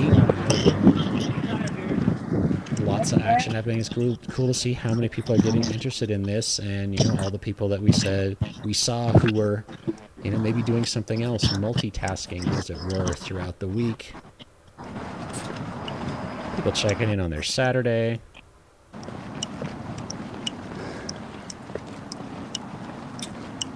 Well, I've long maintained it is much easier to cultivate an audience for an ultra when you have it taking place over the course of a week, because people are willing to listen somewhat passively, perhaps, and maybe just like watching their phone or something like that, or like have a maybe a corner of their computer ready to. Proud of you. Come on. Your husband's in the Lord. Oh no. Yeah. To just follow like very passively, and because sometimes the weekends can be a little bit tough to interrupt people's plans and walk-ons. But yeah, George Lind. All right, I'm gonna see the finish. I gotta go. As you lay down, you're seeing that they get warmer and better as we go. I mean, we could have all the finishes. It could be 9:30 or so. You are incredible. Could be. Seeing all the pretty, if you were a runner, pretty easy to spot all the ultra runners in the background. There's been a lot of people that look similar, wearing similar clothes. Flag's kind of like that at the best of times, but this week especially, in the past 2 days, that is good. Yeah, thank you to all the volunteers, all the staff who are out there, all the folks who are at aid stations, Hannah and Catherine, Arabipa aid stations, Patty Curry. What else did I write down in my little note here? Joe Del Conte, saw Joe yesterday. I hope his hip heals well. Fixture and setup and behind the scenes Arabipa stuff. John Bullock, John Marushik. Work, buddy. Good job. Healey and Katie from Janji, who were down at the Janji booth yesterday, or the Janji tent, my mistake.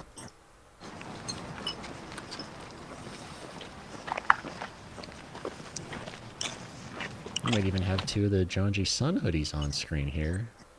There's a lot of orange.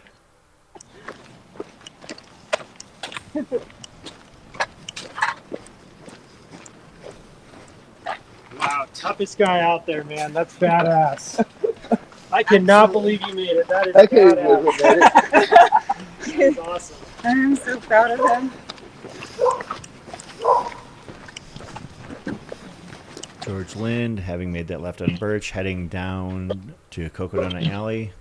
I'm on one of her neck. George Lind is in the orange hoodie on the left and in the orange hoodie on the right. I just kind of wanted to do that. Oh, I've got an orange hoodie in here too. I could put on and go catch up and mess everything up. Or we could do a tri-screen and you're actually wearing the orange hoodie.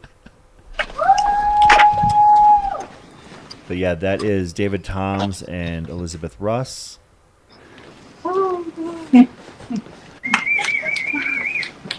George Lind. Down there, smile on his face. Pulls in the quiver. Way to go. In the barn. There's the alley.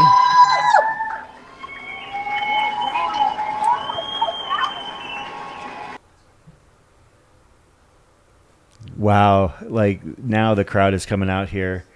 You can see the finisher chute lined with people on both sides.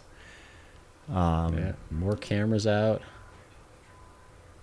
George Lind grinding out an extremely gritty finish in about 124 hours, 14 minutes, and about 55 seconds. George Lind finishes the Cocodona 250 2025. Congratulations. I think I have to say, like, I actually was kind of taking mental notes on George. It looks like George had a towel under his neck, perhaps. And I don't know if it was to alleviate some sort of pain or injury, but I looked at it as something when I've run extremely long distances where my head starts to drop a little bit due to being tired. Maybe I need to add that to my quiver, mentally. So yeah. Shout out to David Usling. Right there with the camera. Been all over the place this week.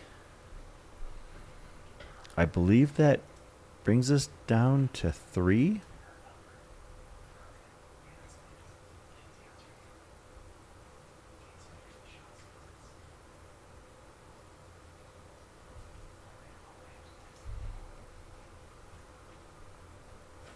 So David Toms and Elizabeth Russ.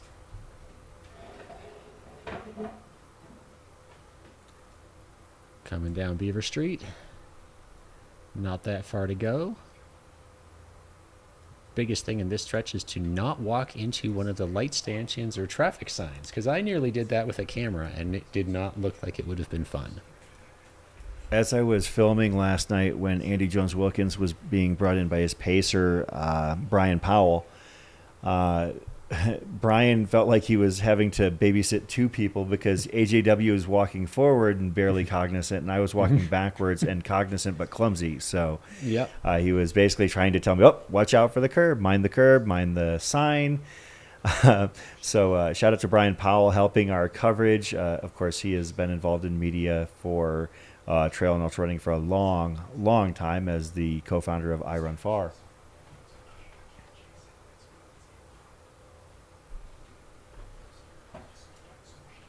Yeah, great work by our live stream camera operator. You can see it is a bluebird day here in Flagstaff, 7,000 feet.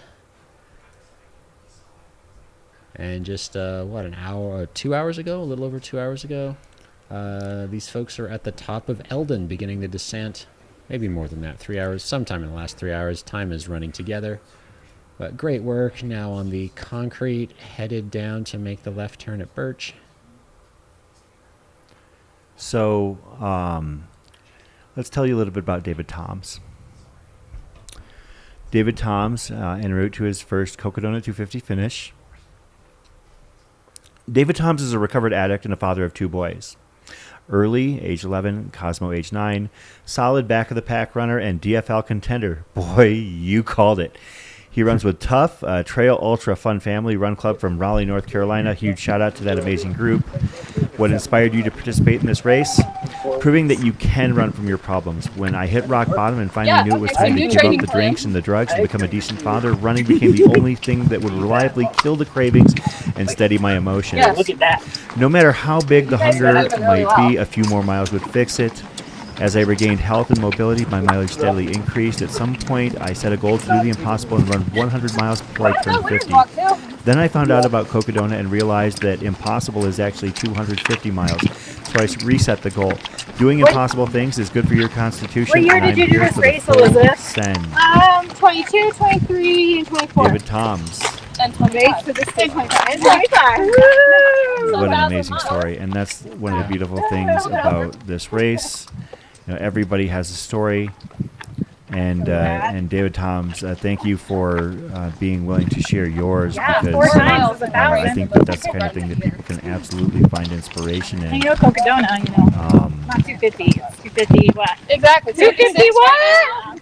250 what? Of course, Liz Russ, our 2023 DFL and 3-time finisher, is no stranger to these Cocodona live streams, and we definitely acknowledge and appreciate what she has done. Liz has run many races. I actually really enjoyed following her through the Cocodona Chronicles. I do believe that they caught her taking a little bit of a nap here and there. And now all 3 are together. That is Jennifer Parrish from Lake Stevens, Washington. And Jennifer Parrish. Let's tell you about Jennifer Parrish. She loves pizza and animals. She provides services to crime victims every day in her job. It makes sense that she has to run far to process all of that. Her mom lost her life last year after being hit by a drunk driver, and she misses her. How was that? And she knows that her mom is out here every step with her in her heart. What inspired her to participate in this race? Coming back after being cut off at mile 150 last year and getting that redemption. What portion of the course is she most excited for? The last 100 miles, because she didn't get to see it last year, and of course the finish line. A lot better in the day. Yeah, for sure. These stories are just How was it at that point in the race? absolutely unbelievable. Inspiring. Well, I don't know. Everything past an hour is kind of hard. I have to honestly be thankful that the 3 of them are coming together, because I don't think I could handle 3 separate moments as they cross the finish line, based on the stories that we've just shared. So showing their solidarity, they're doing probably doing our coverage clarity and constitution a bit of a solid. This is awesome. And big shout out, kudos to the Pacers as well. I don't personally know the Pacer at the front. I know very well the Pacer at the back. Great work. Is that Claire holding a camera? That is Claire. Yeah. Claire Farrow, live stream host, still here. Holding a camera. Nobody ever truly leaves Cocodona. No. Cocodona leaves us at 10 a.m. That's kind of how Yes. it works. Okay, sounds good. You got no boogers? Yeah, see who else we see in this nice little My nose walk is through town. but no one cares about me. So Thank you all for watching. We're in Golden Hour Cocodona 2025. Oh, nice. The glitter is amazing. Sorry, gosh. I would have watched me face, but you know.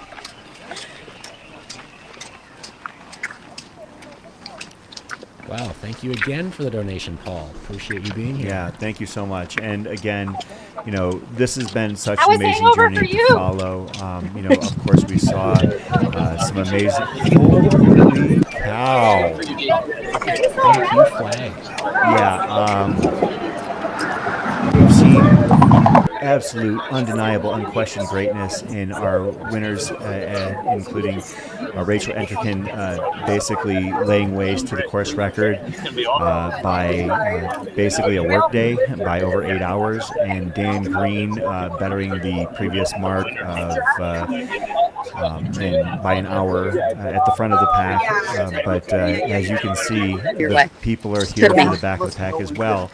And I wonder if these people know. I know Liz knows, because Liz has been there before, but the 3 of them now, right here, all together, Liz and her pacer holding hands. You've got David to their right, and you've got Jennifer just a step ahead of them. Yeah, there's Jen Laughlin, social media manager.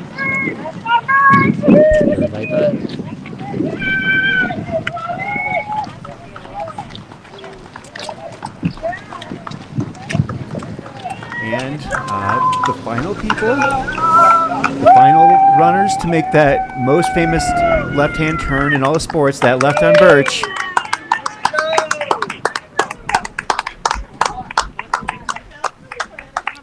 David, Liz, and Jennifer. Like I said, I know that Liz knows what awaits them, but I hope that Jennifer and David are super stoked as well. But oh yeah, that's it. It would be also fun if they didn't realize what they're going to see when they hit that corner. Yeah, well, we get to see in 45 seconds. This is so inspiring.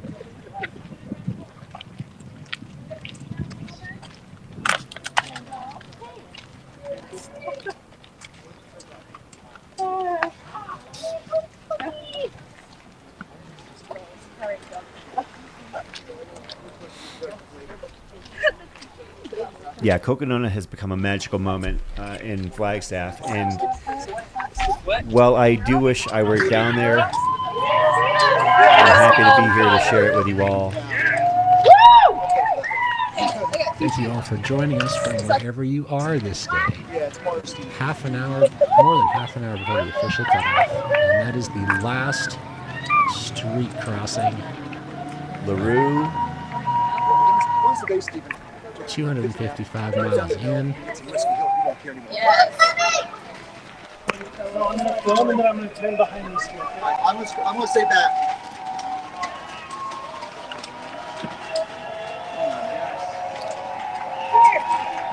Come on, hold hands. I've been begging someone. Spirit fingers for our last three of the Cocodona 2025 250 miles. Introducing from Lake Stevens, Washington, Jennifer Parrish. From Blue Hills.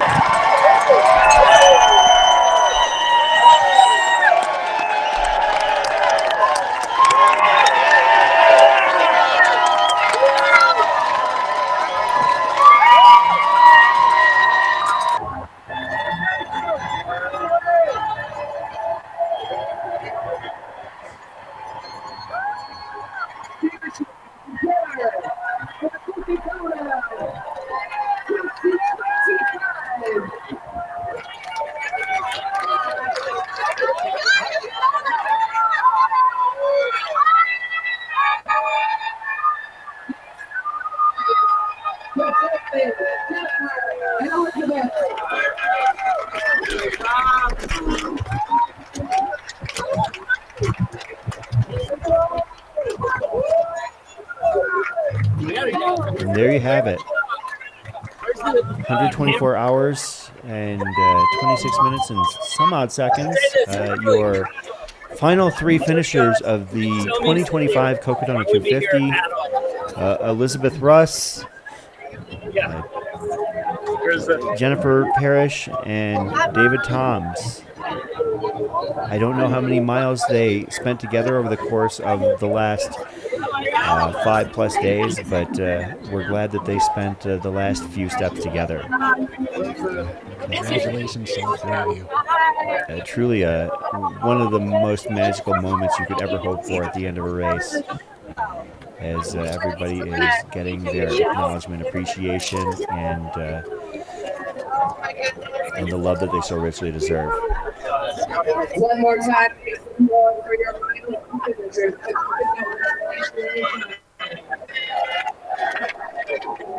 We cherish our every single year.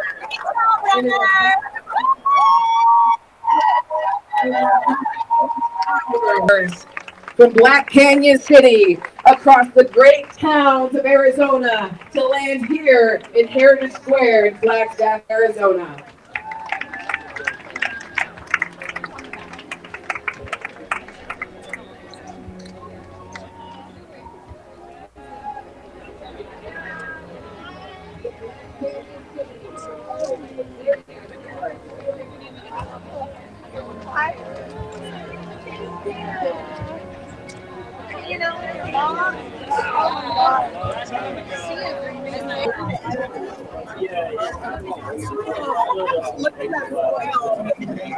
And the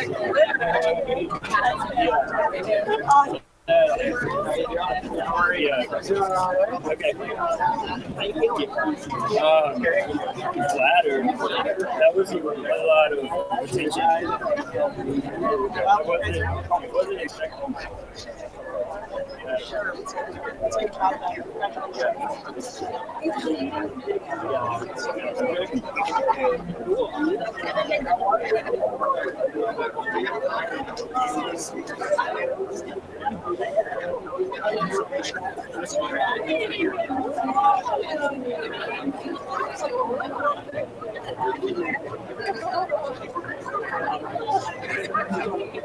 I know.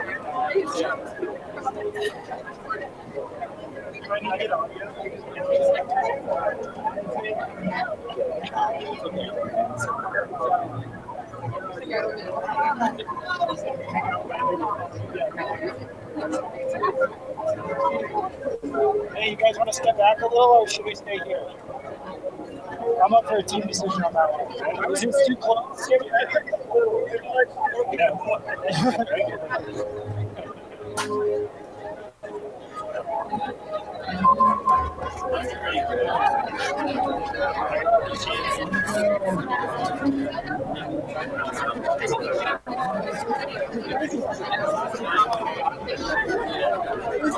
Hold those buckles up, guys! As part of our celebration for the final session of 2025, each year the final finishers from the previous years will be awarded this year's UFL.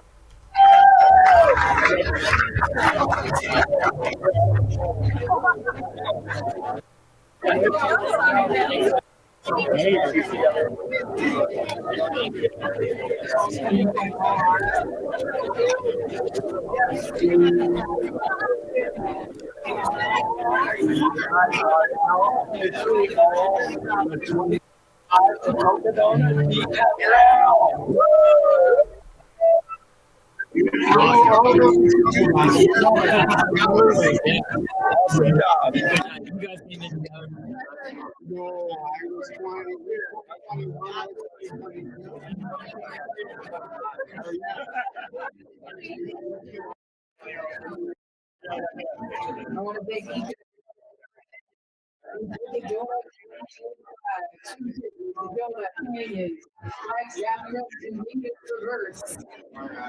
epic adventures across the epic state of Arizona. Congratulations to all the runners, crews, families, friends, and big thank you to all the staff and volunteers who made this possible.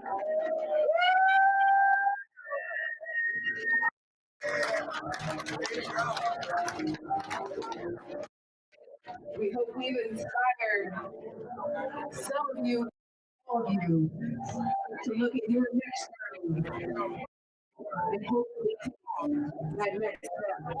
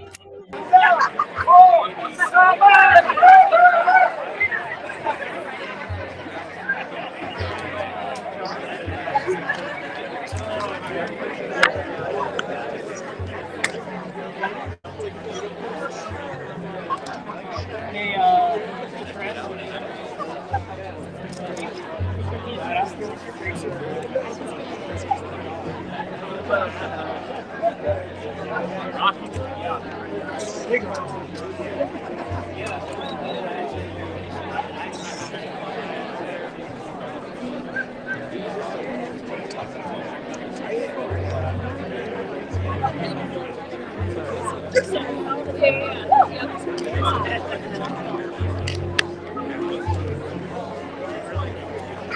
Yeah, only have a few days.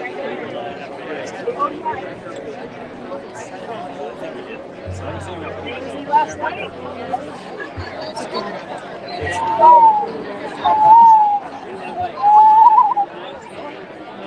I was doing that last night in the something where I haven't seen before they come down. All right. Was that not something else, friends? Powerful moments there at the end. Thank you very much for joining us. My name is Greggy Verrigan. I'm Chris Warden. And we want to give a giant thank you to our sponsors, Speedland, Jonji, Knack, Ultraspire, Tailwind, Catula, Squirrel's Nut Butter, Satisfy. Thank you very much. Thank you to all the runners and the viewers out there. And a few more shout outs here with the Aravaipa and Mountain Outpost team. A shout out to my co-host this morning for the Golden Hour, Greg Verrigan. I want to shout out to our other hosts, Corinne Chalvoy, Claire Farrow, Hillary Yang, Tara Dower, Troy Meadows, Caleb Stevens. Then the guest hosts on Aravaipa After Dark this week, Peter Mortimer, Patrick Kavanaugh, Rory Monahan, Pete Kostelnik, and Bronco Billy Jeff Browning. I want to also give special thanks to Kevin Goldberg and Peter Noyes for their Flagstaff Bound series, basically setting the scene for the happenings this week. Interviewed, we said, 22, 23 athletes. And if you haven't seen those yet, you get to know the people that you've just witnessed over the last 5 days a little bit better. I want to give a huge shout out also to the guys in the studio that make this all happen. Our producers, Trevor Hinton and Jordan Schmidt, and our man behind the scenes right now, Zach Lenz. Thank you so much for doing what you do and doing it well.